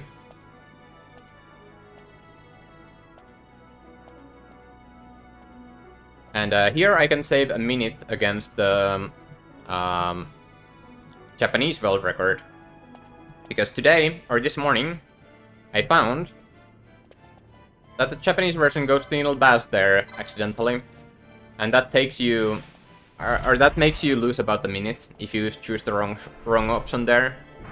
It's actually a little bit more than a minute. I think it was like minute and 15 seconds that he lost.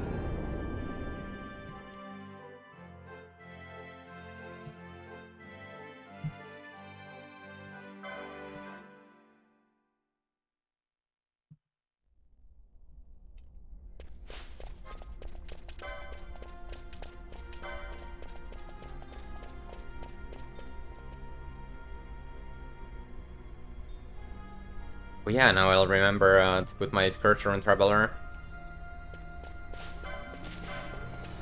Good shout.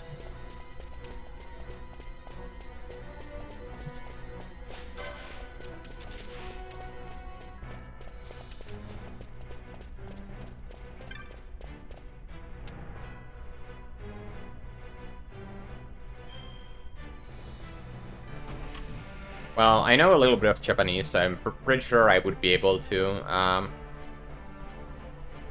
run the Japanese version if I had a Japanese console and Japanese game. But I don't, so I don't.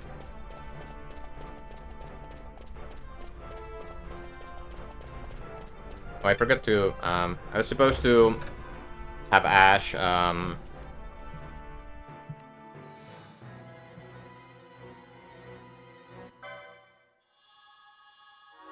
I was supposed to have Ash decoy herself, but it's a minor thing.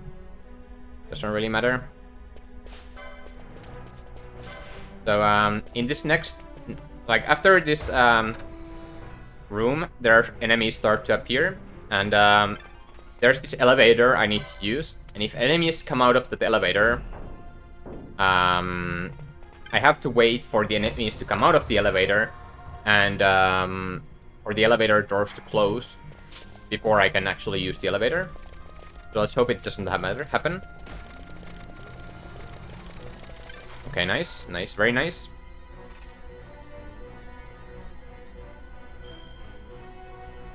Very nice. It loses you a bunch of time if the elevator troll happens. And it didn't today, and that's nice. Oh yeah, and this split is actually as well a place where I can save a lot of time. Don't remember exactly what happened in my PB here, but I know that I can save like a minute here.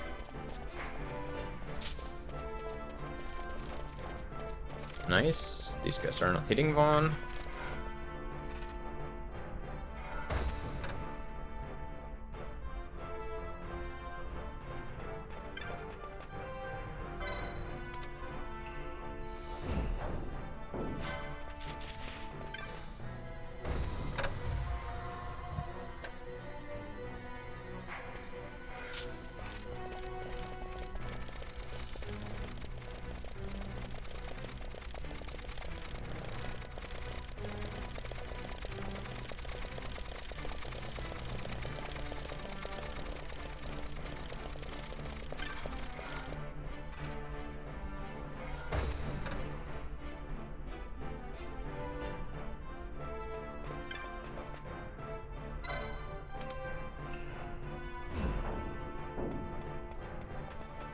Ghost God Vena is manipulate the Arcades Imperial for new Dynasty King.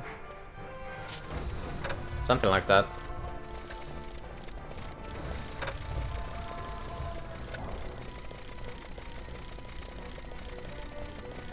Oh, quaint. We are allies.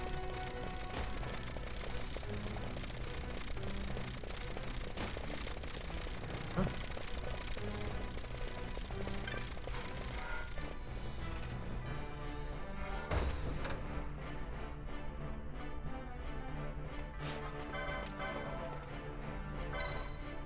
Yeah, throwing having Penelope throw the high potion on Vaughn there, so Vaughn can survive a couple of more attacks, or at least one.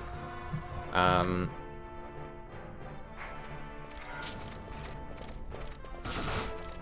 let's hope that that's enough to carry. If not Vaughn, then at least Penelo would survive until the next screen, because these guys hit hard. Okay, never mind. Oh, I would have guessed that would have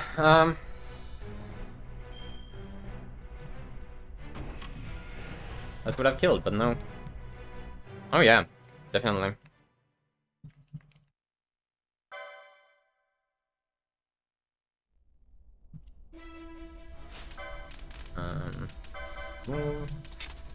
Licenses, Balthier. License Confuse for Balthier so he can cast Confuse later. And then I'm licensing Black Magic 4 for Ash and Penelo so they can cast Bio and Aeroga. And HP plus 150 for Vaughn. Gambits are gonna go to Bio.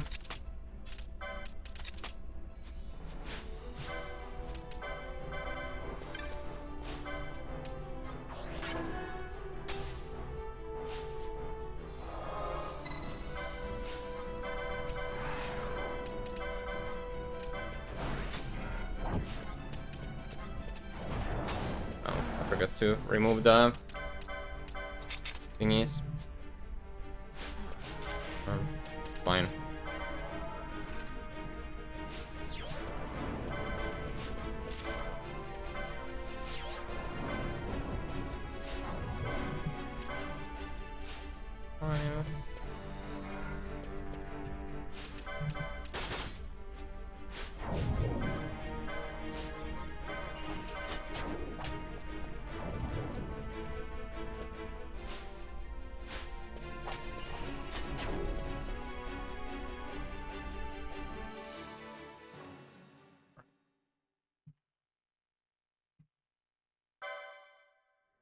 I think I forgot Mirror Mail.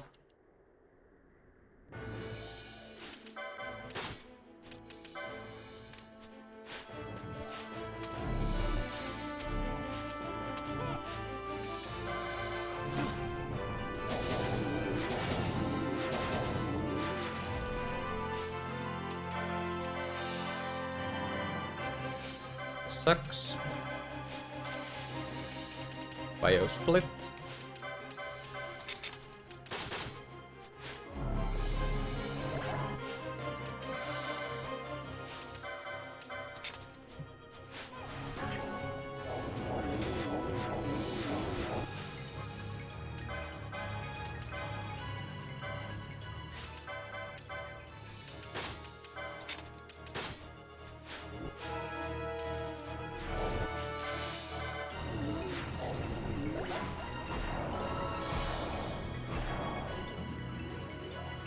Always hiding behind your toys.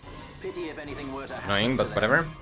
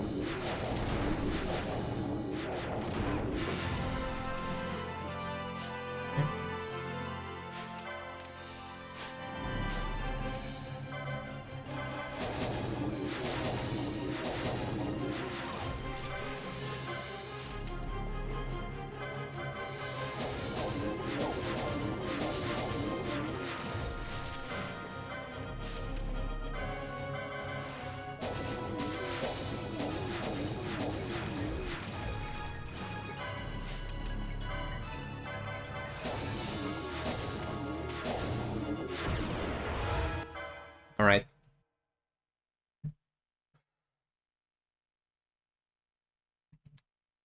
Not the greatest sit, but I didn't die. That's the most important part.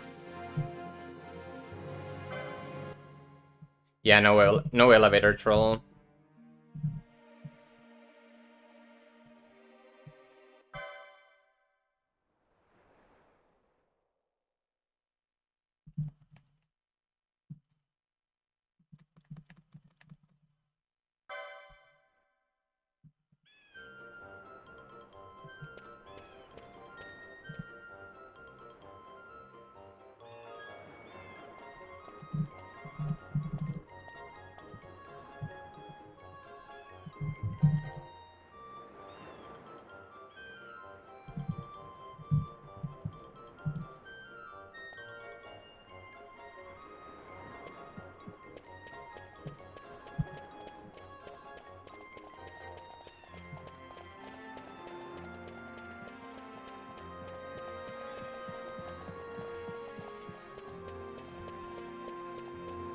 Alright.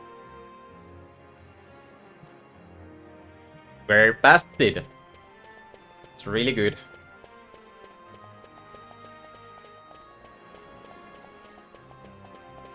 Is this still the best pace I've ever been on? No. It's close.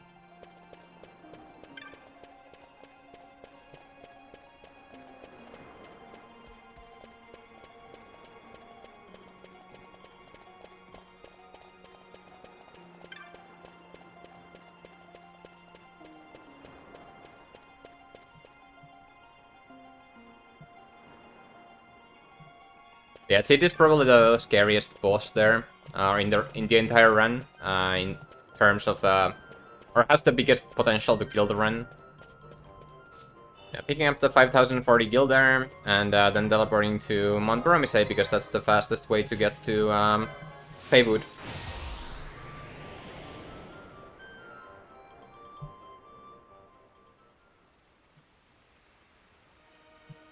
We'll definitely do the safe strat against Rafflesia though.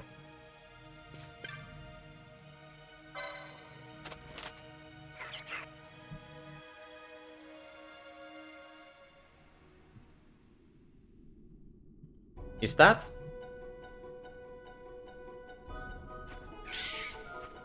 No way.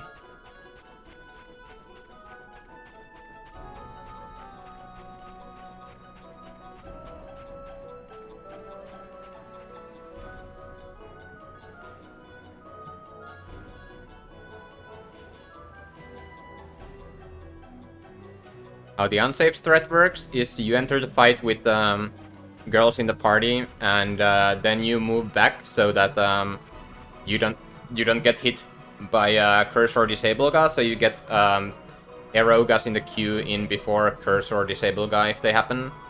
And but if Rafflesia opens with magic, you have to react and move quickly back so that Vaughn is close enough to Rafflesia.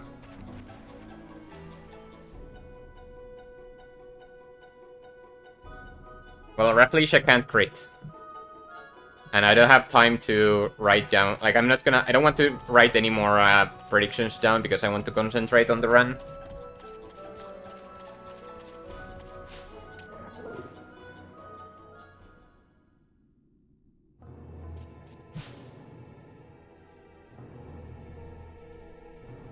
Because it's actually a good run.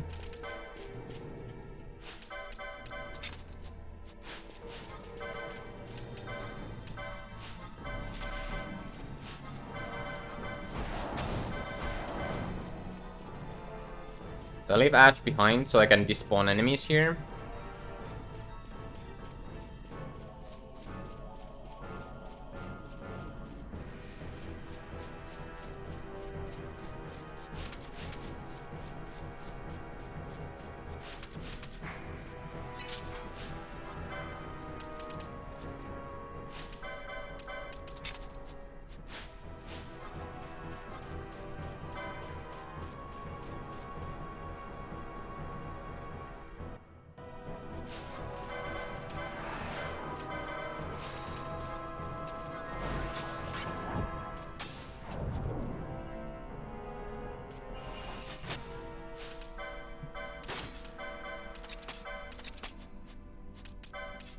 So I'm putting the girls away.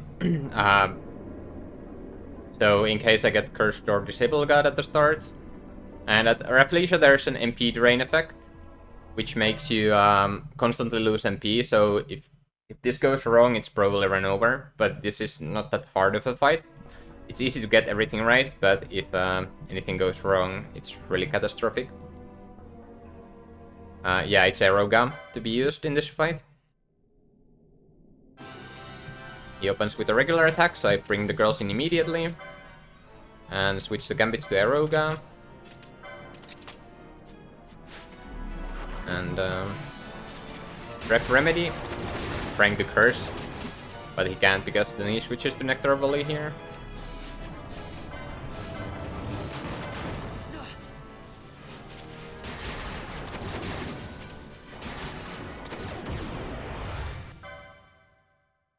So I Remedy.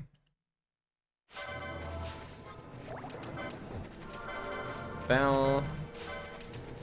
Remove Ash from the party. I should have High Potioned. I will.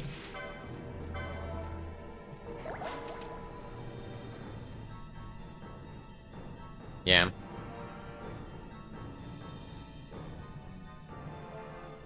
I dispelled Penel to get rid of her Reflect, so I can immobilize her here. So I can do some immobilize despawning here in Feywood.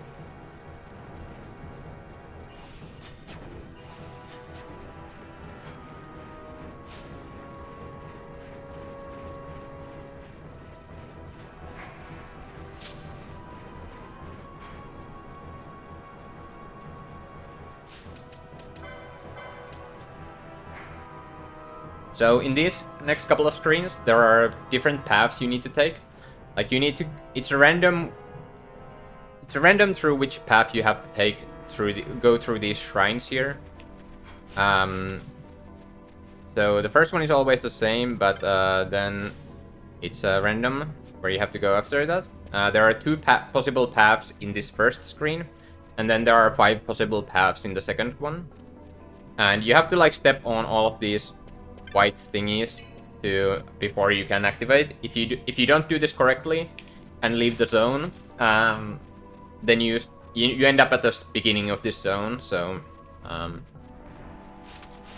it is fairly easy. You just see where the reflection is and go there.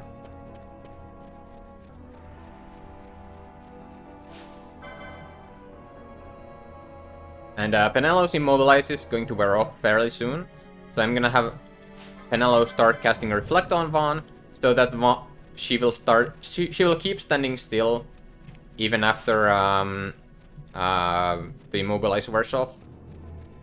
Here's the first. So there are 3 possibilities here where I can go, and I go here, so now I know which path I am at.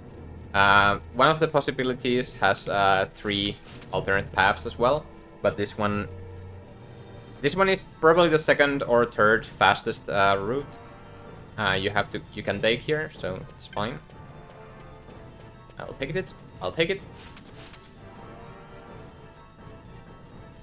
And you can lose like 20 seconds if you get a bad route through the thingy. And I'm going for the chest here. It has a chance to be a Deathbringer. I'll take an X potion. It's fine.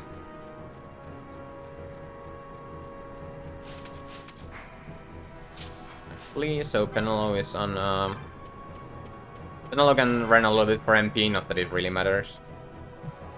And then you have to summon Belias here to open the door. That's the last part of the puzzle.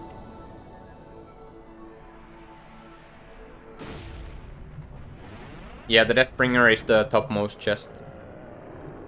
The last chest would have been an Escutcheon, or the Ensanguined Shield.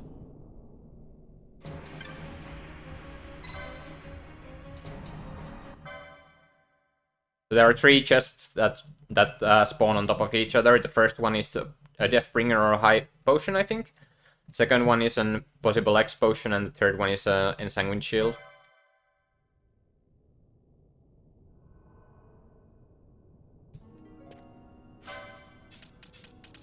No, not licenses. Equipment. Gambit to Bio, because Daedalus halves all elements. I wonder actually how much damage you would do with Bio or Eroga.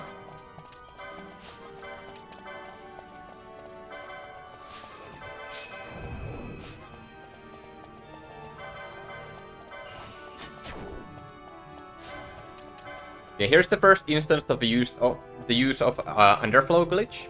Underflow glitch makes you be able to deal, inflict status ailments with 100% accuracy, even, or if your magic is low enough compared to the enemy's vitality. So if you make how it works is if you make the status, the formula that gives the probability for status to land, if you make that be less than 0, so there would be a less than 0% chance for the status to land, the game doesn't know how to deal with negative probability, and it makes it a very high number instead. So then you always land your confuses here if your magic is low enough. I think your magic needs to be 26 or lower for this to work. Balthier has something like, I don't know, 20. Not actually sure.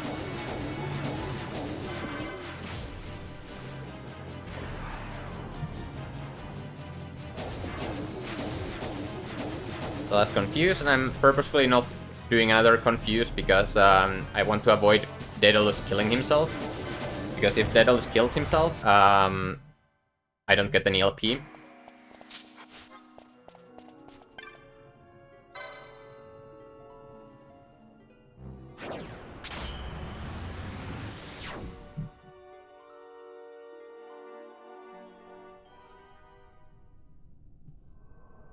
Almost 420 Daedalus.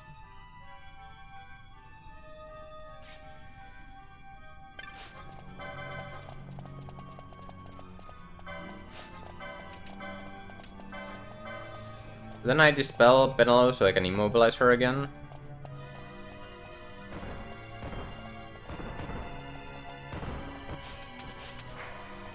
And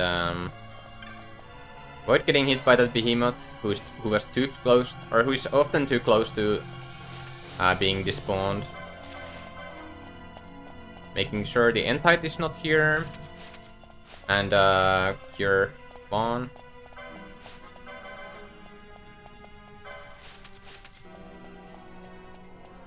Might see that might be the Entite, I'm not sure, but it's far enough away that doesn't matter. It might be just a regular enemy that spawned after my despawning.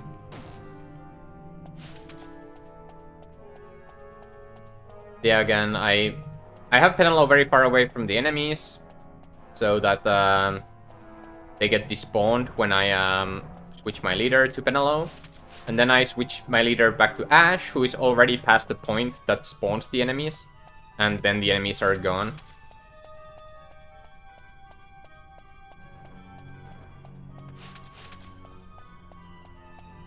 And the goal is here to despawn all the enemies before they can target Ash, because if they target Ash before you despawn them,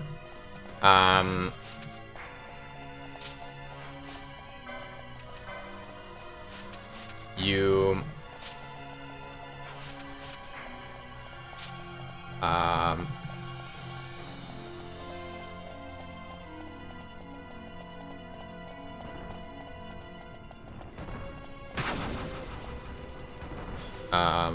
you take your weapon out, and that costs some time.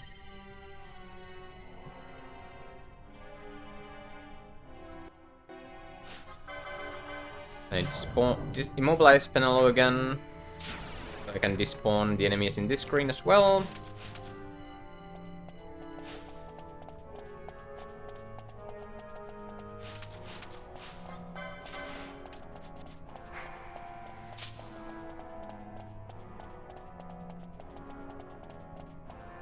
These guys can't get their attacks off, so I don't need to despawn them. I'm waiting for them to target me before I despawn, so I don't get I don't take my weapon out. And I'm gonna do a too far away trick or warp soon. where I'm gonna leave Balthier next to the gate I'm going to open. And then I'm going to have then Balthier will target himself with first aid, and then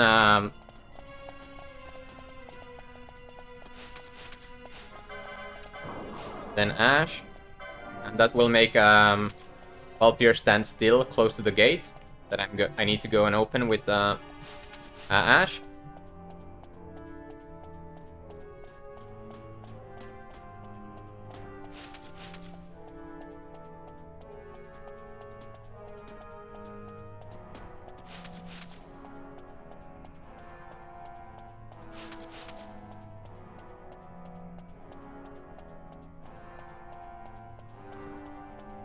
Double haste, nice.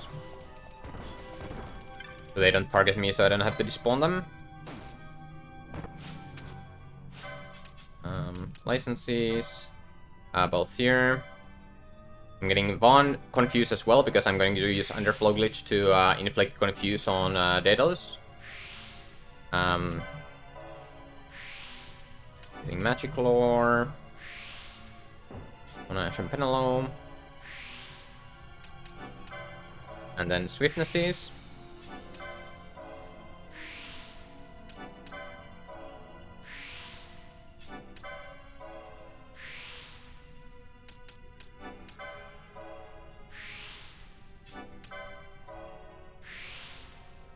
One gets Potion Lore. And Swiftness. Swiftness makes your ATB charge faster. And the Remedy Lore. That way, Vaughn's remedies will cure or will heal Stop, Doom, and Disease. Then I'm despawning the last enemies on my way. These guys, even if they get an attack off, they can only use magics, and Vaughn has Mirror Mail on, so doesn't matter. And I go to the porch. Well, deeper to Gervagan. So yeah, next up it's a boss. Tyrant is weak to... I forgot to put my gambits to Belisara, by the way. But Tyrant is weak to...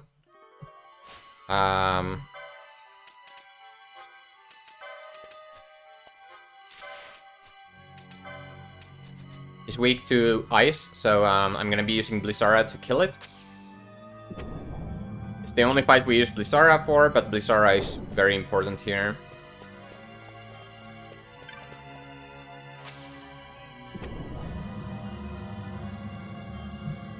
This boss is really scary. He just does not have enough time to get out of the confuse loop. So every time, every confuse, it looks like he's getting out, but he's not. Usually, but he can sometimes. Also, he can one-shot Vaughn if he uses Fireball or Lunge at the beginning. And he has Sonic Fangs, which has a 5% chance to insta-kill you, so there's that. And let's put the Gambits to Belisara. And I need to dispel Tyrant first, because Tyrant has a shell.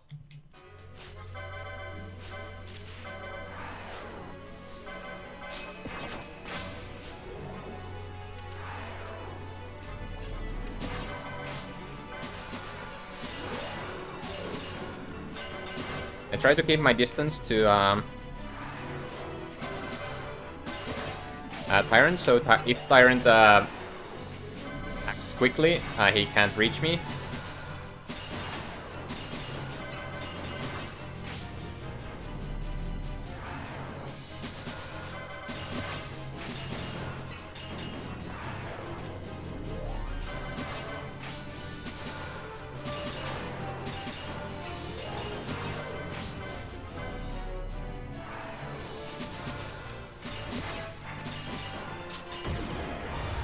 Nice Tyrant. I guess that's one of the abilities I could also gain time.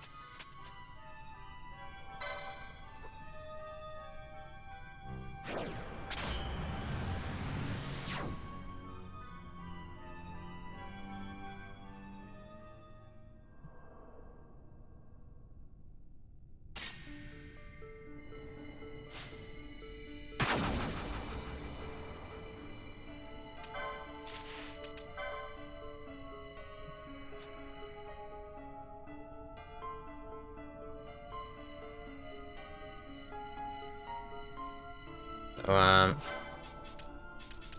here, there's a chest that I want to open that has a chance to be a black mask. Okay, that was nice. They did not get a move off, and I got the chest. Well, it wasn't an elixir, but it's whatever. Sure, it's fine. Blaster can be annoying. Oh, it just killed 1 damage to 1 HP too little. Feels bad now. But at least I didn't get statuses. I really don't want one to get silenced here, and both Hellblaster and Blaster can inflict silence on one. So yeah, I don't want that to happen. So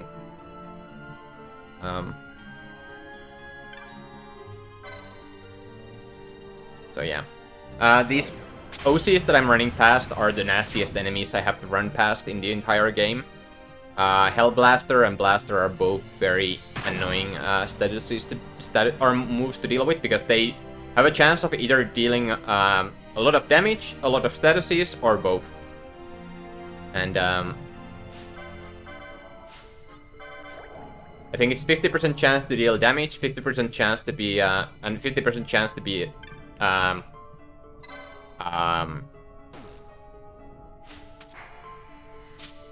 50% chance to be statuses, and yeah,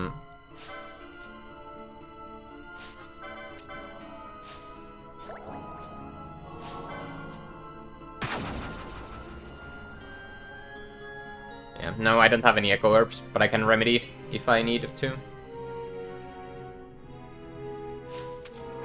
But I'd rather not use my remedies, although well, I guess I did use one.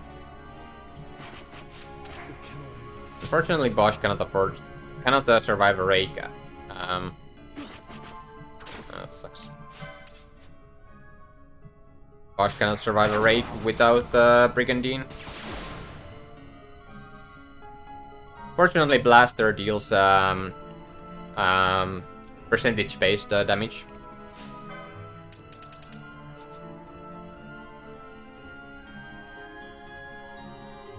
Yeah, knockback was unfortunate.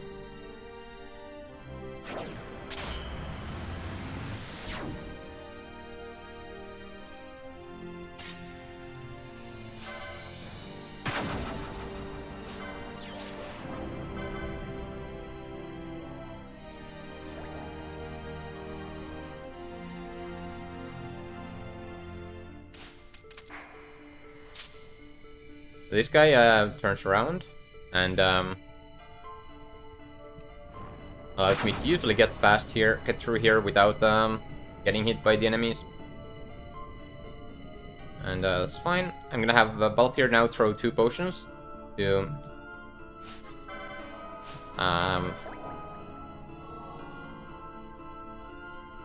keep standing still while I go and get double haste. Nice. And then I try to run past the enemies one more time.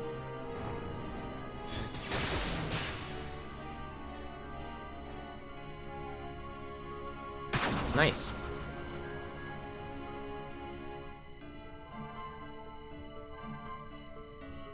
Seems like it.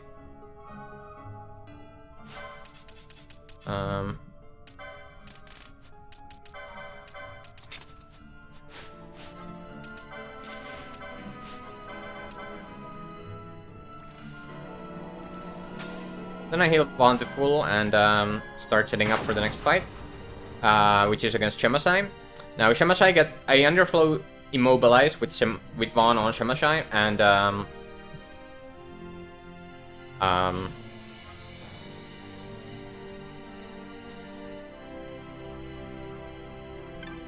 I underflow immobilize with Vaughn on Shemashai, and that will be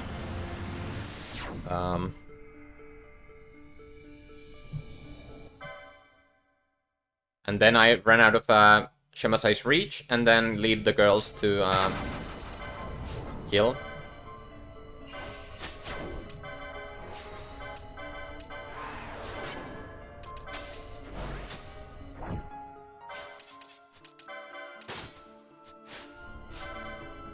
So And I'm gonna do some Belias freezing in the fight, because Shemazai is gonna start casting Shock, and that Shock will get reset after 30 seconds. But if I Belias freeze, the 30 seconds counter doesn't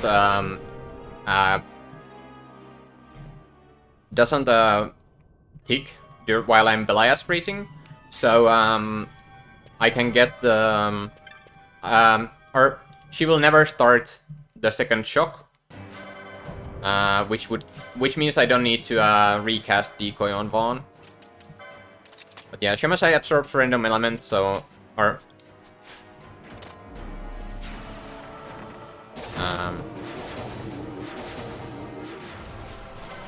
I'm using Bio, and then I'm here. I can target Shemazai, so I'm just running in circles until I have my MP full again, so I can start Belias freezing.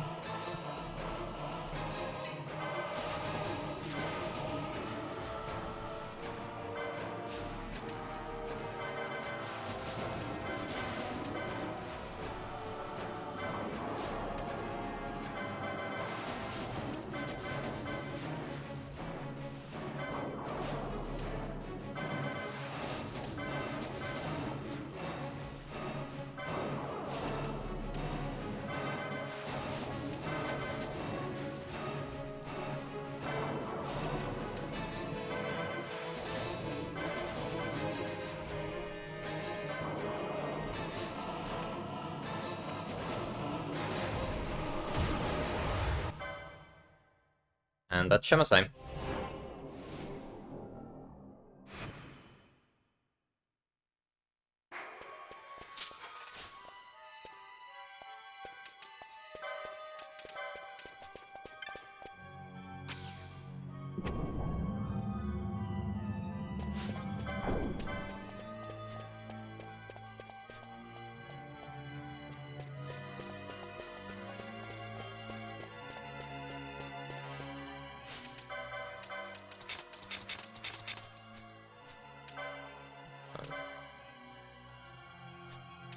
And then I give Benelo her second mist bar with this quickening, which doubles her MP. And I'm giving them both girls Black Magic 5 for Firaga. Ash also gets her double MP. Penelo gets another channeling, and Vaughn gets HP plus 100 and Battle Lore. And then we go forward.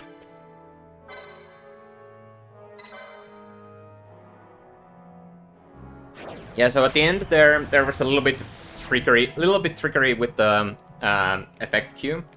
So Shock requires there to be 4 slots at the effect queue, and the girls were casting Bio, which both take 2 slots of the queue each. So so there's like so that's total of 4, and my Traveler was a 5th one, which means there's only 3 slots remaining, and Shock can't happen until either one of the Bios or the Traveler goes off. That's why it was, even though it looked like Shemazai was coming after me, she wouldn't have gotten Shock off until one of them until one of my characters was done with directions, and by that time she was dead. Even if she had killed Vaughn, though, it would have been fine, and Vaughn would have just lost LP, and that wouldn't have been a big of a deal.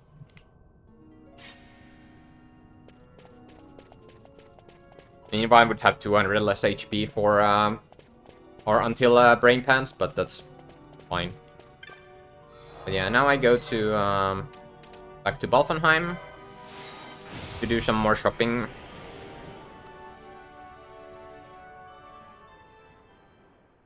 And to get Redas, because I need to go there to... I need to get Redas to gain access to my airship, so I can reach Ridorana Cataract.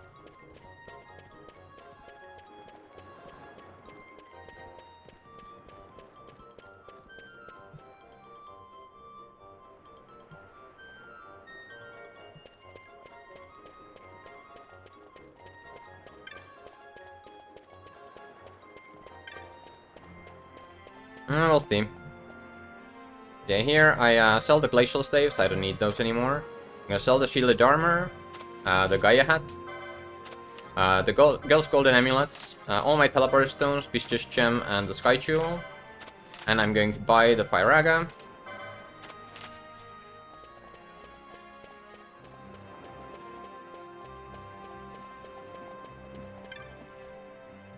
Then I'm going to buy 11 Phoenix Downs and 15 X potions.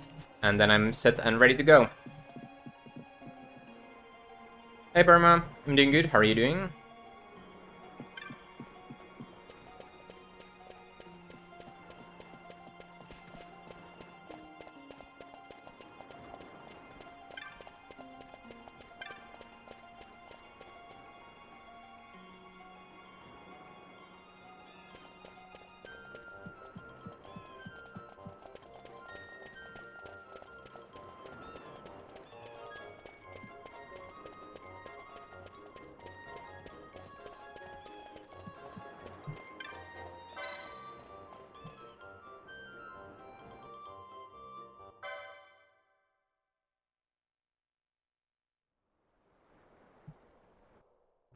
Minute 20 ahead of my best ever genocide time.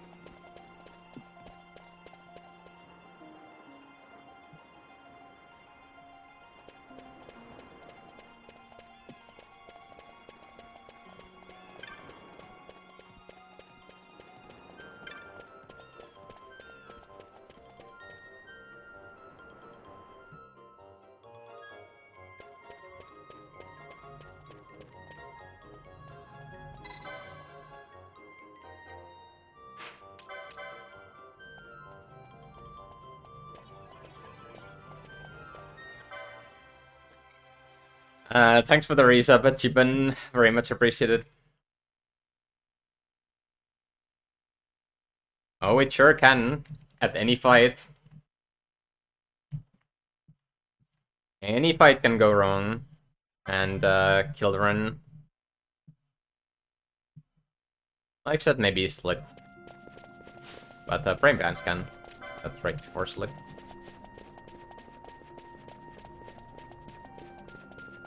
Really confident I won't mess up Fenrir either.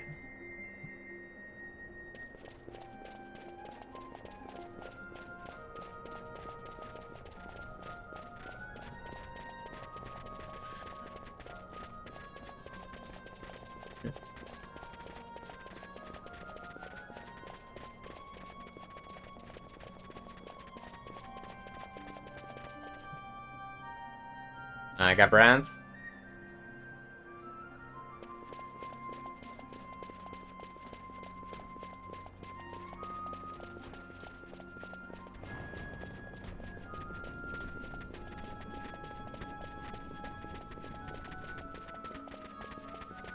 Nice, the enemies did not hit me, which means I can do the normal crit setup here.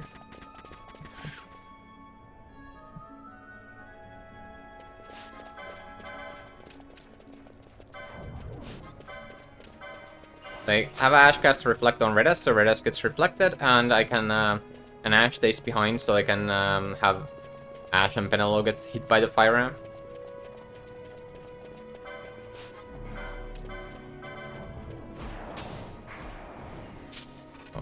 actually died.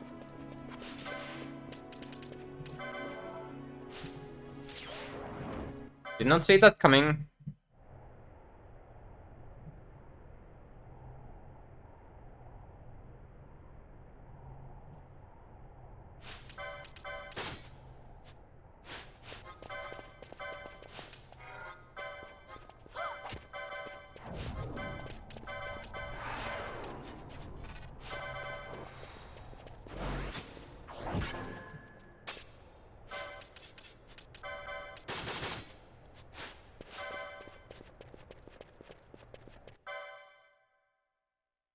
So,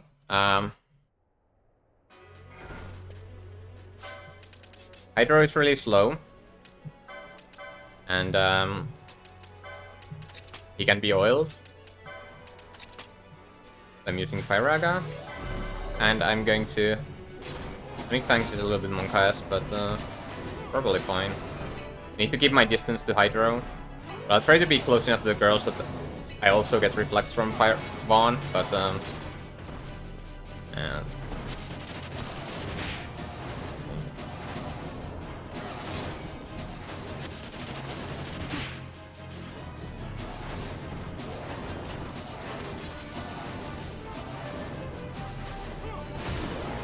Okay.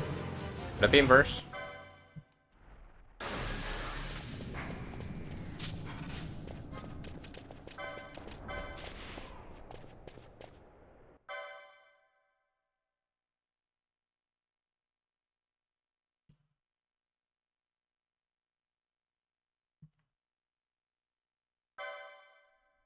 Thanks for the luck, Viserion.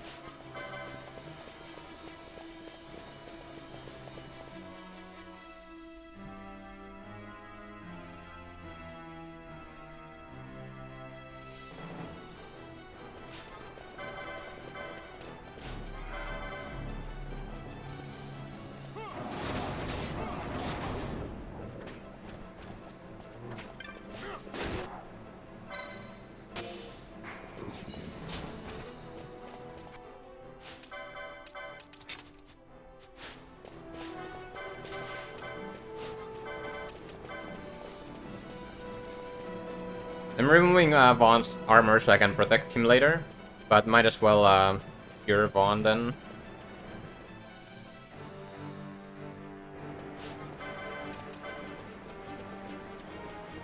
I'm curing Redus, so Ash stands still while I go and use the orb. How this works is every time you kill an enemy after entering a new zone, you gain a black orb. And I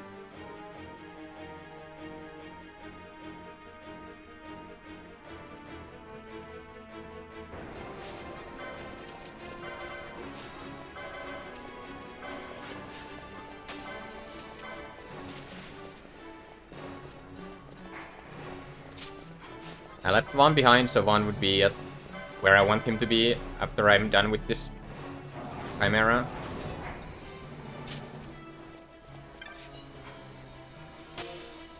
Chimera's a little bit closer to me than I expected, so...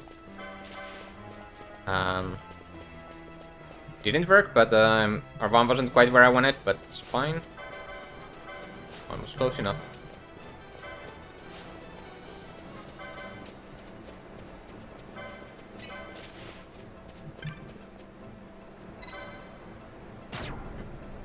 Then I leave Ash behind while I go and put the black orb here.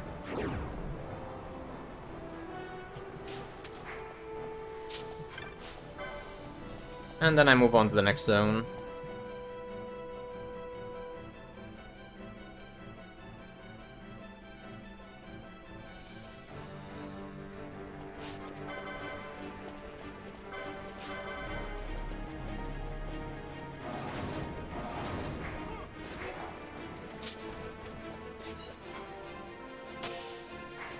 Let's deal with the damage roll, and now I'm free to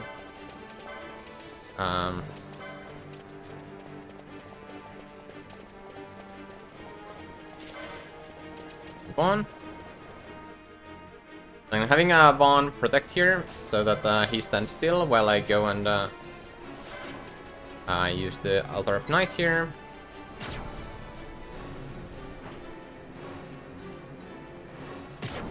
Really? I did not know that he has that much HP.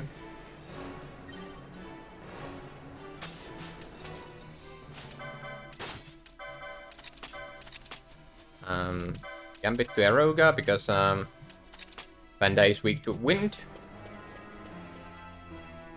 And then I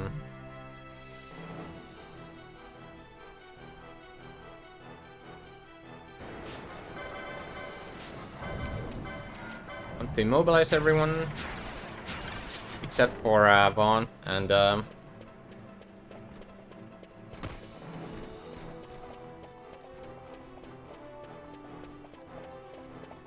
and I ran to the fight.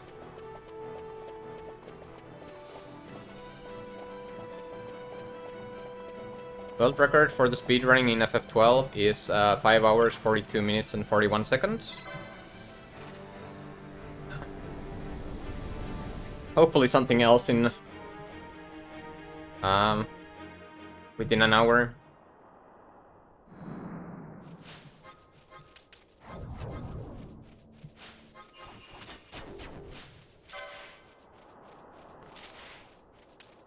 Here, I'll do the high potion.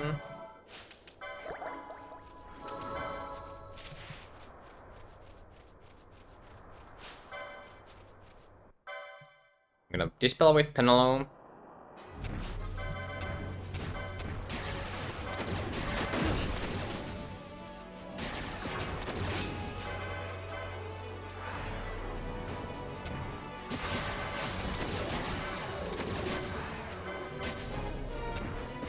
Confusing, so he doesn't get the perfect defense off. Then Erogas block the Q, so he can't get the perfect defense off, and I kill.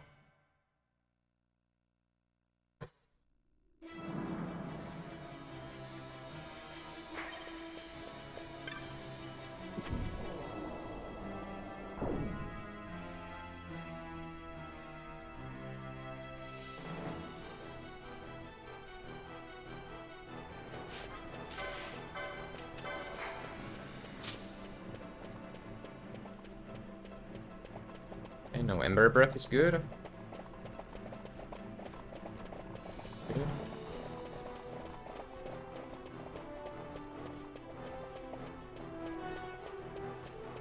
Stone Gaze is fine, it's not gonna hit.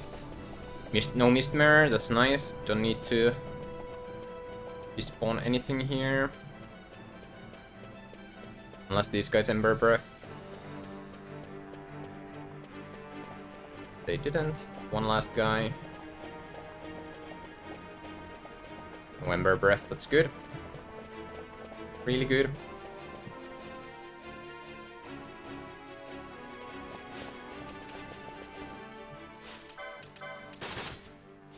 Licenses. One is 5 LP short.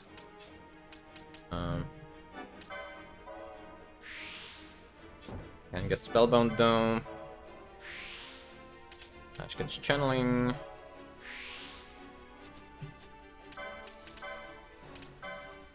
And that back to Firaga. And then we're good.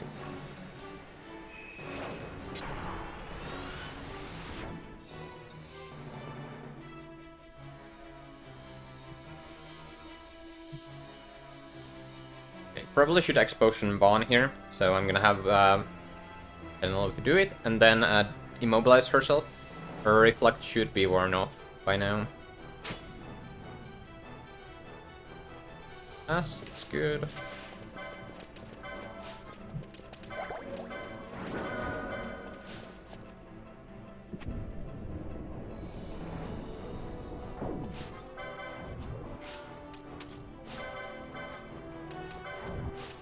Up a little bit.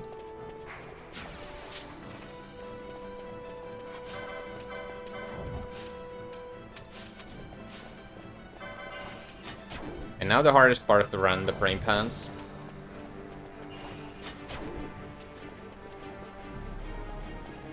They do have my warp mode.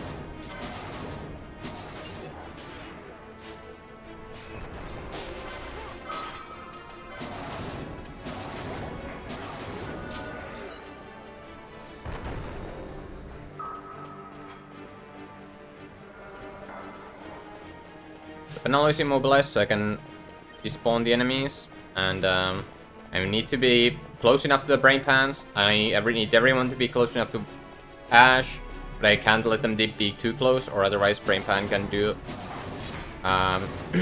nasty stuff.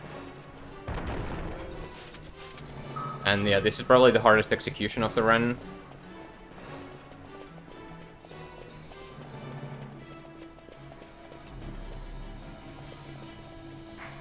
And I need to pay attention to my reflects so that they don't wear off.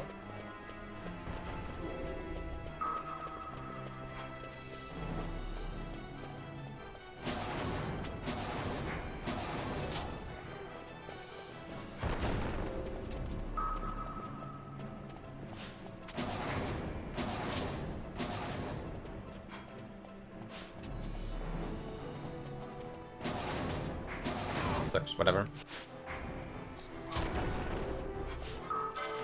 That's fine.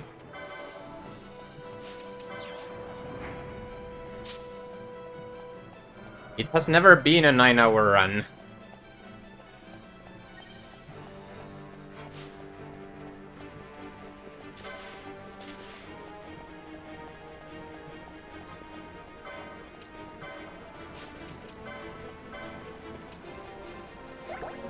Nope.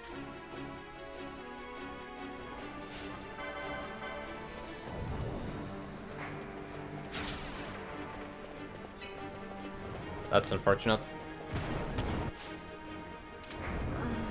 Nothing much I can do there.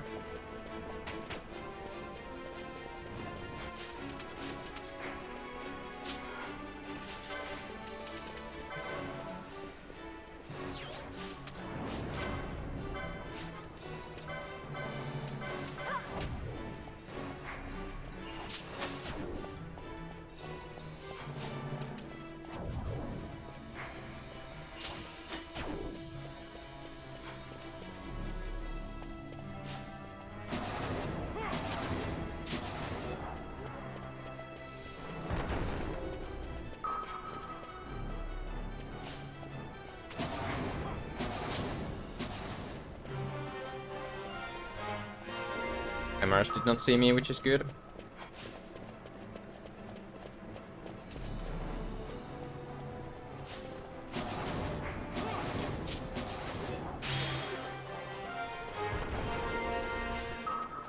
Yeah, as long as I've been running, which is the past 5 years, at worst the world record has been a little bit less than 7 hours.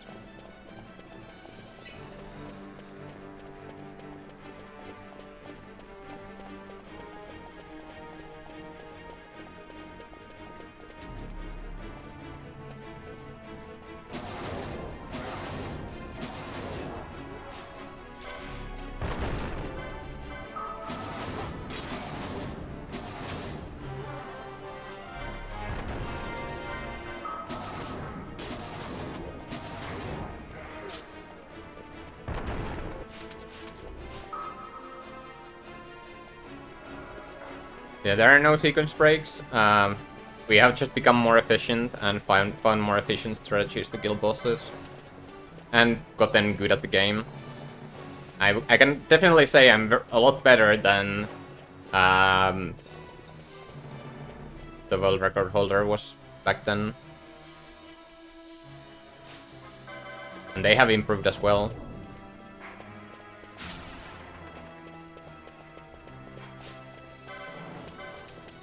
Oh, I forgot to reflect red us. That's a little bit awkward.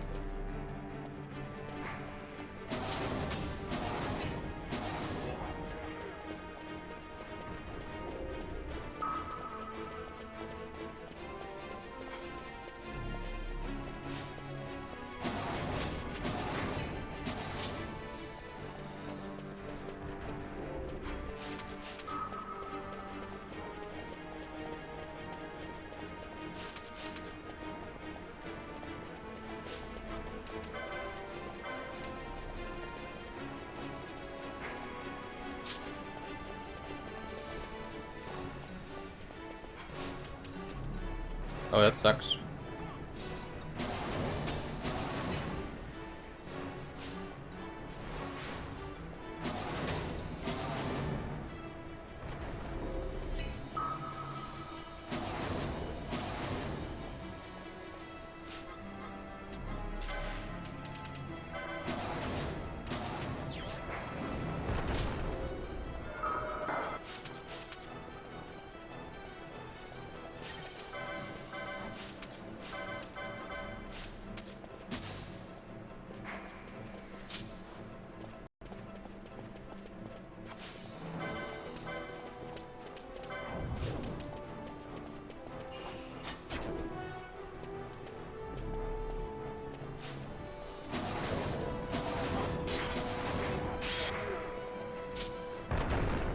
Okay, I don't know why the second one got activated as well, but got past it. My reflect timers are now something I don't know. So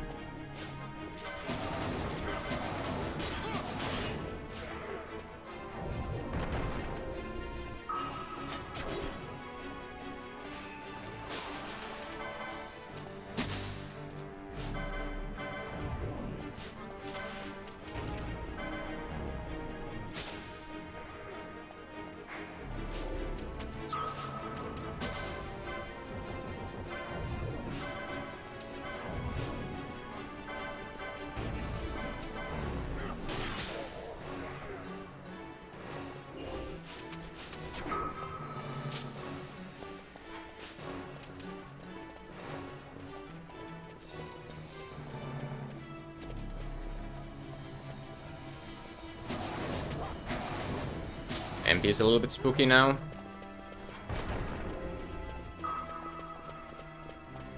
And my reflect timer as well.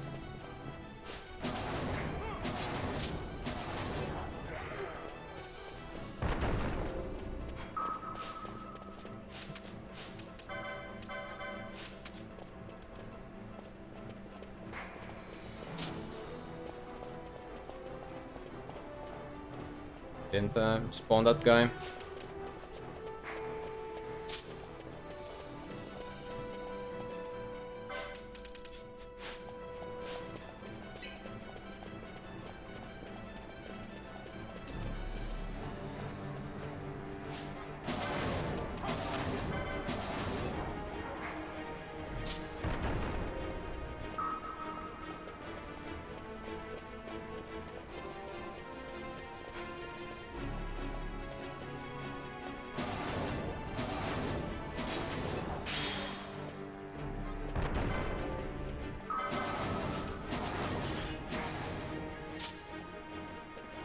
Okay, we're through. Definitely losing some time here. But I think I'm losing maybe a minute in this split.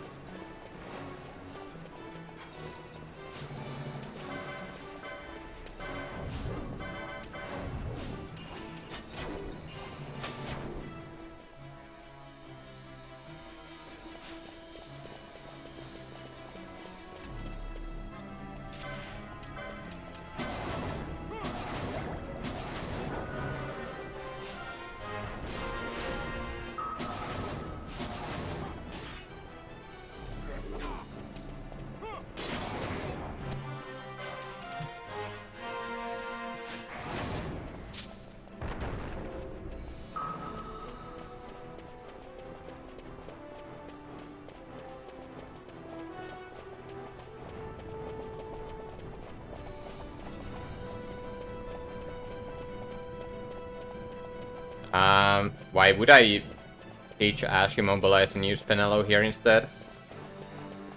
What would be the reason?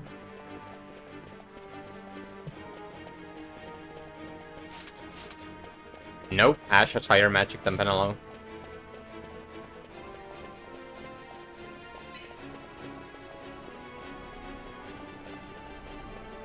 Stupid res.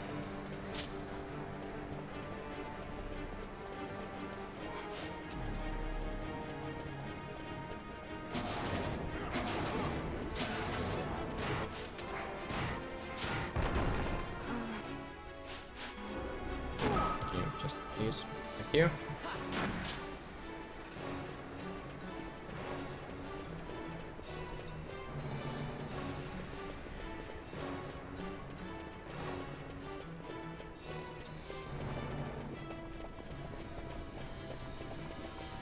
Yeah, Penelope does have the higher MP.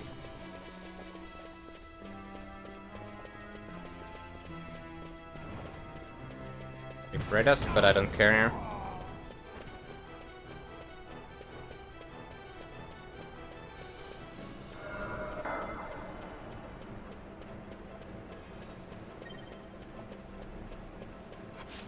Does she? I'm not sure. I thought Ash always had higher magic.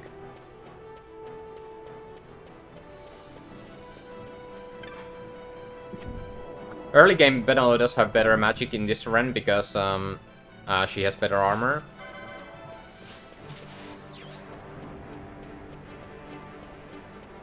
Yeah, I'm losing like a minute in the split.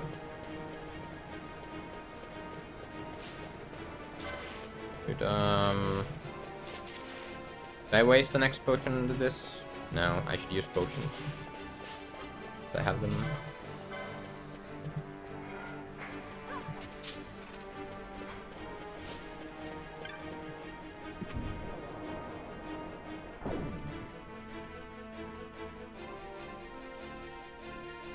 No, they don't. Unless you give them a bunch of armor.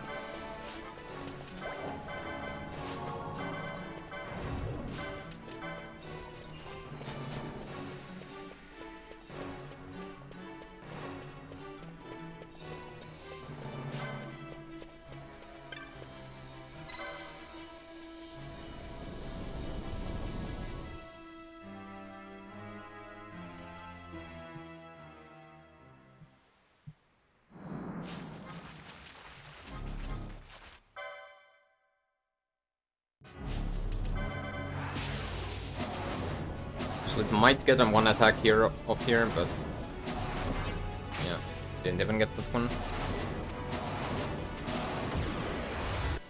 Let this weak to fire, so he goes down pretty fast. And yeah, about minute lost.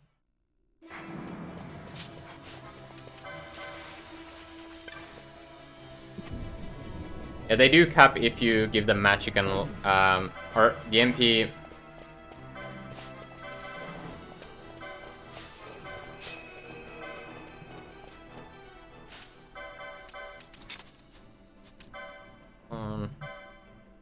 Or armor that gives magic and all the magical ores and stuff, then yeah. Or at least in Zodiac Age.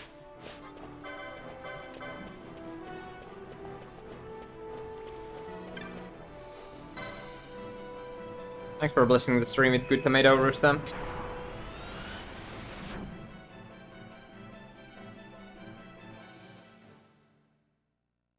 Yeah, in TTA it's much easier to get the cap stats than in vanilla.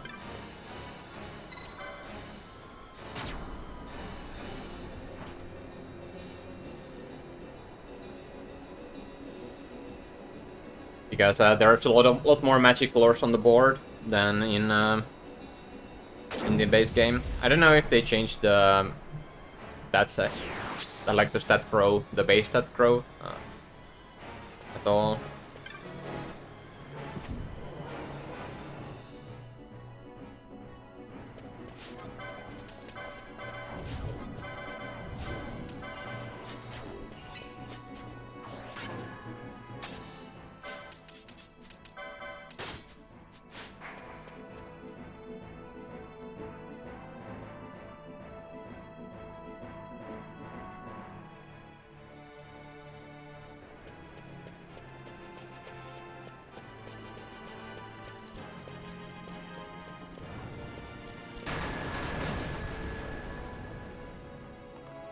That's something you don't see too often.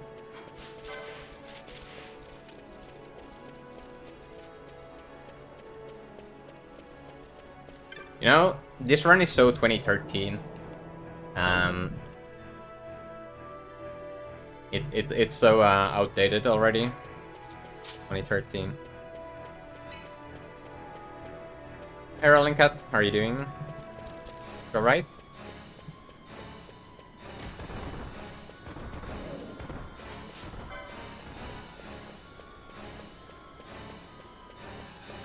Well, can look at the screen and might figure out the reason, Harvey.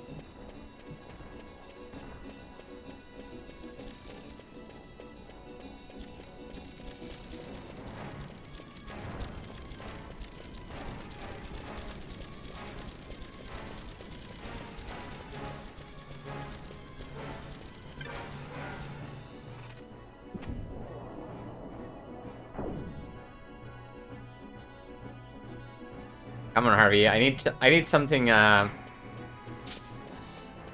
need to do something to calm my nerves.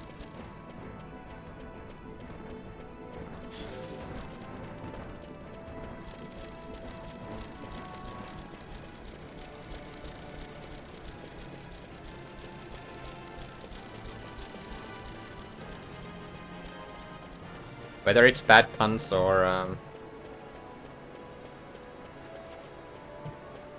whatever. I think one has a chance to survive a hit from the boon. I'm not gonna heal though. Feels like a waste of an X potion.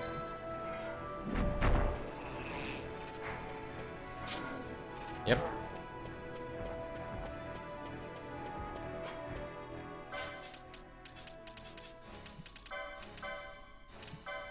Bio. Fenrir is only weak to Earth and immune to all the other ailments, so I'm gonna use Bio. I am not gonna drink some celebratory coffee if this PBs. I might have some celebratory ice cream though.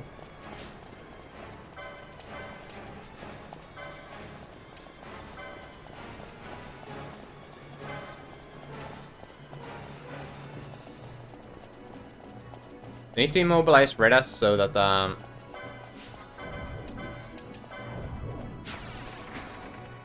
Redas is immobilized for the fight because I'm going to underflow sleep on Fenrir. It would be a licorice ice cream.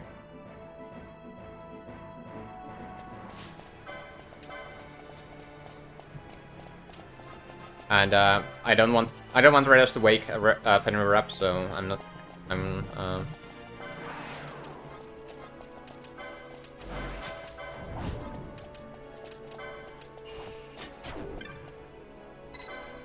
I'm going to do that. Alright, so Sleep and 2 bios is enough to clog the whale in the effect queue, which allows me to get the sleep in before whale, which allows Balthier and everyone not to die. Then I use Traveler for some extra damage, and then I just kill while Fenrir is asleep. I recast Sleep so that he doesn't wake up. Sleep doesn't last that long.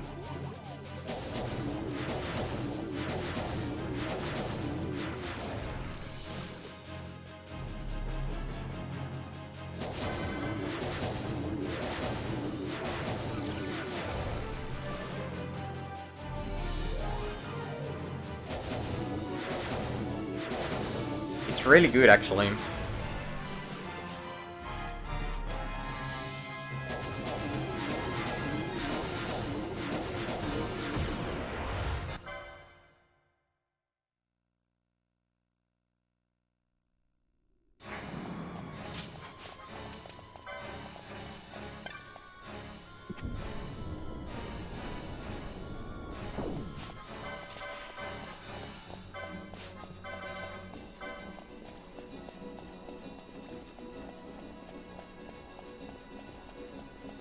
Spells are recovering mana because of the War Mage, which makes me regain MP every time I deal magic damage.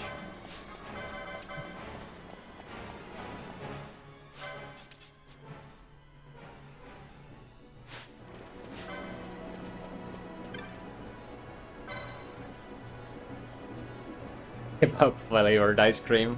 That would be something. Coffee flavored ice cream is really, really good as well. That's probably my favorite type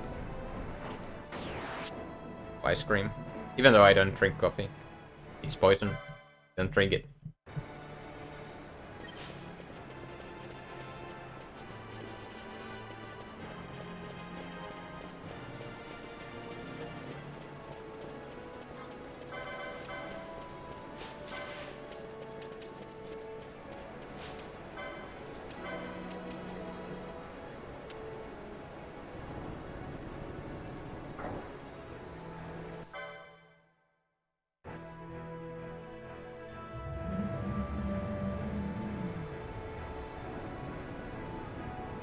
True.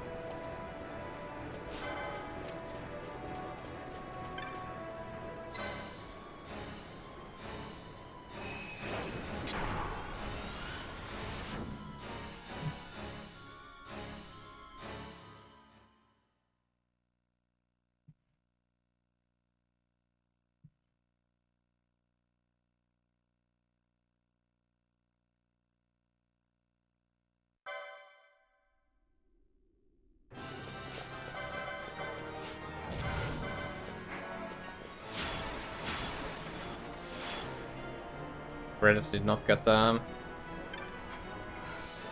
immobilized, which is okay. It's fine.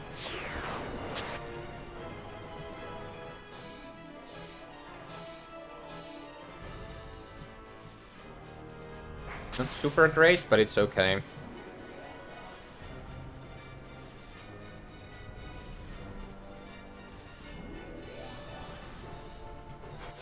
I can despawn these guys.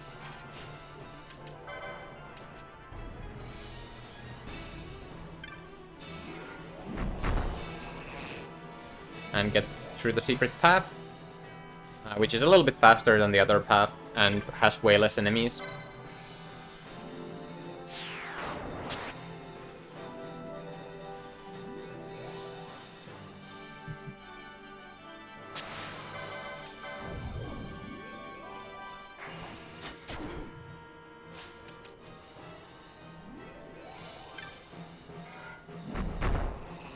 But yeah, Rusta, if you're here, I don't think I ever remember to show you, but once in one of my runs,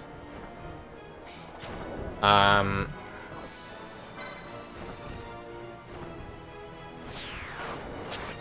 need to explosion one. In one of my runs after this waystone, my girls got targeted by the bombs, and Penelo actually died.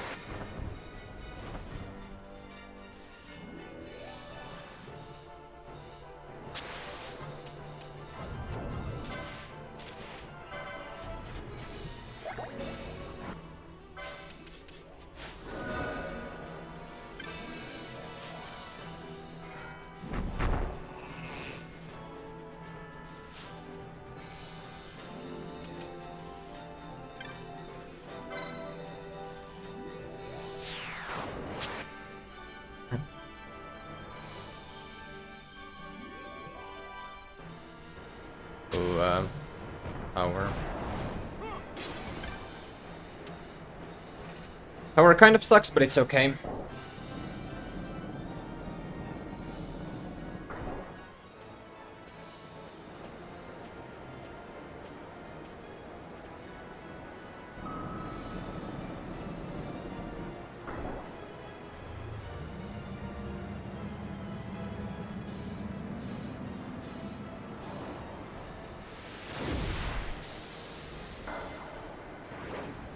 Yeah.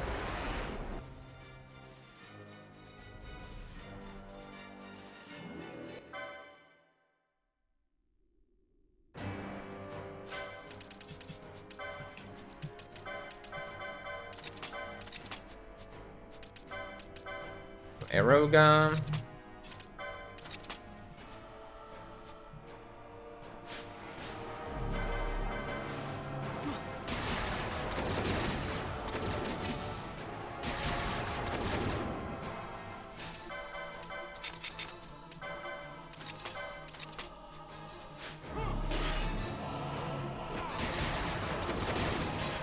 actually getting the counter.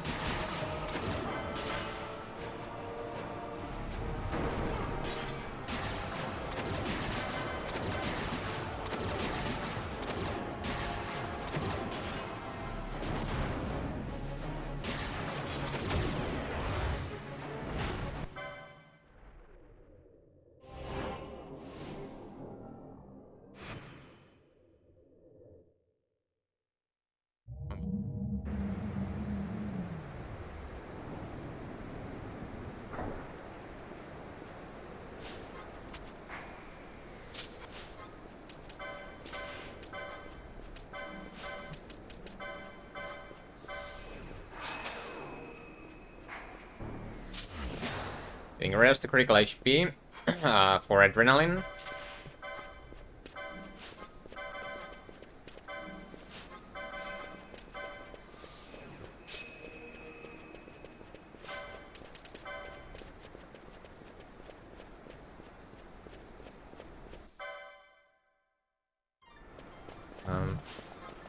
For sure, King Ridas. Reflecting the girls.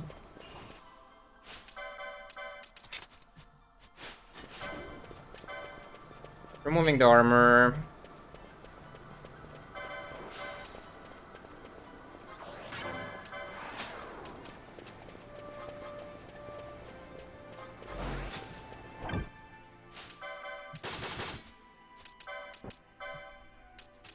Gambits to Firaga. And let's go. So, Gabrand, first phase, dies from a single round of Firaga, and second phase is immune to magic, so I berserked and got Redas to critical HP, so Redas would deal more damage and combo more, and his combos would be longer if he combos.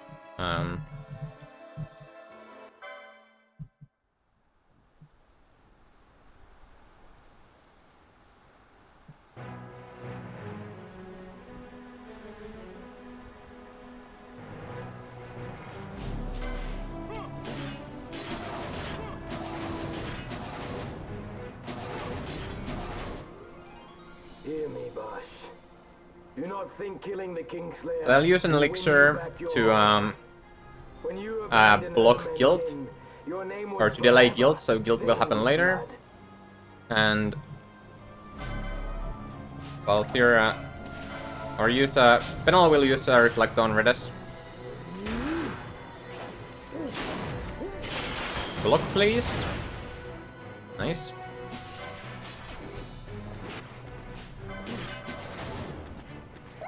Nice. Redas, can you kill him, please? Pretty please. That's fine.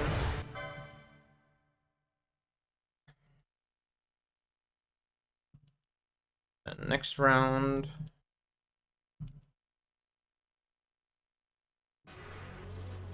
No.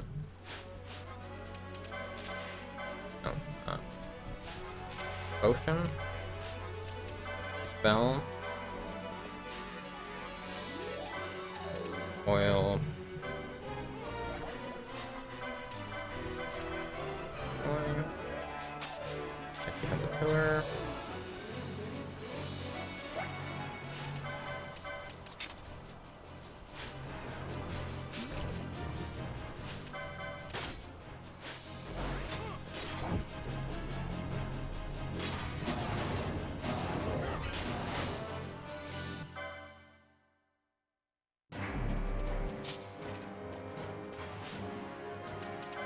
Spell comfort.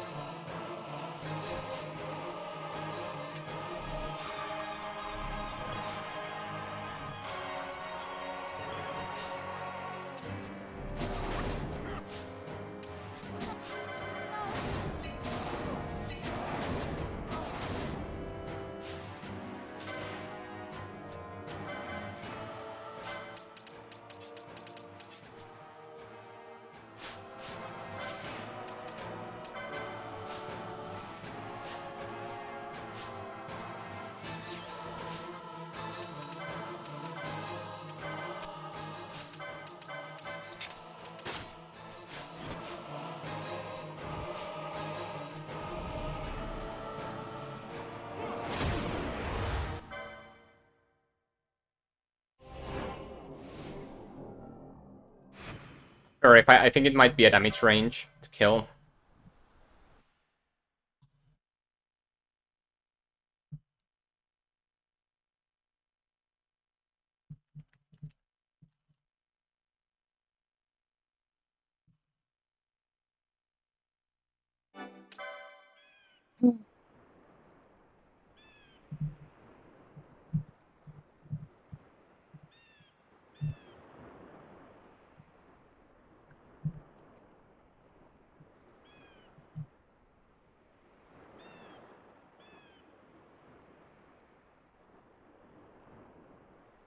Thanks for blessing the stream with good tomato noon till noon.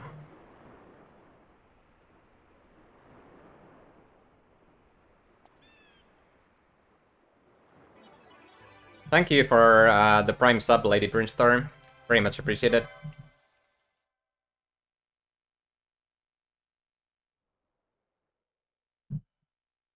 Japanese version might get us up 530.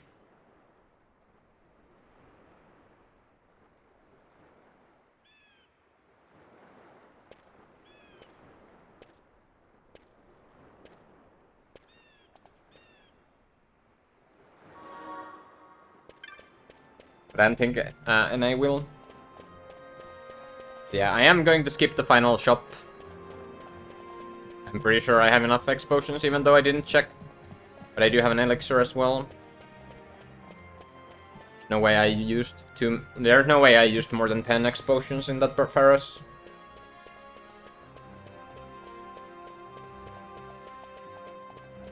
Whew. So. Final bosses. I have a strat for Gabranth, which makes sure that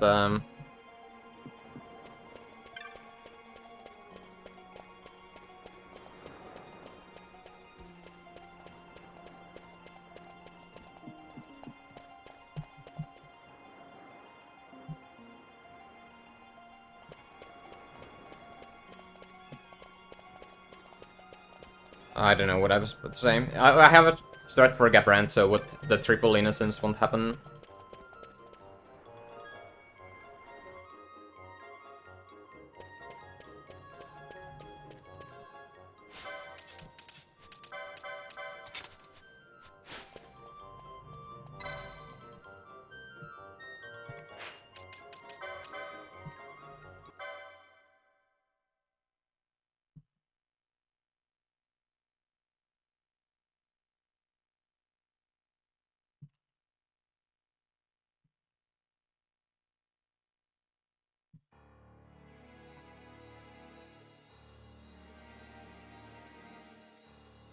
So,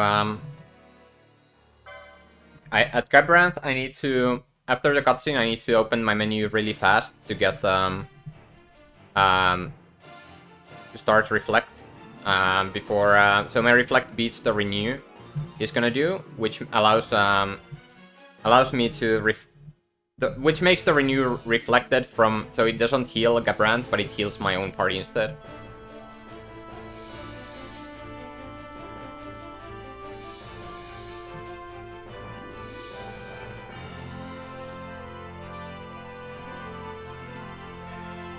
I have plenty of times lost runs in Bahamut. Usually at Undying though. So I need to have Penelope, Pyra, Ash, so they get into critical HP.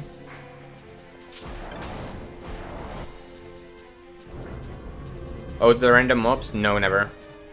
I do not have a Reflect Gamut. Didn't even go for it.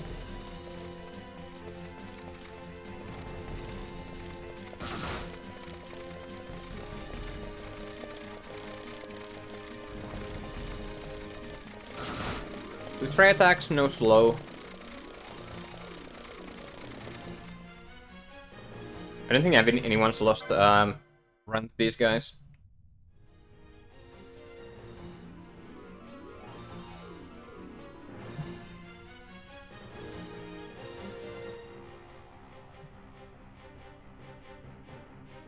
If I had gotten slowed, I would have remedied Vaughn.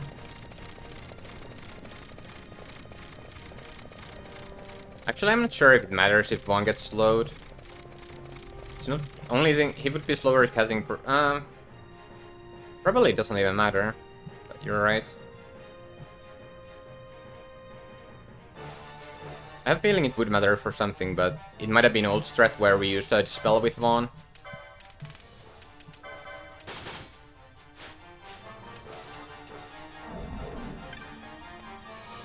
Let's go.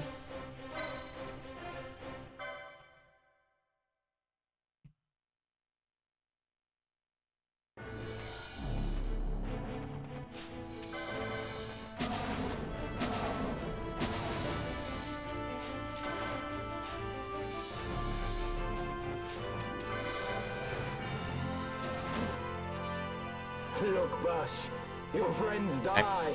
I need to open menu very fast. Surely you cannot protect them. Know now the despair you have taught me. But not too fast. Okay.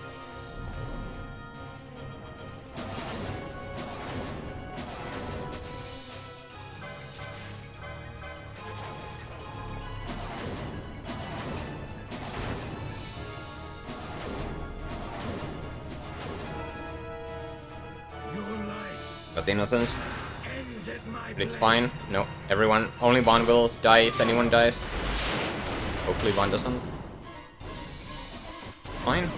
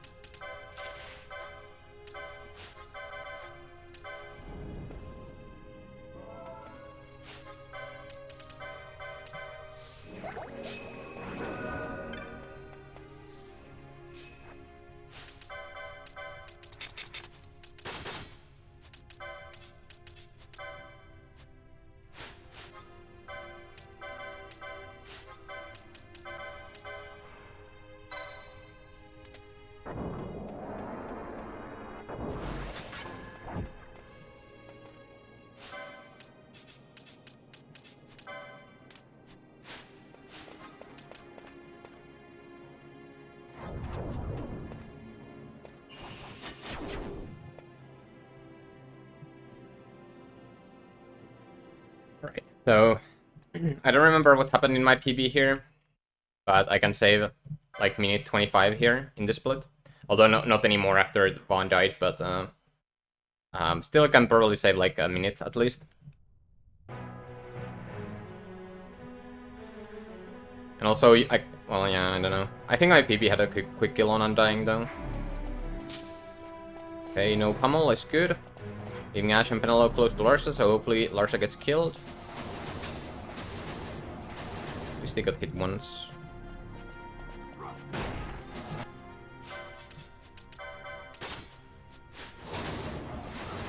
Okay. I think my PB does have a fast Undying, but I'm not sure. Now bring in Vaughn to tank the Mach Wave, and I do put Balthier out there so Vaughn's decoy lasts longer. Oh, that's awkward. What am I to do with those who would Super awkward. show them death?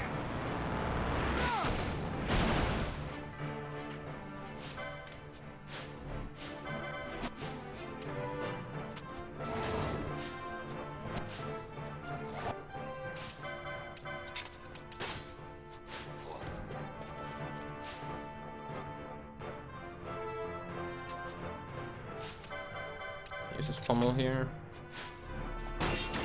Okay.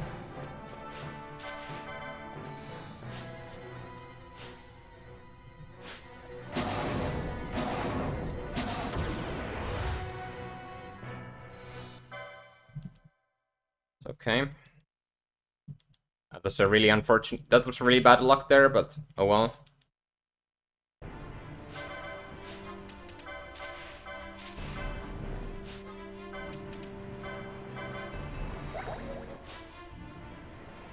Got another idea.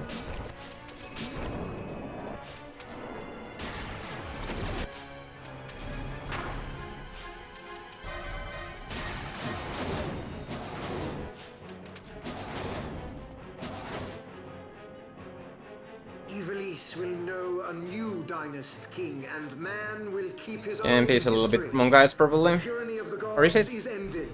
We are their It probably puppets is. no more. The freedom for which we have longed is at hand. Yeah, it is. It's fine.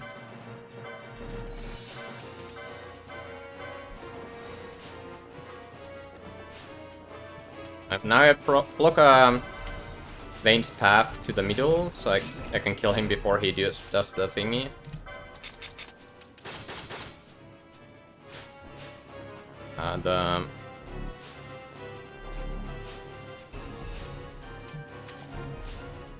As the reward is and stuff.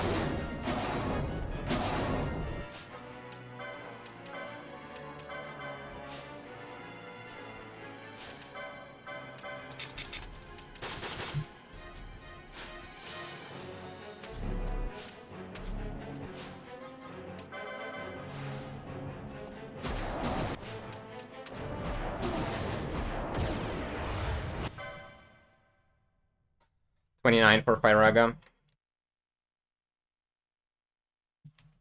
Probably a little bit slow and dying coming up, but oh well.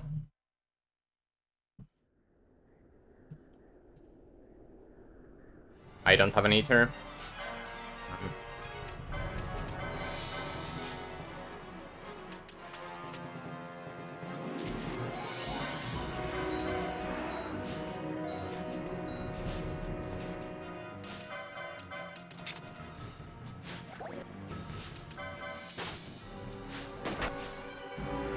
Look.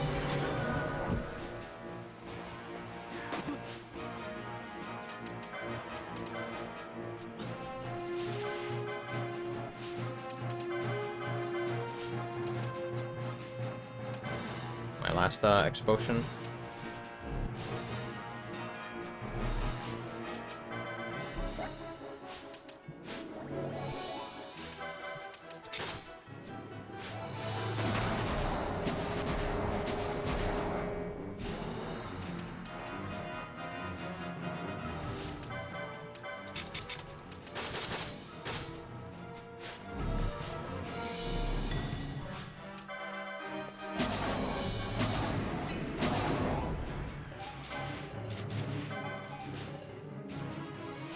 Like a flare, it is.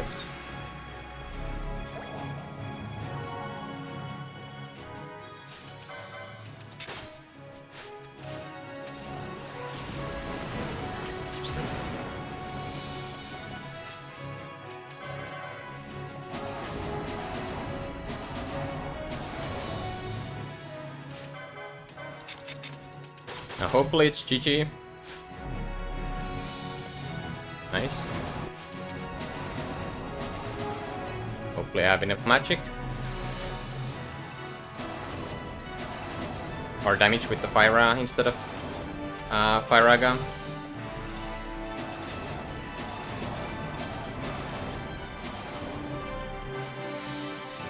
I don't. It's fine. Like one shot from dying. Whatever.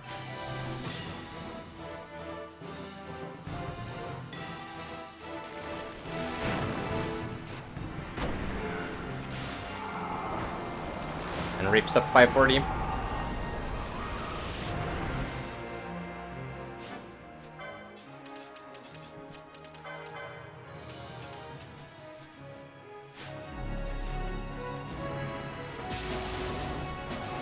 GG.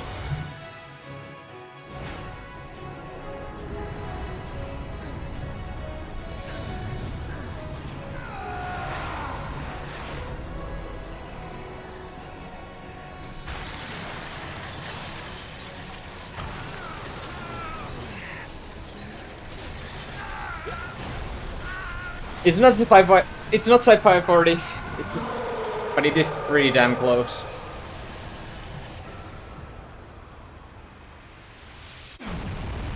That was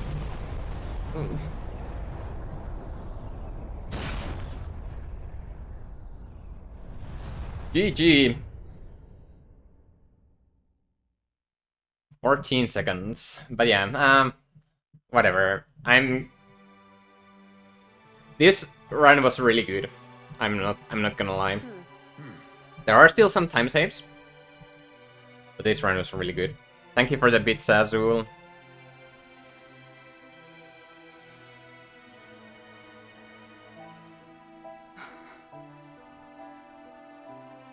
Alright, so it is a new world record. And yeah, so the start was okay, like 10:24, pretty standard. Thank you for gifting 5 subs, Fangu, very much appreciated. 10:24 tomato is pretty standard. I had a very good fire main, 43:35, and this 46:44. Thank you for the 5,000 bits, Viserion, very much appreciated. That's a lot of bits. Thank you very much. Yeah. So I had a really good. I had 4 books and 1 staff from Dustia 1, so I was able to do the Garamsafe and Barheim really fast. And then Dustia 1. So the first 17 Dustia gave me 1 book total. Well, can we fly? No fuel goes to the Glossair engine. And still, I managed to have somewhere between 5 and 7 heals in that Dustia. And I got like, what was it, 26 and 3, was it? No, 26 and 5. 26 and 5, so 26 books, 5 staves. Thank you for the 1,000 bits, Engels, not very much appreciated. Just do it like I told you. Don't worry. Penelo, watch for interference from Bahamut's Skystone. The Strauss of Fickle Girl. And yeah, and then I had a bad judges. So this is a segment where I can gain a lot of time. Thank you for gifting a sub, Des. Very much appreciated. Look after Lasso, will you? So yeah, I can save a little bit of time, or a lot of time here. So what I gained in early, if I have a hard time running against in early game, I'm gonna. Wow, thank you for the 40 euros, Casey Powell. Very much appreciated. But yeah, I can gain that time back in Dustia and Chelly, or Dustia and Chachis if I have good RNG in those splits.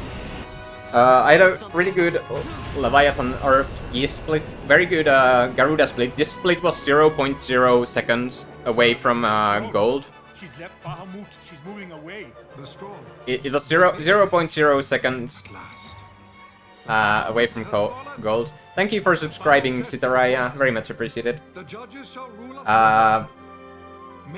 Then Ash didn't get into critical at Garuda, which meant that I lost a little bit of time at Demon Wall.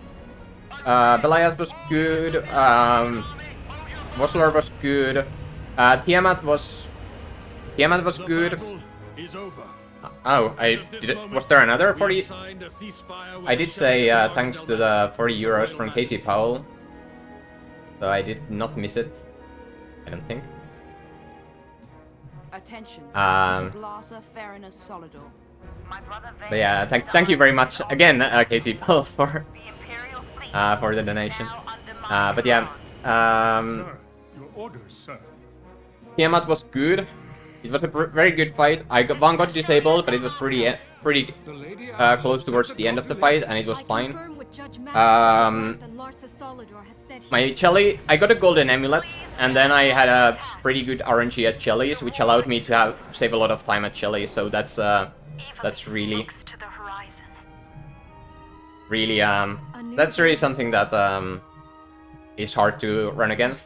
But I had a pretty good Steel Shrine. Oh, well, I have some time to save a Steel Shrine.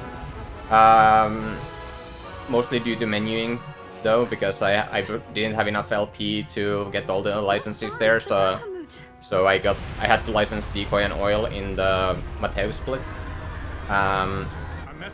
Bergen was very good. It was almost Monka-S, but Bergen hit Penelo to critical HP, which made Penelo deal double damage, and that saved me from getting damage rolled. Or, well, Bergen blocked. I think Bergen blocked at least 3 spells, but but the spell Penelo getting to critical HP and getting the double damage made up for it. Shotchengay Palace. My Mendes was a very good 4-hit, probably the best 4-hit I've ever had. They ran into me, 4 of them ran to me early, so I got those, and then I, Balthier? Balthier, where are you? Then the last remaining was the Mandragora Prince, who is weak to fire and dies really fast. Ariman was a little bit slow, he did an annoying teleport, which I didn't like. Thank you for gifting 2 subs, Engelsnacht, very much appreciated. And thank you for the 2000 bits noon till noon, very much appreciated. Okay, so Sid went well. Oh no, Sid did not go well. My bio split between the rooks, so I lost a little bit of time there. I just gained time because my PB had it even worse. I did the save strat at Reflection. Baywood was fine. Gear Wagon, Tyrant went really well. Shemasa or Garrick Crystal was pretty good. Hydro was a little bit sketchy, but I won and didn't lose too much time. Pandemonium went perfectly. Brain Pants were bad. That's one of my biggest time saves. I can save at least a minute at Brain Pants. If they go really well, then more. I lost some time to menuing in there, and then I gained it back at Hashmal. Seed 2 went pretty well. I did get damage rolled again. I have to look into if I got all the reflects or not, but I'm not sure. I'll have to see. And final bosses. I did get damage rolled at Gabranth, so I did get Innocence, and I probably should get the Magic Lore on Penelo to avoid that. Maybe it will help against Seed as well, I'm not sure. And then Bane was a little bit trolly. I had only one. I had one thing go off before Mockwave, and the other one didn't, so it was a little bit awkward. And Bane Novus went fine. I just had to use Fyra with Ash because Ash was low on MP, and then Ash being low on MP meant I had to use Fyra against Undying as well, which meant that I did not get the quick kill, even though I would have otherwise. But yeah, that's the run. Thanks for watching, everyone.